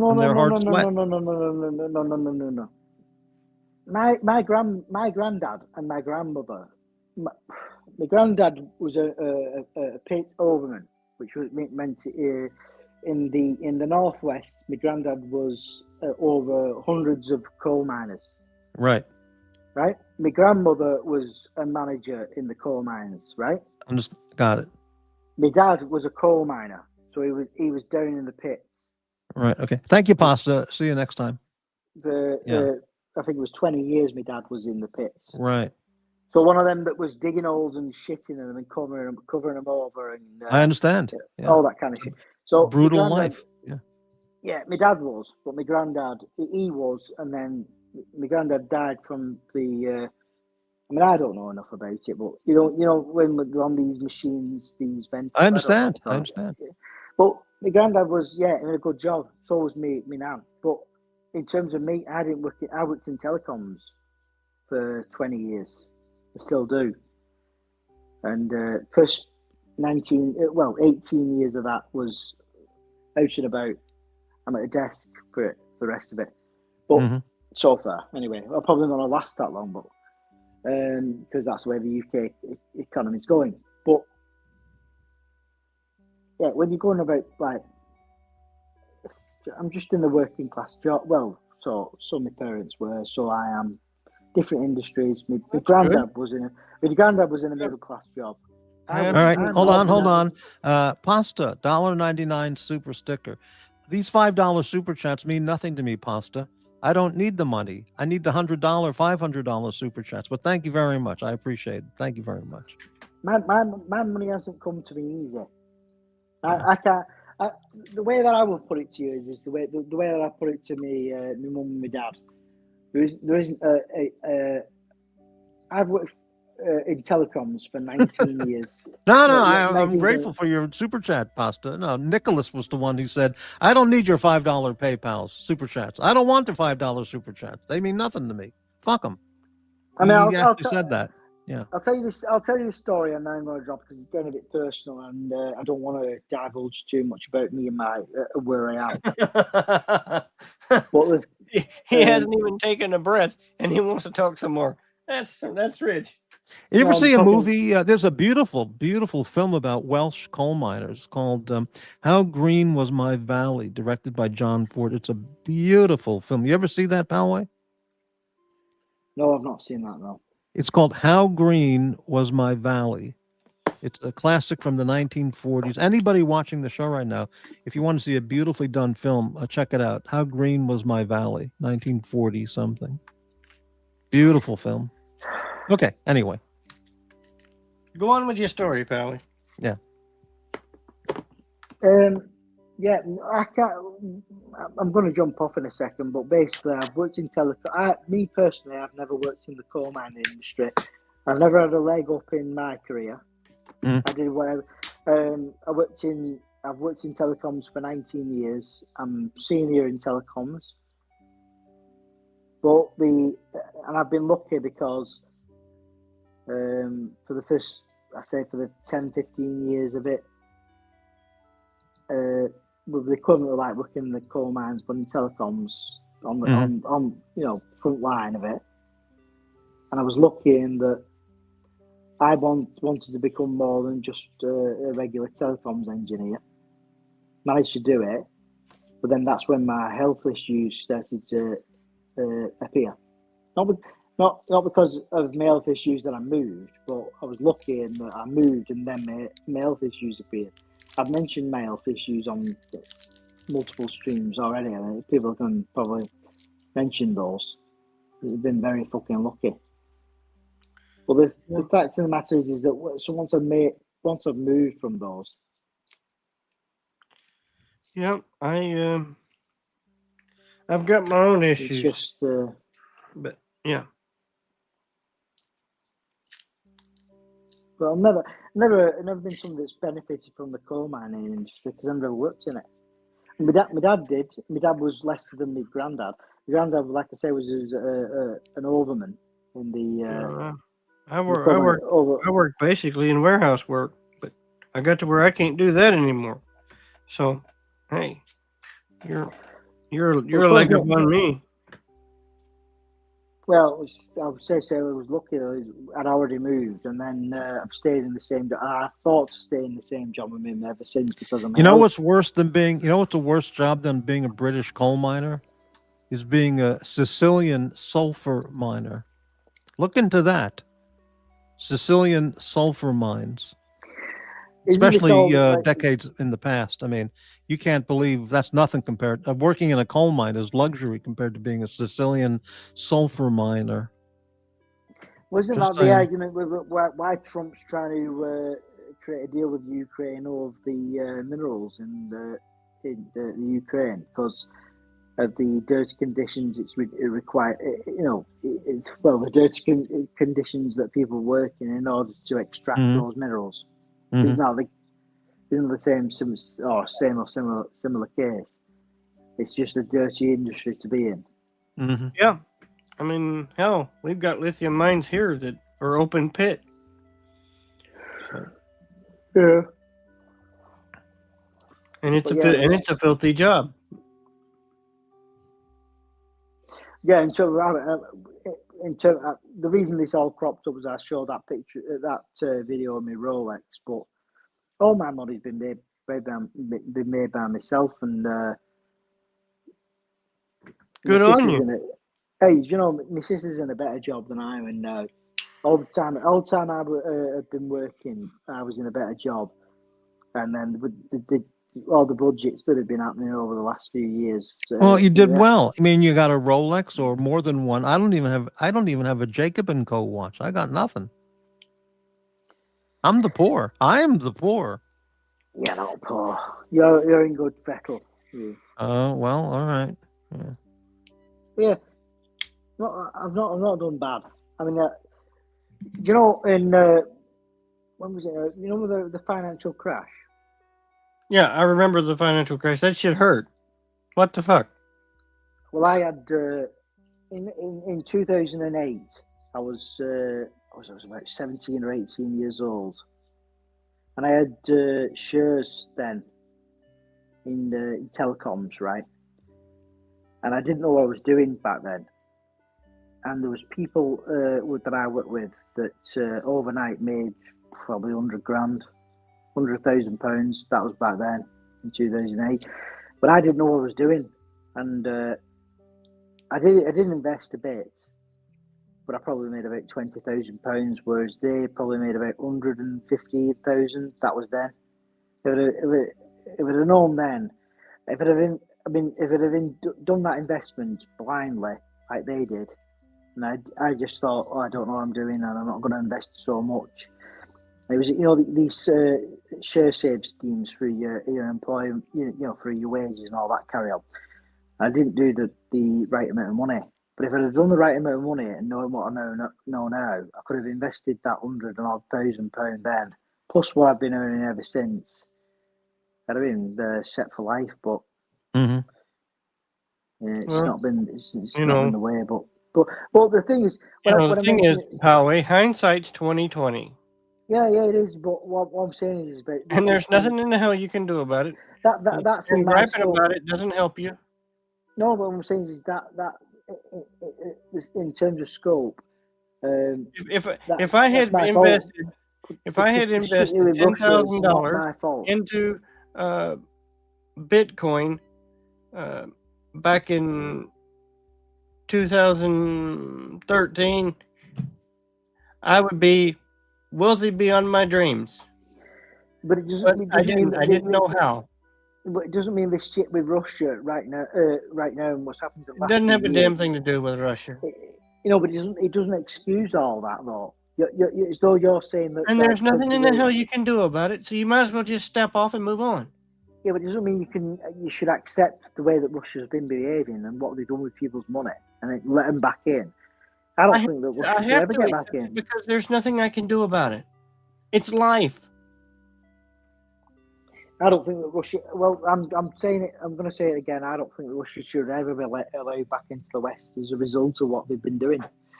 Not because I disagree with their politics or what's going on in Ukraine, but what impact it's had with the UK economy, the EU. I think we've covered this 10 times over the last hour. Yeah, we're not going to. We're not going more than an hour. Seems like I've talked about this for the last 4 hours. Yeah, it's unbelievable. We never got to a consensus, though, did we? The consensus is you're fucked, and you might as well just step off and move on. That's it. That's the consensus. Take the dick in the ass and move on.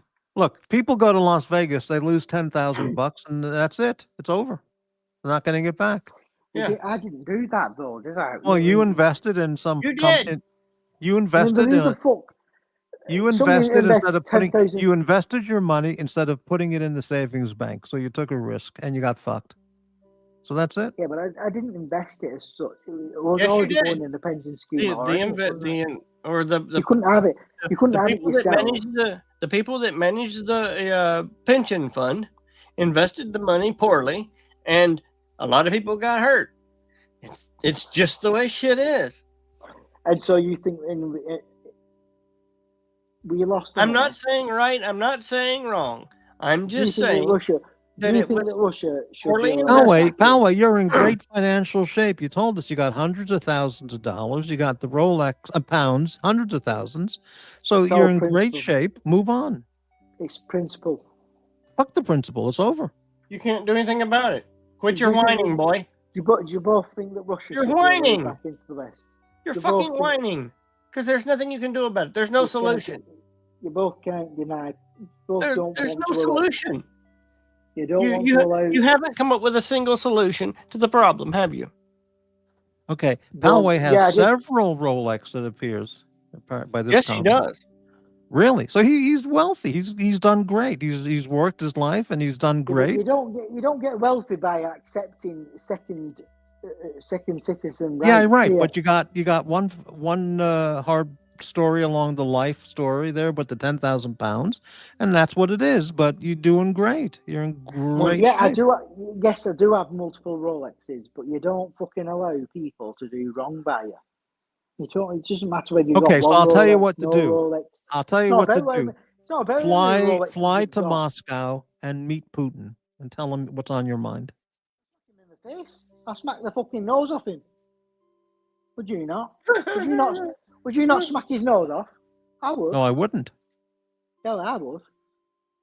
I mean, I'm not going to meet him. Well, I then by all means go ahead and go there and do that. Well, I've got the privilege here. I'm never going to meet Putin because he doesn't want to meet me. But if I did World's meet smallest him, violin, crying tears. Yeah. Well, I'm not. Nobody's ever going to allow me to meet Putin. But if I met Putin, I'd smack his nose off. If I had 4 Rolexes and hundreds of thousands of dollars and I lost $10,000, I wouldn't even care about it. I would. I care about every last fucking dollar. You'll be a bitter little bastard all the rest of your life if you keep this up. Well, so you should be. Every pound matters. I didn't get my pounds from fucking just inheriting it. I worked for every fucking pound. Right. When I go out every day, I have to work for the fucking money. Good for you. Yeah, well, exactly. So I'm not going to fucking let a fucking dollar go to some soft cunt like Putin or anybody else. That's not the way it works. But there are certain situations you can't do anything a pound about. coin matters. A pound coin matters. Yes, it does. Coin, but it's not in your pocket. Yeah, but I don't. Hey, Shot, I've got a question, Shot. Hold on. Poway, put us on. If somebody's anything wrong to me, I'm gonna come on. Poway, put a sock in it for 10 seconds. Shot, it's 3:56 in the morning here, so it's Yeah. even earlier. It's even Yeah, I'm later Central for Time. you. It's almost 6 a.m. Yeah, what the hell am I doing away on this conversation with Palway? You're saying the same thing for the last hour over and over. 2 hours. 2 hours. Well, I've been on for 4.5 hours, so it's been about 2 hours. Yeah, Yeah. with Palway, unbelievable. Almost 5 hours. Yeah. And I jumped on pretty quick after you. Yeah. Started. I don't think I was on first. No, Dodger was on first.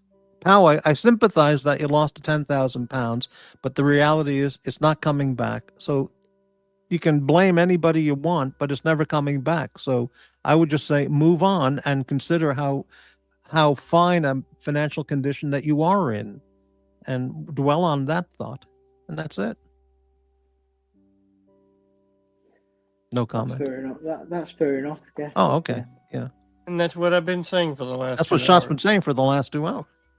I'm just saying whatever is required to conclude the matter, really. Oh, I see. Okay. Well, the matter's concluded because your money's gone.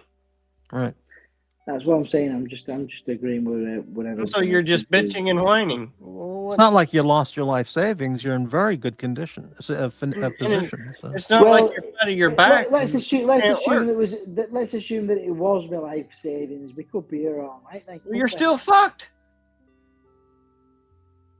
Simple. Yeah, but what I'm saying is, it doesn't matter whether it's your life savings or not. It's the same principle.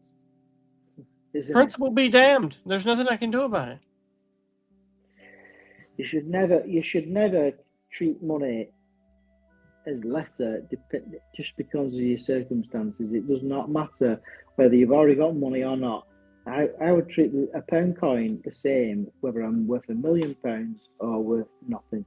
A pound coin is a pound coin, and so is 10,000. If you don't want to respect money that way, that's up to you. Yeah, but if you have £1 million coins and you lose a few, you lost a few, but it doesn't matter. That doesn't mean anything. Well, but the thing is, if all I had in life was $10,000 and it was gone, anybody that thinks like there's nothing I can do about it anyway. I just have to pick up and move on. You've got to do something about it. If you want to think like that, both of you, if you want to think it's like called that, reality of life. It's living. No. The reality of life is that you respect a pound or you respect a dollar. If you want to tell yourself, if you want to tell yourself that it doesn't matter that you've lost £10,000 because you've got a lot of more. I've lost $10,000, Pally. But it doesn't mean that it's worth. I've lost $20,000. I've lost $400,000. Hey, now if Bill Gates loses $10,000 this morning, is he really going to care? Yes, he should do. I don't even think he would pay attention to it. His accountants wouldn't even bother telling him because it means nothing. You know, Morty, it's like this. If I only had $10,000, it was invested and it was lost, then you're really fucked. But there's still nothing you can do about it. Yeah. It's how the reality is that it's just gone, and I have to pick up and move on. Exactly. Money's lost, isn't it? It's how. I'm in a better position than you are. I'm in a better position than you are, Poway, because I don't have any money to lose. I'm the poor. I am the poor. Right. Sorry?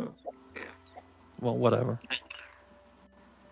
Right, my AirPods have gone, so I would suggest it's a good time to end the stream because I can't go any longer. Right, me too.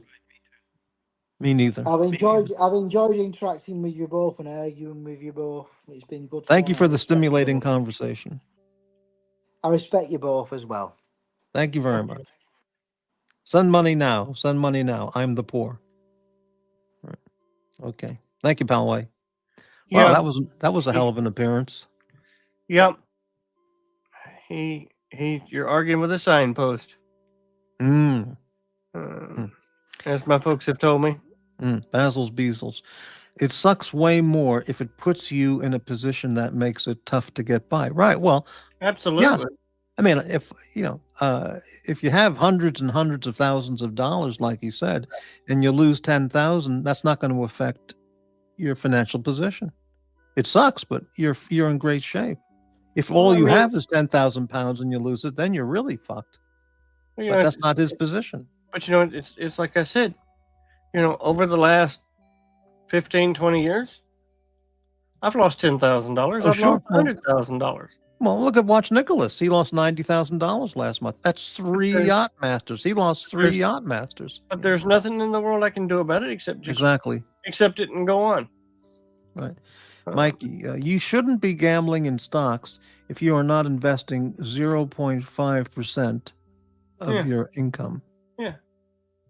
You should not be gambling in stocks if you are not investing. I don't know what he means there. But what Poway was talking about and complaining about is the like our Social Security. Yeah. The British government or a entity within the government or whoever invested pension funds, basically Medicare funds, into that Russian mine. He's complaining about $10,000 loss. And I go back to, what the hell can you do about it? Not a damn thing. Nothing. Completely out of his hands. Completely. So it's accept it and say, if it comes back, through whatever means there are that the government does, then okay. If it doesn't, okay. I'm still here. I'm still living, and I have to worry about what today brings. I'm just mad at Poway. Poway no send me $100 birthday gift. He go masturbate himself. To quote Marcello. Yeah, he should send you $100 a day for the next 30 days. Yeah, absolutely. But we'll put that in pounds. It's okay. Yeah, pounds, dollars. What is 10,000 pounds worth? I'm going to look it up. 10,000 UK pounds to US is $13,200. Okay. But he's got he's got hundreds of thousands already so he's in a great position.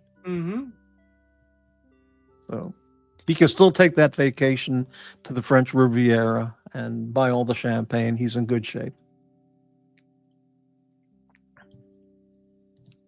Maybe I should move to Spain. Yeah. Yeah. Sounds like a wonderful place to be. Yeah, no question. Because I don't like the cold. Right.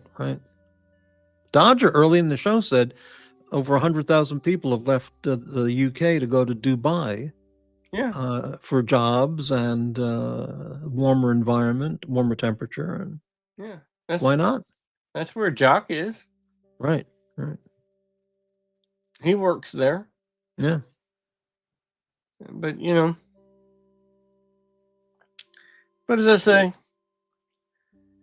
I've gained money. I've lost money in investments, and I just have to accept it. Exactly. Well, hopefully Poway has a nice day and gets a good night's sleep, and eventually he'll move on from that. So at this time, let's play an appropriate video. He just does a lot of begrudgery. Right. Let's take a break. A little important but topical video.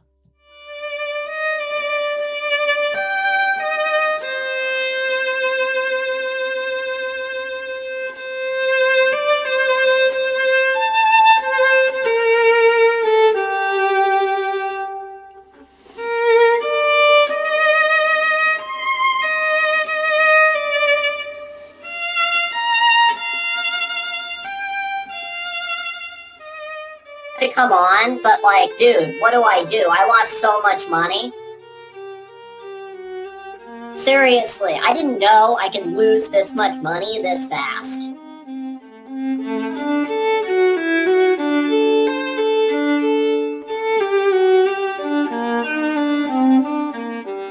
I'm so pissed. I lost so much money today, so much money yesterday. I lost 3 yacht masters in a couple days. 3 yacht masters. 3 yacht masters. 3 yacht masters. 3 yacht masters.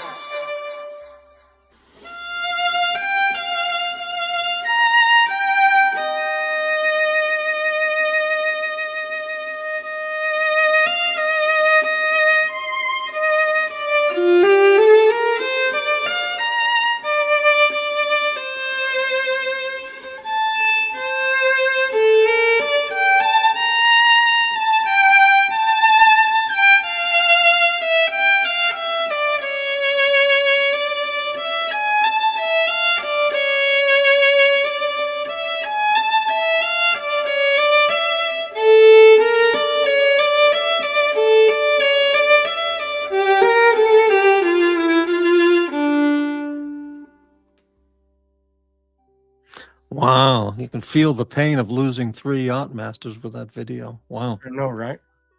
Man. I can't imagine losing 3 Victorinox quartz watches. 3 yacht masters is like, dude, it's unbelievable. Yeah. Okay, Mikey, like if Dimwit bought gold at today's prices, and gold takes a shit and loses 20%, if you bought a kilo, then you'd have lost more than 10,000. Right. Yep. Right. And that doesn't even involve the coal mines. Nope. Right. Wow. Mikey, where's the bladed article? I want to paint this room red hearing that music and whiny voice. Right. Well, that's a great video, But I'll talk to you when you're in the stream. Oh, okay. Yeah. Oof. That was definitely a inspired conversation. Yeah. Now, Pasta said he fell asleep earlier, and AD never calling. So those guys lucked out. They missed that circle jerk. They missed that 2-hour circle jerk. Yeah. Yeah. Stimulating conversation. Right. Exactly. The one-way conversation. I don't understand the whole thing about why Paul Thorpe never worked in the coal mine, so he's not qualified to comment on the state of England. That doesn't make any sense. If that's what he was saying, I think that's what he was saying. He didn't come from a middle-class family and all this. Right. He's a multimillionaire and he's living in Spain. So what? Yeah. None of that makes a bit of difference. Right. So, but England, I mean, I see these stories all the time. They are arresting people for Facebook posts, Instagram posts. They say anything about certain topics and people get arrested. Yeah. It's unbelievable. It's like Stalinist Russia there. And just getting worse. And Paul doesn't have to put up with the snow anymore. So that's right. Or the cold weather. So hey, right. That much the better. Thanks. Far more interesting than the AC3 nonsense. Well, thank you, T Feather. How about $100 super chat? Along with that, that'd be appreciated. Thank you very much. Just saying. Okay. Riveting stock trading advice. Right. Yeah. Oh shit. Okay. Yes, even he agrees. Yes, even Palway moaning for hours was more entertaining than the AC3 nonsense. Wow, that's a nice compliment. That's very good. I think that's true. I think that makes sense. Yeah. Wow. Whew. Yeah, I agree. Yeah. That was definitely a I knew when he came on there'd be something that would, go a little ornery, and it certainly did. But my folks always said, if you complain about it and you don't have a solution, it's whining. Isn't that interesting? And say that again, because I never heard that put that way before. Whining. So the whole sentence, the whole thing. If you have a problem and you don't have a solution, you're whining. I wish someone had told me that when I was a teenager, because that makes sense. Yeah. Yeah. I mean, and sometimes you don't have a solution for it, and you just have to accept it and just step off and move on. Right. Take your lumps and go. Right. You don't have to agree. You don't have to like it. That's why I use the new car analogy. Was if somebody T-bones my new car and it's destroyed, there's nothing I can do about it. Well, all you can do is go through the insurance company. What else can you do? I don't know. And be grateful that I'm, hopefully that I'm not hurt. Right. You can hire a shyster lawyer and go after the other driver. Yeah. But, I mean, even if I didn't get anything out of the insurance company or whatever the situation is, sometimes you just have to accept the situation and just go. Actually, now that the more I've thought about it tonight, I would like to go to Russia and see if there's a tour bus company that does Russian coal mine tours. I would take that tour. Yeah. In the Gulag? Well, wherever the coal mining is, I think it would be interesting. I've never been to a coal mine. I don't know if I've ever met coal miners ever. I don't know. I've known people that have their grandparents worked in the mine, but not them. He was actually a truck big rig mechanic. But as far as coal miners, no. I've lived in coal mining country before, but just never gave much thought to it. Right. Because I don't drive the trucks, and I'm not working in the mine, so right. I was just glad that I didn't get hit by one of those big trucks. Right. So Wow. Yeah, it's a lot quieter around here. Yeah, 17 people still watching. Thank you everybody for watching the show tonight. Fuck me dead, they're still here. I'm going to look at the thumbs up. I just gave myself a thumbs up like. They must be asleep. Yeah, right. Yeah. I didn't upvote. I better do that. Click. Yeah, let's see. All this quality entertainment, 11 thumbs up. All right. Yeah. For how many hours? 5 hours now. Holy shit. How the hell am I going to get up tomorrow? I won't be able to get up till 2 in the afternoon now. Well, anyway.